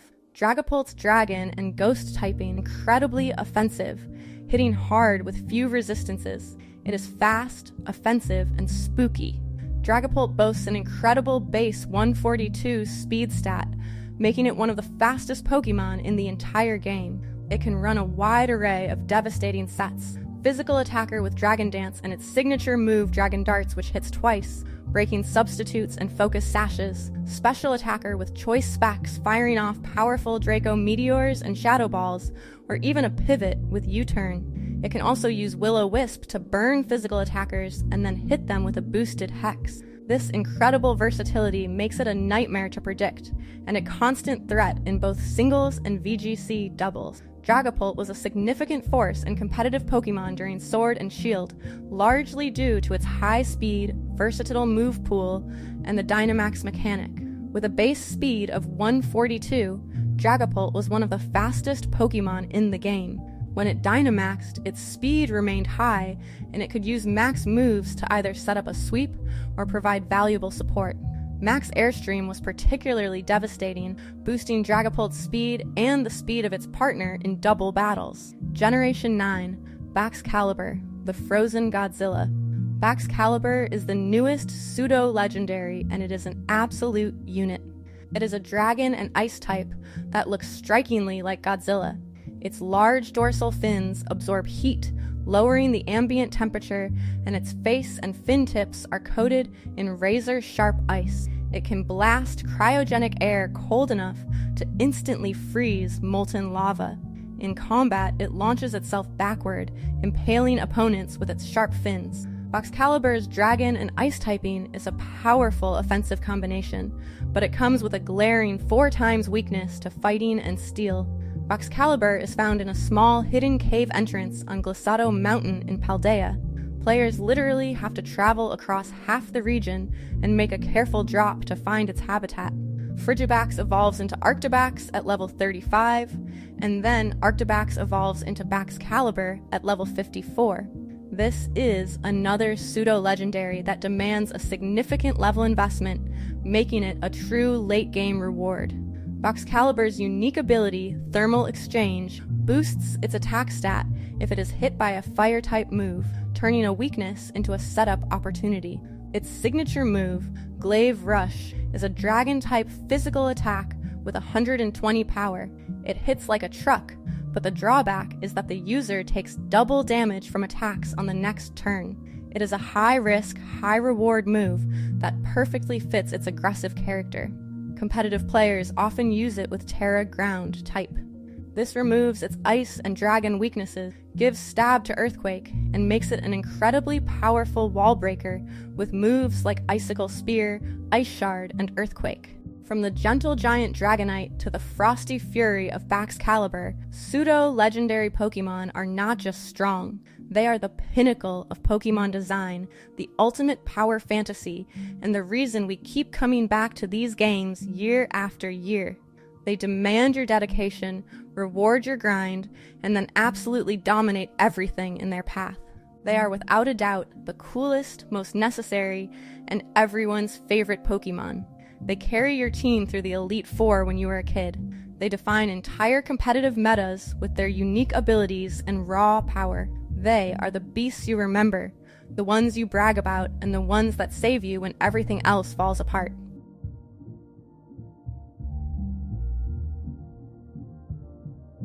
Giratina, the renegade Pokemon, unveiling the devil of the Pokemon world. Arceus, being the primordial creator, often revered as the original one, is described as having breathed alone before the universe came, emerging from a single egg of light within an absolute void to shape all of existence. This depiction firmly establishes Arceus as the definitive god figure within the Pokemon universe, a being of ultimate power and genesis. From the singular omnipotent creator, the narrative naturally extends to the creation of other fundamental forces. Arceus brought forth Dialga, the master of time, and Palkia, the lord of space, to aid in the universe's formation. Alongside them, Giratina was also conceived, destined to embody antimatter. However, unlike its siblings, Giratina quickly demonstrated a unique and problematic nature within this divine trio, setting the stage for its distinct cosmic role in the whole of the Pokemon universe. A fan theory in popular online communities positions Giratina as the devil or Satan counterpart to Arceus. The explicit labeling of Arceus as the original one is more than just a description. It is a deliberate invocation of foundational mythological archetypes, particularly the singular, omnipotent creator deity found in many religions. By establishing this god figure, the narrative implicitly creates a conceptual space for its antithesis. The idea of Giratina as the devil is therefore a natural extension of the archetypal framework laid down by the creator of Pokemon itself. This suggests that the Pokemon universe is built upon deep, universal mythological structures that resonate with common human narratives of creation and opposition. Arceus' role as the universe's forefather is central to the Sinnoh creation myth. It emerged from a single egg of light from an absolute void, possessing near unlimited power to shape the cosmos. To facilitate this grand design, Arceus created 3 powerful entities to embody fundamental forces: Dialga, who governs time, Palkia, who controls space, and Giratina, who represents antimatter. This establishes Giratina as a distinct component of the cosmic fabric designed by Arceus. Arceus' 2 sides were different. One side represented light and the other represented dark. It is said that he puts his light into Dialga and his darkness into Palkia. But I think this is where the story gets more interesting. Giratina was the darkness of Arceus, and Dialga and Palkia both represent the light of Arceus. To back this theory, after the release of Pokemon Legends Arceus, Giratina would finally, after almost 2 decades, get a new Pokédex entry which says, "There is one Hisuian verse that tells of a powerful light creating a deep shadow. I imagine that this deep shadow is Giratina." So this new Pokédex entry pretty much confirms that Giratina is in fact the darkness within Arceus. Now, let us look at its origin form. The Pokédex entry says Giratina loses its legs, changing into this form. I believe this Pokemon must hail from a world where the heavens and the earth are as one. In the original leaked tale, it is confirmed that Dialga is to represent the Pokemon side of existence, and Palkia represents the human side of existence. Dialga is standing on 4 legs, and Palkia is standing on 2 legs. Now, if we look at origin form Giratina, just like the new Pokedex entry that got added into Legends Arceus, which says that Giratina loses its legs upon changing forms, meaning it represents neither Pokemon nor human, but is something entirely different. It is Arceus's shadow itself. This contrasts with its altered form, which has 6 legs. This would contrast the combined legs from Dialga's 4 legs and Palkia's 2 legs, alluding to the fact that it represents both human and Pokemon, just like Arceus. Giratina is often compared to Arceus rather than Dialga and Palkia. It is also confirmed that the Arceus that we see in-game is just an avatar. So Giratina is more relative to Arceus' avatar form, and since Giratina is its shadow, Arceus cannot just remove its malice entirely, so it would banish it to its own realm or existence, the Distortion World. Even in canon events, we see Dialga and Palkia usually being up against Giratina. It is worth noting that even Dialga and Palkia required the assistance of the Lake Trio to help control and calm them, hinting at the immense and potentially volatile nature of these primordial forces. After their creation, Dialga and Palkia left the universe to observe from afar in their own domains, implying a harmonious, ordered existence in their respective realms of time and space. However, Giratina's journey immediately diverged. During the very process of creation, Giratina exhibited violence and anger, traits deemed unfitting for Arceus' universe. This pivotal moment set Giratina apart from its siblings and led to severe consequences. The Distortion World serves as Giratina's true home, an alternate dimension or reverse world that exists on the reverse side of ours. This realm is characterized by its bizarre and unsettling physics, where gravity and time are completely warped. Time is said to not flow, and spatial relations are shown to be irregular, allowing individuals to walk on walls and even surf on waterfalls without any apparent effort. This creates a profound sense of an inverted, chaotic reality, a stark contrast to the ordered and predictable Pokemon world. The aesthetics of the Distortion World further contribute to its desolate and almost hellish atmosphere. It features rust-colored landmass separated into tiny islands with spiky and incredibly tall trees that resemble giant kelp. The complete absence of other Pokemon emphasizes isolation and its unique nature. Its occasional appearance in ancient cemeteries further links it to themes of death and the underworld, reinforcing its ominous character. Game Freak has officially stated that Giratina and the Distortion World are personifications of antimatter. The stated goal behind their design was to convey a sense of bipolarity. Scientifically, antimatter is the polar opposite to matter and results in annihilation upon contact. This inherent destructive potential means that Giratina's domain, by its very nature, poses a constant threat to the material universe. However, the lore departs from strict scientific principles as characters can enter the Distortion World without being annihilated, highlighting that the concept is used more as a mythological or symbolic representation rather than a literal scientific one. Within its home dimension, Giratina manifests its true power. It possesses 2 distinct forms, the altered form, which is its standard appearance when outside its home dimension, and the origin form, which is its true form and is active within the Distortion World or when holding a Grecius Orb or Grecius Core. In its origin form, Giratina is at its full power and can pass through dimensions at will, making it an incredibly formidable ruler of its chaotic realm. Its unique abilities, such as Shadow Force, allow it to disappear and strike from the shadows, further enhancing its shadowy, elusive, and powerful nature. While initially presented as a place of banishment, the Distortion World's properties as a realm of antimatter and reversed physics elevate it beyond a mere prison. It functions as a fundamental existential counterpart to the material universe. The theory proposed by characters like Cynthia and Cyrus that the Distortion World was created by Giratina itself as a balance for the real world is crucial. This implies that the distortion world is not merely a consequence of Giratina's violence, but a necessary component for cosmic equilibrium. This transforms the devil's realm from a place of pure evil to a vital, albeit chaotic, balancing force, much like how chaos is sometimes seen as essential for creation in certain mythologies. The developers' stated goal of conveying bipolarity through Giratina and the distortion world offers a profound understanding of its role.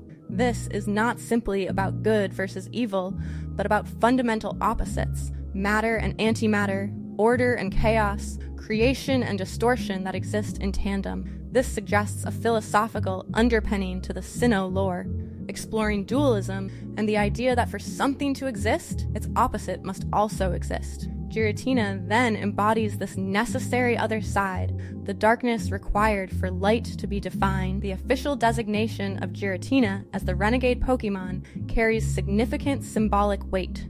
This title directly evokes the image of a rebel or traitor, aligning perfectly with the Luciferian narrative of a powerful being cast out for defiance against its creator. Giratina's visual design further reinforces these associations. Its altered form features tattered wings that may represent the wings of a demon and yellow horns on either side of its face, similar to horns commonly seen on imps and devils. The origin form, with its distinct snake-like appearance, draws a strong visual allegory to the biblical serpent in the Garden of Eden, a potent symbol for deceit and original sin. The color palette of red, gold, and black is also frequently associated with infernal or malevolent entities across various mythologies, further enhancing its ominous presence. Its ghost and dragon typing contributes to its ancient, otherworldly, and foreboding aura. A pervasive fan theory links Giratina's anatomy to the number of the beast, 666. Specific examples cited include 6 upper leg gold designs, 6 lower leg gold designs, and 6 feet in its altered form. In its origin form, the theory points to 6 wing spikes, 6 ribs around its neck, and 6 leg spikes where its wings used to be. While the exact number of the beast is debated in theological contexts, this numerical symbolism is a strong driver of the devil theory among fans. The reliance on these symbols, whether intentionally or coincidentally placed by Game Freak, reveals how deeply ingrained these archetypes are in popular culture. It suggests that the devil is less a specific literal entity in Pokemon and more a conceptual space that Giratina occupies due to its narrative role as the banished opposing force to a god figure, coupled with its ominous design. Something interesting is that Giratina's design is likely based on the Eden snake from Genesis. The snake had legs, but when it influenced humans to sin, it lost them. And Giratina's design is surely based on cherubim. Even the jewels on its sides resemble a passage in the Bible.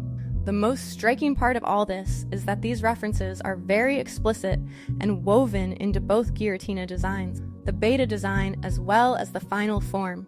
There is also an interesting fan theory about whether Volo was the reason Giratina intervened against Cyrus in the events of Platinum. Volo specifically states in Legends Arceus that he originally sought out Giratina and had it tear open that rift in space and time. And he says that Giratina wished to stand against Arceus. Giratina was not simply working with Volo to destroy the world. Volo intended to create a problem to get Arceus' attention so he could meet Arceus. Giratina was working with Volo to bait out Arceus, probably for revenge. But in Platinum, Giratina does the same thing again. It once again opens a rift in time and space above Spear Pillar. This time, Giratina is actively trying to stop Cyrus. It could be out of a selfish desire to protect the distortion world. It just so happens that the Pokemon world is also needed for that. Or Giratina could be genuinely kind and directly helping out the Pokemon world, supported by a Cynthia quote in Pokemon Masters, where she says she thinks Giratina is actually a kind soul, watching over our world from the shadows to protect us. Either way, it seems that Giratina had no malice towards the Pokemon world, but it is not afraid to risk things to meet its agenda. After catching Giratina in the questline of Legends Arceus, Professor Laventon explains that according to Volo, Giratina chose to protect the land of Hisui after discovering it was no match for the protagonist. Not to mention, Cynthia is not wrong. There actually is a myth about Giratina protecting Pokemon and the world. In fact, Giratina was never banished for being evil, but rather for its violence. Violence could be interpreted as physical force intended to hurt, but its other meaning is the strength of emotion or of a destructive natural force. This could explain why Giratina has a grudge with Arceus, because it was banished for something that it was literally created with. To summarize this theory, Giratina is the darkness cast by Arceus's light. Its banishment to the distortion world is a cosmic necessity, keeping antimatter separate from matter so reality can function. It embodies the necessary shadow without which light could not exist. And while it may carry a grudge against its creator, the evidence suggests Giratina is not simply evil, but rather a fundamental and necessary force that watches over our world from the other side of existence. Darkrai. Was this nightmare Pokemon once human? Darkrai, frequently identified as the pitch-black Pokemon and the nightmare Pokemon, occupies a distinctive and mysterious position within the Pokemon universe. Its most defining characteristic is its unique ability to induce terrifying nightmares in both humans and other Pokemon, a power manifested through its signature ability, Bad Dreams, and its signature move, Dark Void. Visually, Darkrai is depicted as a shadowy, wispy figure with piercing eyes, embodying the very essence of darkness and fear itself. Its activity is notably tied to the nights of the new moon, a period of darkness, further cementing its association with the night and the unknown. These fundamental attributes establish Darkrai's known identity and set the stage for a darker inquiry into its potential origins. Despite its classification as a mythical Pokemon and its seemingly elemental connection to darkness and dreams, this video is going to delve into a compelling theory that Darkrai may have once been a human. This transformation could have occurred through extraordinary circumstances, such as scientific experimentation, the imposition of powerful curses, or the overwhelming manifestation of intense human emotions and experiences, particularly those related to nightmares and psychological torment. Darkrai's Pokédex entries across various generations consistently emphasize its role as a dream inducer. It can lure people to sleep and make them dream. Its primary method of interaction, particularly for defense, involves causing deep, nightmarish slumbers to chase people and Pokemon from its territory. The Bad Dreams ability specifically drains health from sleeping opponents, showcasing its direct combat utility tied to its dream manipulation.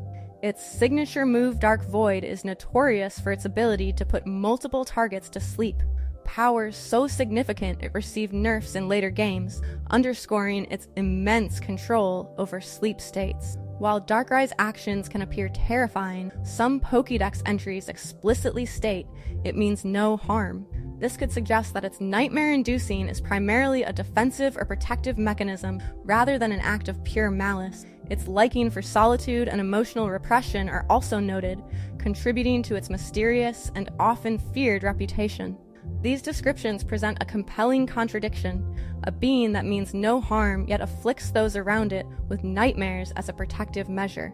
This inherent conflict between its neutral intent and the terrifying, often harmful manifestations of its power is highly unusual for a Pokemon of its type.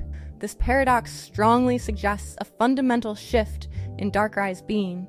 If Darkrai was originally a human, suddenly transformed and imbued with immense, perhaps uncontrollable power over dreams, they would inevitably struggle to reconcile their inherent moral compass with the terrifying consequences of their new abilities. This inability to fully control its power, leading to accidental harm and subsequent fear from others, could be the root cause of its emotional repression and its preference for solitude. This points to a deep internal struggle, a psychological burden more characteristic of a human grappling with a curse or an unwanted mutation than a naturally occurring Pokemon. Physically, Darkrai is listed with a height of 4 feet 11 inches and a weight of 111.3 pounds. Notably, its gender is consistently listed as unknown. These fundamental details form the base of Darkrai's established identity. In the movie The Rise of Darkrai, Darkrai, even though it is genderless, is referred to as a male, just like its counterpart Cresselia is referred to as female. Furthermore, in the movie, we can see that Darkrai is also speaking using human language. and it is consistently standing on two legs in a bipedal, humanoid silhouette, distinguishing it from many other elemental or beast like Pokemon. Regarding its established origins, one prominent fan theory states that Darkrai's genesis stems from Giratina. After its banishment, Giratina's hatred and rage coalesced into a seething dark mass, a formless entity that fed on hatred and fear. This shadow, growing in power from the malice of humans, eventually named itself Darkrai. Another version of its lore suggests Darkrai was created from a lunar energy accident, adding a tragic and disturbing element to its existence. The Pokemon universe, however, contains numerous examples of humans transforming into Pokemon. To reconcile these theories, a reinterpretation of creation as a transformation catalyst is a possibility. What if these events were not the creation of Darkrai, but rather powerful external forces that served as catalysts for a human's transformation into Darkrai? For example, a human caught in a lunar energy accident might not have been replaced by Darkrai, but rather transformed by the energy itself, their body and mind warped into the pitch-black Pokemon. Similarly, a human exposed to or consumed by the seething dark mass of Giratina's hatred could have undergone a horrific transformation, their essence fusing with the malevolent energy. This also aligns with the broader theme of human emotions manifesting as Pokemon, where the human element is central to the Pokemon's formation. Darkrai made its debut in Pokemon Diamond and Pearl, and it is typically acquired through special in-game events or mystery gift distributions, reinforcing its mythical status. Its most significant portrayal outside the games is in Pokemon: The Rise of Darkrai. In this film, Darkrai is initially feared and blamed for disturbances in Alamos Town, but it is ultimately revealed to be a benevolent force, actively protecting the town from the destructive clash of Dialga and Palkia. It even sacrifices itself to shield the town from their attacks. This heroic portrayal contrasts sharply with its Pokédex description as a territorial nightmare Pokémon, this portrayal as a protector, despite its fearsome abilities, and the Pokédex entries stating it means no harm create a stark contrast with its nightmare-inducing nature. The dynamic with Cresselia, where Cresselia actively mitigates the accidental harm Darkrai causes, further emphasizes this internal conflict. This suggests a being that desires to do good and protect, but struggles profoundly with the inherent negative impact of its powers. This narrative arc, a powerful being misunderstood and feared due to its abilities, yet secretly acting as a protector or striving for good, is a deeply resonant human trope. Darkrai shares a unique, often antagonistic relationship with Cresselia, known as the Lunar Duo. Darkrai's New Moon Island is placed closer to Cresselia's Full Moon Island. While Darkrai causes nightmares, Cresselia's feathers provide pleasant dreams and can cure Darkrai's effects. I like to think of them as an old married couple, with Cresselia resentfully cleaning up after Darkrai's accidental nightmare causing a complex, almost human-like dynamic. This is heavily backed up by the Pokemon Journeys episode, where Darkrai shows up and saves Cresselia. Darkrai and Cresselia are based on the mythology of Altair and Vega. The Tanabata legend tells of Orihime, the star Vega, and Hikoboshi, the star Altair, a weaver princess and a cowherd bound by love yet forever separated by the Milky Way. They may meet only once a year under clear skies, a star-crossed reunion across the heavens. This fits really well within Generation 4's games, whose themes are time, space, and antimatter. Each pair is defined by celestial opposition and duality, light versus dark, fear versus hope, yet forged by a shared bond and longing. Together, these tales weave the same themes of love and separation across the sky. Darkrai and Cresselia's balance is set by opposing lunar phases, and in both myths, only rare celestial alignments can bridge the gulf. These celestial duets tell a poetic story of separation and reunion, of darkness and light, love and hope enduring even across the vast sky. How could Darkrai have transformed from human to Pokemon? The Pokemon world offers several precedents for the transformation of humans into Pokemon. These mechanisms fall broadly into categories of experimentation, mystical curses or wishes, and the manifestation of intense emotions. It could have been transformed via a higher being like Giratina or Arceus. Gengar from the Pokemon Mystery Dungeon series was explicitly revealed to be a human cursed to be reborn as a Pokemon. This directly supports transformation through mystical means. Multiple Pokédex entries across generations suggest that Kadabra was once a boy with psychic powers who transformed due to an inability to control his abilities. This highlights transformation linked to inherent human abilities and their uncontrolled manifestation. Froslass, according to legends from snowy regions, is the spirit of a woman who died lost on an icy mountain, her regrets lingering and possessing an icicle to become the Pokemon. This showcases transformation driven by death, lingering grudges, and intense negative emotions. The lore explicitly states that Pokemon can be born from concentrated human emotions such as grudges, hate, fear, and envy. Furthermore, the fan theory regarding Darkrai's origin from Giratina's essence describes a seething mass that grew and festered when fed with hatred from humans. The shadow then harvested their fear and weakness to grow ever stronger before eventually becoming Darkrai.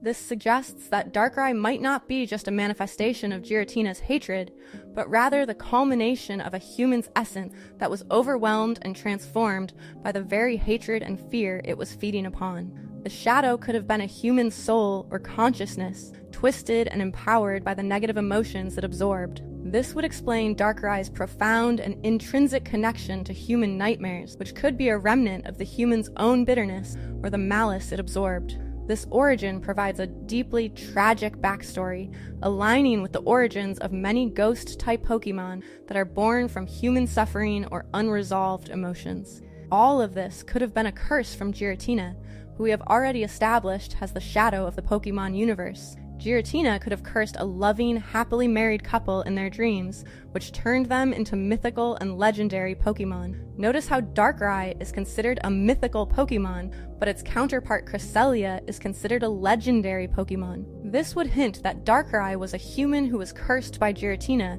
and Cresselia was blessed by Arceus to counterbalance Darkrai's curse. When we see Cresselia, it is always glowing with an angelic glow. Darkrai is synonymous with nightmares. It not only induces them, but can travel through dreams to find its target. Its signature, Move Dark Void, puts targets to sleep. And Nightmare deals damage to sleeping opponents. The sheer power of Dark Void, necessitating nerfs, highlights Darkrai's unparalleled mastery over sleep and dreams. A crucial piece of evidence comes from the Pokemon Mystery Dungeon series, specifically Explorers of Time, Darkness, and Sky, where the hero is explicitly transformed into a Pokemon after being attacked by Darkrai while traveling through time.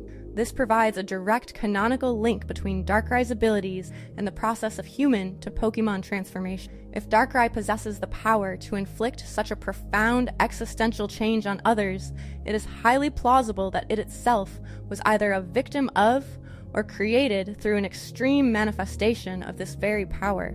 Consider a human, perhaps one with innate psychic sensitivities, who was overwhelmed by a traumatic dream experience, a curse that bound them to the realm of nightmares, or an uncontrolled surge of psychic energy. Their consciousness trapped, warped, or even solidified within this dreamscape could have physically manifested as Darkrai, a being intrinsically linked to that realm.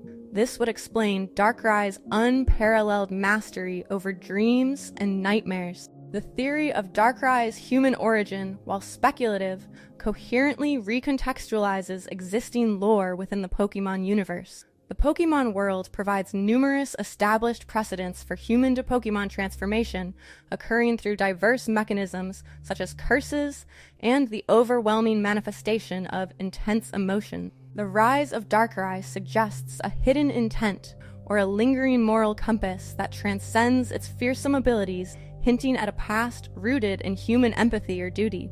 Darkrai's consistent solitude, its constant burden of accidentally harming others, its alignment with the concept of a cursed existence, where the curse is not just the power, but the inability to control its negative side effects. All of these point towards something more than a simple elemental Pokemon born from the dark. The Lavender Town Syndrome, the legend behind one of gaming's most disturbing urban myths. What if I told you that the seemingly innocent video game that is Pokemon, the pixelated Generation 1 games that you played as a kid, held a secret so dark, so terrifying, it drove children to kill themselves? This is not just some spooky campfire story. This is about something that burrowed its way into the minds of young players, twisting their thoughts and leading to truly horrific outcomes. That something so pure, so nostalgic, could hide such a sinister story. The very idea of a beloved childhood pastime turning into a source of dread creates a deeply unsettling feeling, hitting you right where your most cherished memories reside. Today we are diving deep into the chilling story behind this. Could a few notes of music really twist a child's mind so completely, leading them down a path of no return? We all remember Lavender Town, right? For years, whispers have circulated about a specific town, a specific song that brought a real-world horror into living rooms across Japan. Today, we are peeling back the layers of the Lavender Town syndrome, a legend so disturbing, so persistent, it makes you question everything you thought you knew about childhood games. We will explore where it came from, why it stuck around, and the truly unsettling twist that makes it even more terrifying. We all remember Lavender Town. For years, whispers have circulated about a specific town, a specific song that brought real-world horror into living rooms across Japan. Lavender Town. For those who played the original Red and Blue, you know exactly what I am talking about. This is not your usual happy-go-lucky Pokemon vibe. This place is different. It is where Pokemon go to die.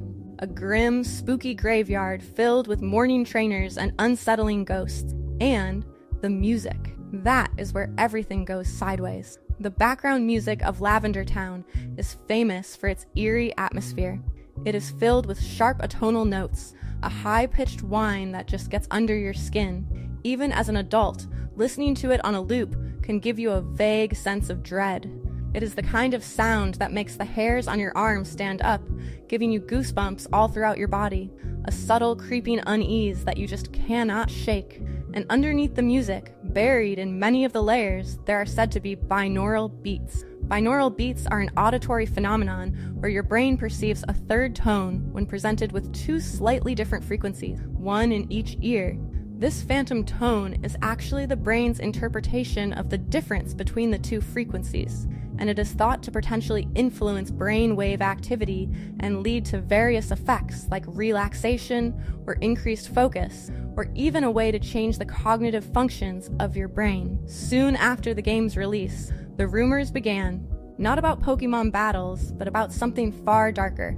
Reports started trickling in, flowing throughout Japan. Children, mostly in Japan, were reportedly suffering from terrible headaches, nosebleeds, even becoming super angry or having panic attacks. And then the most horrifying part, suicides. The rumor claimed hundreds of Japanese children, over 100, even up to 200, took their own lives in the spring of 1996, all linked to that one cursed tune. It was a terrifying claim, painting a picture of widespread, unimaginable tragedy. I remember playing Red and Blue, and yeah, Lavender Town always felt really off. Honestly speaking, the pixelated graphics of Generation 1 always kind of scared me a little, so I never got to finish the entire game. I did not know about any syndrome back then, but that music, it made me want to get out of there fast. I would always go to the Pokemon Center when I had to switch my Pokemon around. I did not want to hear that scary tune. Imagine being a kid, headphones on, totally immersed, and this sound starts messing with your head. You would not even know why you felt so wrong, just that you had to make it stop. And for some, the tale says they could not. But as with all good ghost stories, if you look closely enough, the seams start to show. The more people dug, the more questions popped up. No official reports, no widespread media panic at the time, nothing that truly backed up these horrific claims of hundreds of deaths. Turns out the Lavender Town syndrome was in fact a carefully crafted urban legend, a creepypasta born online in the 2000s and 2010s, not a real event from the 90s. The hundreds of children or 200 suicides? That was part of the story. It was designed to hit you hard, to make you gasp. It was the ultimate scare tactic, making the tragedy seem massive and undeniable. The bigger the number, the bigger the fear, right? But here is the truly unsettling twist, the one that makes this legend even more sticky, even more believable, even though it is still just a story. An unknown source buried deep in the internet's dark corners later confirmed that it was not hundreds of kids. It was 5. Take it with a grain of salt. 5 is still significant. Hundreds is a statistic. It is a number so big it almost feels fake, like something out of a bad horror movie. 5 children, that is specific. That is personal. That is a small group. A tragic incident that feels real. It makes the legend feel less like a wild tale and more like a hushed, terrible secret that could have happened even if it did not. This subtle shift from a grand, unbelievable number to a precise, smaller figure represents a sophisticated evolution in the legend's ability to terrify. It taps into a human psychological tendency. A smaller, more specific tragedy feels more authentic and easier to imagine as a hidden truth, making the legend itself far more potent and insidious than its initial exaggerated version. Even with this more believable number, it is still a legend. But it is a legend that learned how to truly terrify. It evolved to become more potent, more insidious. The narrative choice to present a more believable number provides a powerful payoff for the anticipation that built throughout the story. So how did this terrifying tale go from Japan to becoming a global phenomenon? The answer is the internet.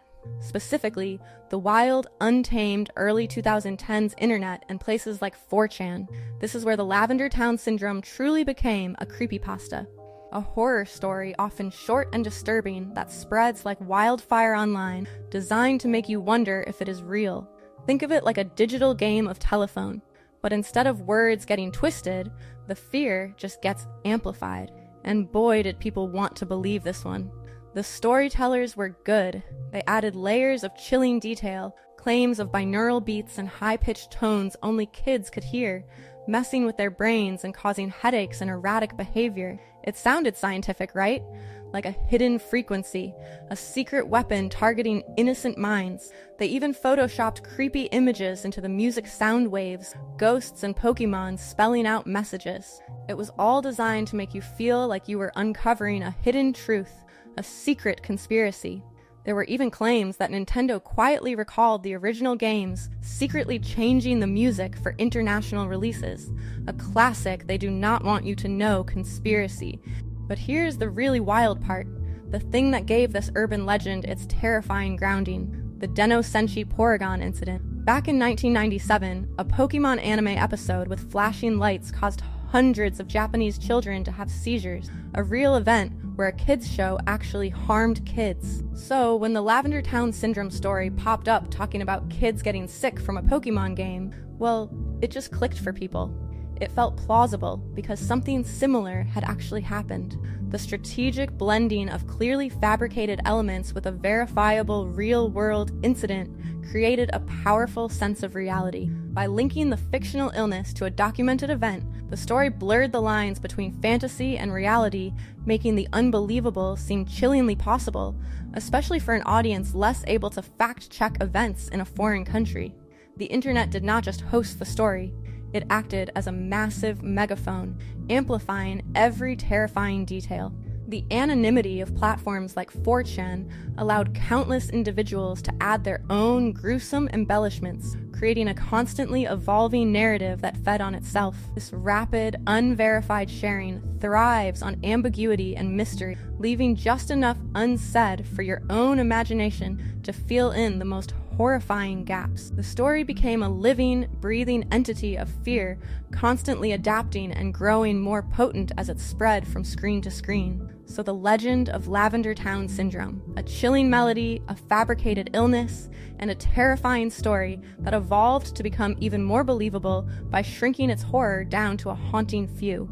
It is a powerful reminder that sometimes the scariest things are not ghosts or monsters, but the stories we tell ourselves and how easily they can take root in our minds. The 7 deadly sins and 7 heavenly virtues, as embodied by the Ultra Beasts. Today, we will be diving deep into something that will fundamentally change how you see the Ultra Beasts. There are 7 Ultra Beasts that embody the 7 deadly sins, and 7 Ultra Beasts and legendary Pokemon that embody 7 heavenly virtues, starting with Guzzlord, Gluttony, the obvious one. Let us start with the most straightforward connection, the one the game practically screams at you. Officially known as UB-05 Glutton. This colossal dark and dragon-type Ultra Beast is a living black hole. Its Pokédex entries paint a vivid picture of its destructive appetite, describing it as having an astounding, limitless hunger, feeding without pause every moment. This creature does not just eat food. It devours mountains, buildings, rivers, and even entire seas. And here is the truly unsettling part. Despite consuming such massive amounts, no droppings have ever been found. Its digestion is described as perfect, converting everything it consumes directly into energy to sustain itself. This is not just hunger, it is an insatiable, all-consuming void. The connection to gluttony is undeniable. Gluttony, in its core definition, is the excessive and ongoing consumption of food or drink. Guzzlord is the ultimate embodiment of this sin.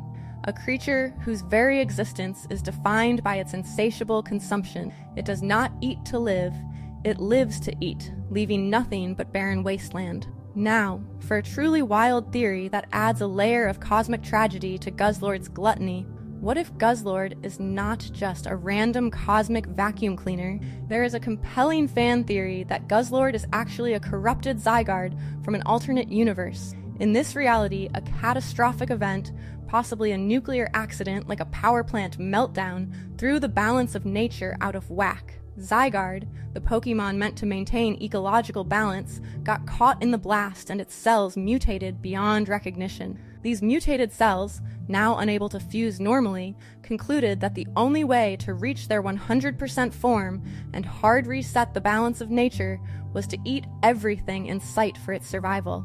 This theory provides a chilling explanation for why Guzzlord is apparently a common organism within the world where it normally lives. What is more abundant than individual Zygarde cells? It is also said to draw inspiration from a monster from the Hitchhiker's Guide to the Galaxy that continuously reincarnates into bizarre forms, suggesting a cyclical, self-perpetuating nature to its consumption. It is a subtle but potent warning about humanity's impact on the environment.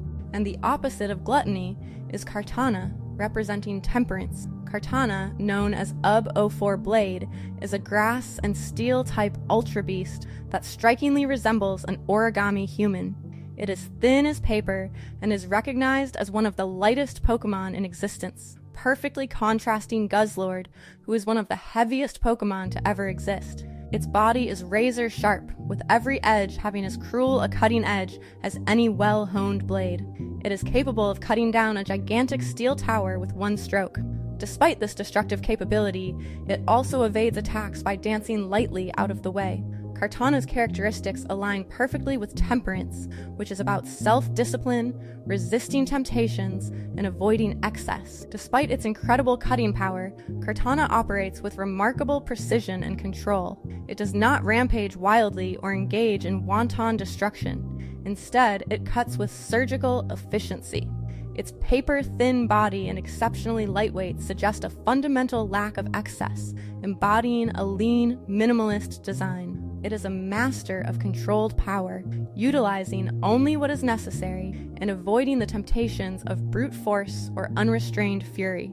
Since it is based on a samurai, who are known for their discipline and honor, Kartana is like that super disciplined person who only uses exactly what they need, never overindulges, and then can slice a brick in half with a flick of their wrist. The next sin we have is Wrath, represented by Necrozma. Now this video is about Ultra Beasts, but I am also going to include some of the legendaries from Sun and Moon, and you will understand how well these sins are actually represented through these Pokemon. Necrozma is not an Ultra Beast, but these legendaries and Ultra Beasts fall into the same category, so I am counting it in. This psychic type legendary is a being of pure, unadulterated wrath. Its behavior is driven by a state of constant, maddening pain resulting from its incomplete form. Lore reveals that it was severely injured by the Ultra Recon Squad's ancestors, who attempted to steal its light, as a desperate measure to sustain itself and regain its original form. Necrozma relentlessly steals light from other beings and places, a behavior that earned it the ancient title of Pillager of Light. When Necrozma fuses with either Solgaleo or Lunala, its destructive tendencies escalate. It becomes uncontrollably vicious and constantly rampages, perceiving everything it encounters as an enemy and brutally attacking with its claws or laser beams that can cut through anything. This is not merely anger, it is an overwhelming destructive rage born from profound suffering. Wrath is defined as strong anger and hate towards another person. Necrozma's actions are a cosmic manifestation of this intense destructive emotion. Imagine being in constant agony,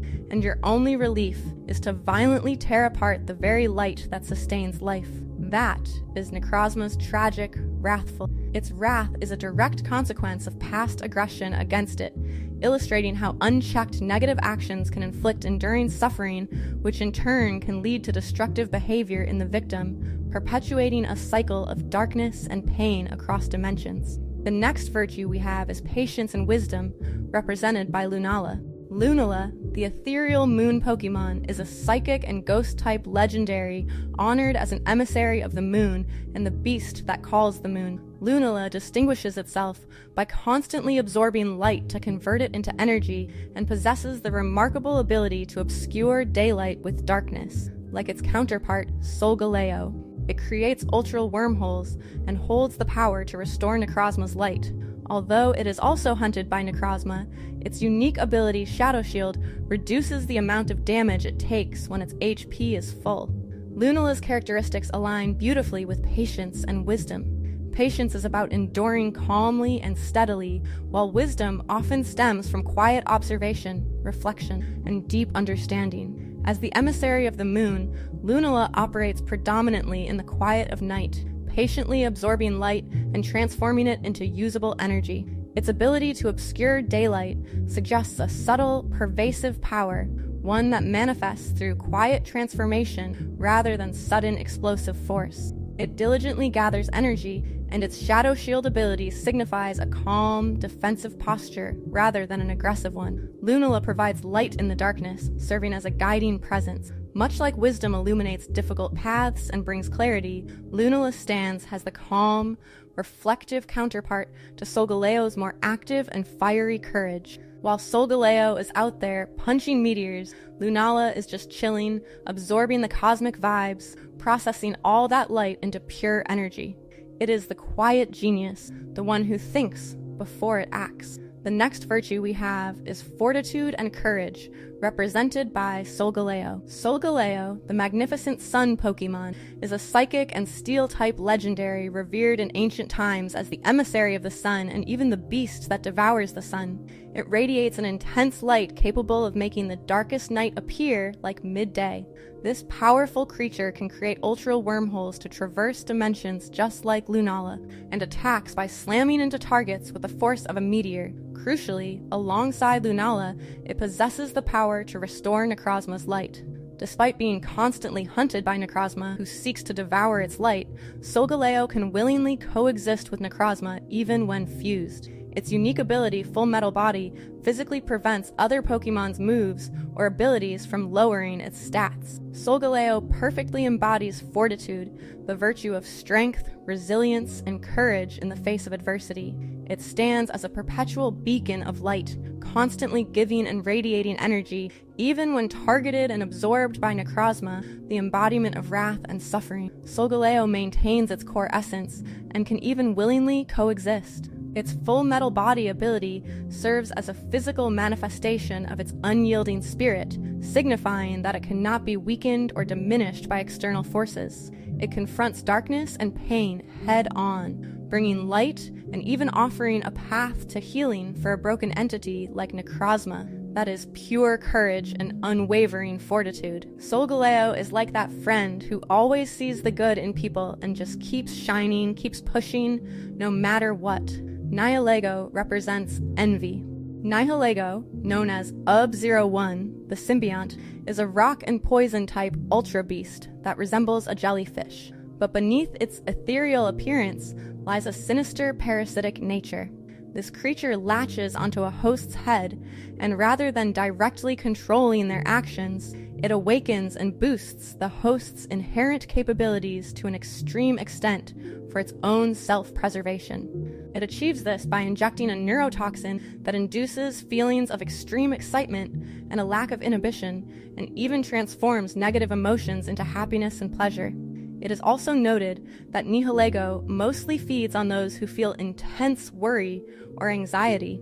Nihilego's behavior strongly aligns with envy, which is the intense desire to have what someone else possesses. Nihilego literally takes over others, not just for raw power, but to become like them or experience what they have. It sometimes exhibits behavior akin to a young girl, and a prominent theory suggests its design is linked to Lily, with Lusamine even dressing her daughter to resemble the Ultra Beast. This implies a deep-seated desire to embody or possess the qualities or identity of another. Its neurotoxin, which transforms negative emotions into pleasure, can be interpreted as an envy by Celesteela. Celesteela, known as UB-04 Blaster, is a steel and flying type. Previous theories attempted to assign Sloth to it based on the misconception that it just kind of sits on the ground for years. That is incorrect. Its Pokédex entry explicitly states it is seen flying across the sky at high speeds, and its home, Ultra Crater, is constantly racked with earthquakes caused by these creatures rocketing into the sky. Furthermore, it grows out of the ground like a plant and absorbs nutrients from the soil. It possesses an incredibly long lifespan, with one specimen found buried in Alola having grown for over 200 years. Celesteela strongly embodies diligence, which is characterized by careful and persistent work or effort. This Ultra Beast is far from lazy. It is a creature defined by persistent long-term growth and immense powerful effort. It patiently absorbs nutrients from the soil for centuries, a testament to its enduring commitment. This slow, methodical accumulation of energy culminates in its ability to rocket into the sky with thrusters powerful enough to destroy an entire bamboo forest. This behavior is not sloth. It is the epitome of diligent, slow burn effort, leading to explosive, sustained power and flight. It is the ultimate long-term project. Celesteela is the slowest burn of all the Ultra Beasts, and that is exactly the point. The next sin is greed, represented by circuitry. Meet Xurkitree, known as UB-03 Lightning, the electric-type Ultra Beast that strikingly resembles a walking power grid. This creature exhibits an insatiable thirst for electricity. Reports indicate it has a tendency to raid power plants and drain all their energy before moving on to the next one. When its energy reserves run low, it simply stabs its legs and tail into the ground, much like a tree, to absorb electricity. Furthermore, these beings can vary dramatically in size, from a little bigger than a human to being the size of a mountain. The immense power Xurkitree can discharge up to 1,000,000 volts at a time, and its ability to grow to mountainous proportions underscore a profound paradox of power accumulation. Its existence appears to be driven by an insatiable need for electricity, leading to massive power accumulation. This power is not merely for survival, it is also for competitive display. Xurkitree has a known rivalry with Blacephalon, often competing in contests to see who can shine the brightest. This suggests that its immense power is not solely for practical utility, but also for a prideful competitive display of its accumulated wealth in the form of electricity. Xurkitree's behavior perfectly aligns with greed, defined as an excessive pursuit of material goods. For Xurkitree, that material good is electricity. It does not just consume what it needs for survival, it drains everything in sight, leaving nothing behind, and then relentlessly seeks more. We all know that one friend who takes the last slice of pizza even when they are full. Xurkitree is that friend, but with entire power grid, and then it grows taller. The next two virtues are Poipole and Naganadel, representing kindness and humility. Poipole, known as UB-Adhesive, is a poison-type Ultra Beast. It is known to fire a glowing adhesive poison from the needles on its head, often while laughing wildly. This behavior might initially sound sinister, But here is the crucial detail. Despite its potentially harmful abilities, Poipole is well liked enough in its own world to be chosen as a first part, and its capacity to understand human speech all point to an innate desire for connection and positive interaction. Naganadell's telepathy and ability to share visions further emphasize a desire to connect and impart understanding rather than solely to harm. Poipole, being the only Ultra Beast capable of evolution, suggests that these Ultra Beasts are capable of much more than any of the others. Its poison is not always malicious, but a tool that can be wielded with discretion, allowing for a choice to be kind. Being both adhesive and yet also capable of being a harmless, multicolored substance used for painting and communication, reveals a deeper understanding of kindness. This duality suggests that true kindness is not merely the absence of harm, but the conscious choice to use one's inherent abilities, even those with destructive potential, for positive interaction and connection. Buzzwole represents pride. Behold Buzzwole, known as UB02 absorption. This bug and fighting type Ultra Beast is essentially a giant anthropomorphic mosquito bodybuilder. Its Pokédex entries emphatically highlight its abnormally swollen muscles, which it constantly goes around showing off. It has a distinctive habit of striking a pose every time it takes action. This creature is no mere show-off. It possesses immense physical strength, capable of pulverizing a dump truck with a single punch. Buzzwole's behavior is a textbook example of pride. Pride is defined as an excessive view of oneself without due regard for others. Buzzwole is the ultimate gym enthusiast, perpetually flexing, posing, and drawing attention to its formidable physique. It embodies pure, unadulterated vanity and self-aggrandizement. It does not just have muscles, it demands that you acknowledge them. We have all seen that one person at the gym doing bicep curls in front of the mirror for what feels like an eternity. Buzzwole is that person, but it is also a giant mosquito who could punch a hole through reality, so slightly more intimidating. Pride can also be represented through Blacephalon. Blacephalon, known as Burst, is a fire and ghost type Ultra Beast that is essentially a walking, exploding circus act. This colorful humanoid is notorious for its deceptive tactic. It is known to trick its targets through a silly walk before, without warning, triggering the explosion of its own head. Then it capitalizes on the element of surprise to steal their vitality. Its head is not permanently attached, can be freely moved around, and regenerates after exploding, while the colors of its sparks change with its mood. Blacephalon's behavior is a theatrical display meticulously designed to shock, ultimately for its own self-serving gain through vitality theft. This is not just about raw strength, it is about performance, about being the absolute center of attention through a shocking, unpredictable act. Its silly walk is a deliberate act of deception, a clownish facade intended to lower the guard of its targets before a dramatic, self-destructive, yet ultimately harmless to itself explosion. This represents a twisted form of pride, a vanity that thrives on the reactions of others, even if those reactions are terror or confusion. Its rivalry with circuitry to shine brightest further solidifies its desire for recognition and spectacle. The next sin is lust, represented by Pheromosa. Pheromosa, the lissom Pokemon. Now at first glance, you might think beauty, speed, cleanliness, but let us dig deeper. Pheromosa's allure is so intense, so captivating, it is described as overwhelming anyone who lays eyes on it. Its extreme speed and almost ethereal beauty combined to create a creature that inspires an unhealthy, almost desperate desire to be around it, or perhaps to be it. This is lust in its most intoxicating form. It is not just physical attraction. It is an insatiable desire for an ideal, a perfection, an allure that consumes both the beholder and arguably Pheromosa itself in its pursuit of absolute, untouched grace. It is so obsessed with its own pristine perfection and its captivating presence that it radiates a powerful, almost controlling magnetism, a form of vanity that demands all attention and embodies a pure, self-focused, almost consuming yearning for aesthetic dominance. The last virtue we have is innocent, represented by Cosmog. This little Pokemon starts as nothing more than a gas cloud, utterly helpless, needing constant protection and care. It cannot even fight. All it does is float, absorb light, and eventually, with time and immense energy, transform into something truly legendary. Cosmog is the embodiment of innocence, its pure potential untainted by the chaos of the world. It is vulnerable, relying on others for its survival, a blank slate waiting to grow and become.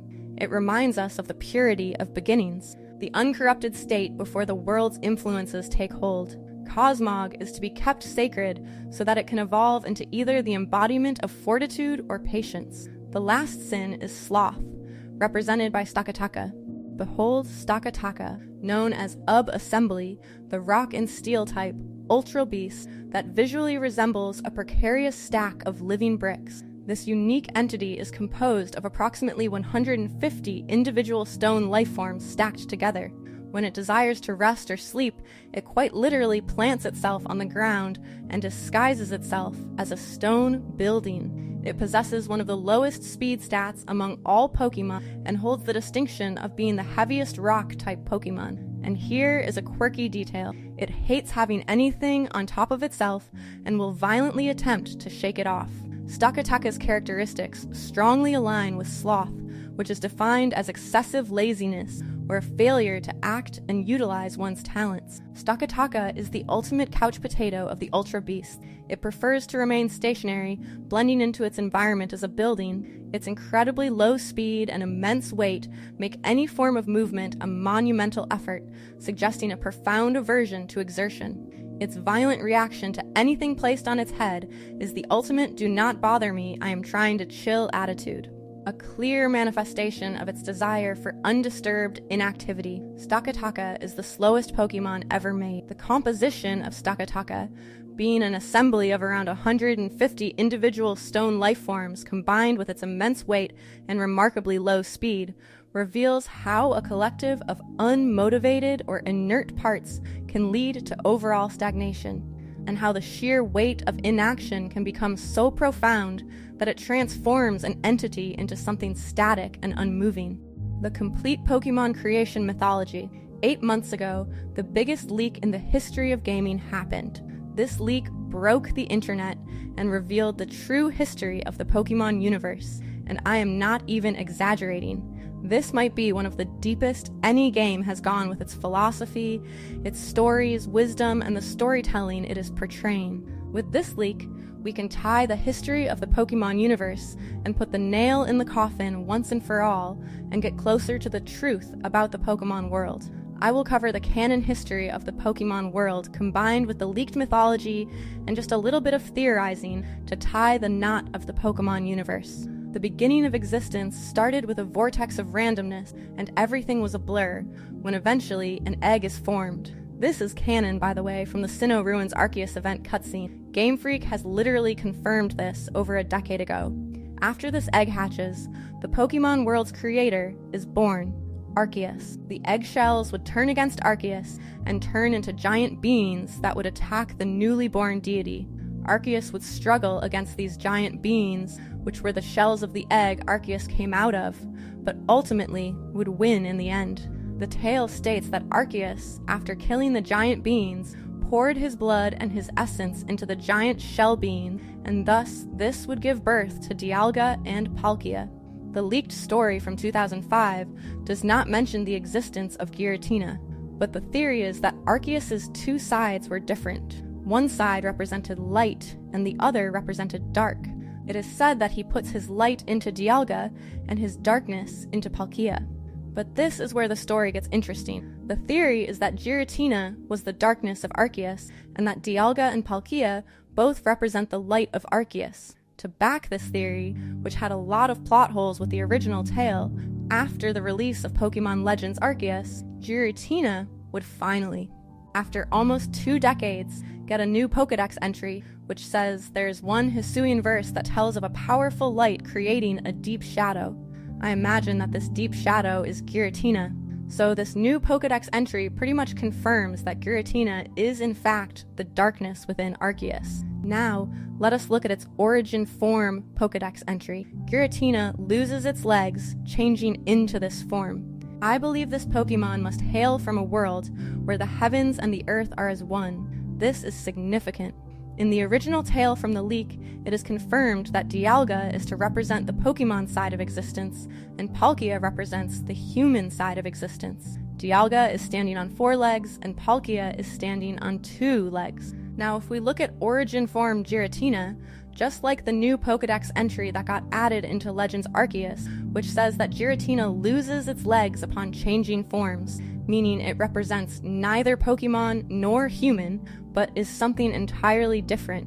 It is Arceus' shadow itself, in contrast to its altered form, which has 6 legs. This would contrast the combined legs from Dialga's 4 legs and Palkia's 2 legs, alluding to the fact that it represents both human and Pokemon just like Arceus. Giratina is often compared to Arceus rather than Dialga and Palkia. It is also confirmed that the Arceus that we see in-game is just an avatar, so Giratina is more relative to Arceus' avatar form. And since Giratina is its shadow, Arceus cannot just remove its malice entirely, so it would banish it to its own realm or existence, the Distortion World. With the creation of time and space by Dialga and Palkia, the world began to take shape. Though it remained an empty vessel, their initial attempts to populate it were met with tragedy.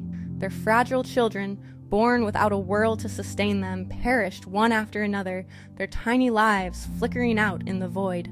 Dialga and Palkia, both driven by a primal parental sorrow, resolved to forge a world where life could flourish. They birthed 3 more children: Uxie, the god of eyes and knowledge, Mesprit, the god of heart and emotion, and Asaelf, the god of the voice and willpower.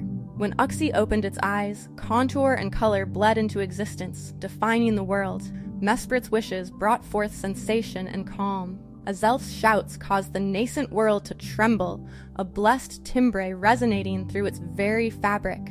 To these 3, Dialga and Palkia bestowed the seed of life, instructing them to nurture it. The seeds sprouted, growing rapidly into a colossal tree of life that soon threatened to consume the entire world.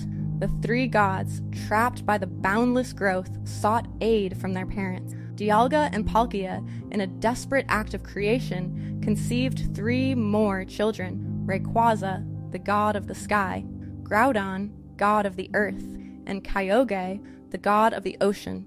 Rayquaza, a green serpent coiled around the immense tree of life. Groudon and Kyogre, with brute force, slammed their bodies into it. The tree broke and crashed, breaking into 3 pieces. Grieved by the sight of the decaying arboreal remains, Yuzi, Mesprit, and Azelf prayed. Their sorrowful pleas infused the fragments, transforming them. The broken pieces became the sky, the earth, and the ocean. Rayquaza became the celestial pillar holding the heavens aloft. The shadows stretching into the sky combined into 3 gods who sustained the sky: Dragonite, Gyarados, and Tyranitar. Groudon became the sprawling landmass, and its ancient roar gave rise to 3 gods who sustained the earth. The identities of these remain a mystery, perhaps yet to be revealed Pokemon or ancient forms of existing Pokemon. And Kyogre transformed into the life-giving veins of water embracing the oceans. In its disappearing ripples, it birthed 3 gods who sustained the oceans: Latios, Metagross, and Latios. Thus, the world was born, a testament to immense effort and the destinies of these primordial beings. Dialga, Palkia, and their divine offspring rejoiced, populating this new paradise with their countless children. This peaceful world was a haven for these divine descendants who multiplied endlessly. Over time, a distinction arose. Those who resembled the Great Father Dialga became known as Pokemon, while those who bore the likeness of the Great Mother Palkia were called humans. The symbol of Arceus, prominently in the Sinnoh ruins and the Hall of Origin, with its interwoven points, encapsulates this creation, representing the fractured yet unified origins of all life and the inseparable duality of Dialga and Palkia. Before Giratina's banishment, when its dark essence was still active in the fabric of creation, humans were a cruel and self-destructive species. This was not the work of a simplistic devil, as in other mythologies, but a direct consequence of Giratina's demonic influence. Its antimatter, its dark reflection of Arceus' order, seeped into the human psyche, fostering discord, violence, and an unsettling capacity for cruelty even towards their own kind. They were driven by incredible greed and a primal savagery. There are some fascinating lore concepts that were explored in this era. One suggests a darker side to certain interactions between humans and Pokemon during this time when Giratina's influence was still strong, depicting some truly unsettling stories born from humanity's unchecked capacity for cruelty.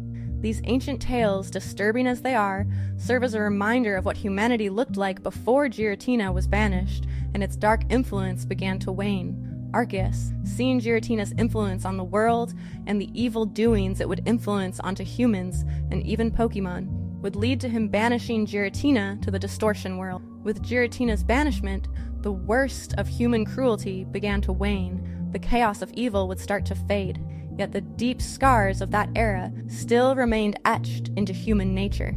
The true allegory of the Pokemon world runs deeper than most people realize. Pokemon are not just creatures, they represent salvation, life, and death. They embody the idea of eternity. In this allegory, Pokemon are not even visible to the eye of untrained perception. This symbolic absence is important. It is meant to show that Pokemon are part of a spiritual, eternal realm. They symbolize the invisible essence of the soul, that guiding presence in life like companionship, identity, and even salvation. They are not just monsters we catch in balls. They are much, much more. The men and women in this story represent gender, identity, and property, but more broadly, they represent society and the physical body, and it is crucial to remember they are not evil. Quite the opposite. Men and women, and by extension our physical selves, are beings worth saving. That is why the allegory illustrates the battle between life and death and the value of humans. It is about our journey, our struggle. The ancient history also holds a chilling truth about the balance of power between species. Pokemon, if they truly desired it, possess a raw, untamed power far beyond human comprehension. Their elemental mastery, their formidable physical and psychic abilities, their sheer numbers could easily overwhelm and enslave humanity. The fact that they have not is a testament to the inherent kindness and patience of Pokemon, a silent agreement born of their ancient origins and their fundamental goodness. They have chosen time and again to live in harmony, to offer their strength and companionship rather than to seize control. The fragile peace that exists is a testament to their self-control, a constant reminder that the fate of the world rests not in human hands, but in the unspoken, immense power of the creatures that share it. This grand narrative, this hidden truth about the Pokemon universe, has been subtly woven into the games for decades, waiting for us to uncover it. The leak did not just give us some interesting tidbits, it gave us the key to understand a philosophy that runs deeper than any children's game has a right to. If only we had the eyes to see. And now you do. The world of Pokemon will never look the same. This world of yours is truly a magnificent place. And now, with great joy, I have finally come to understand that I am truly a part of it.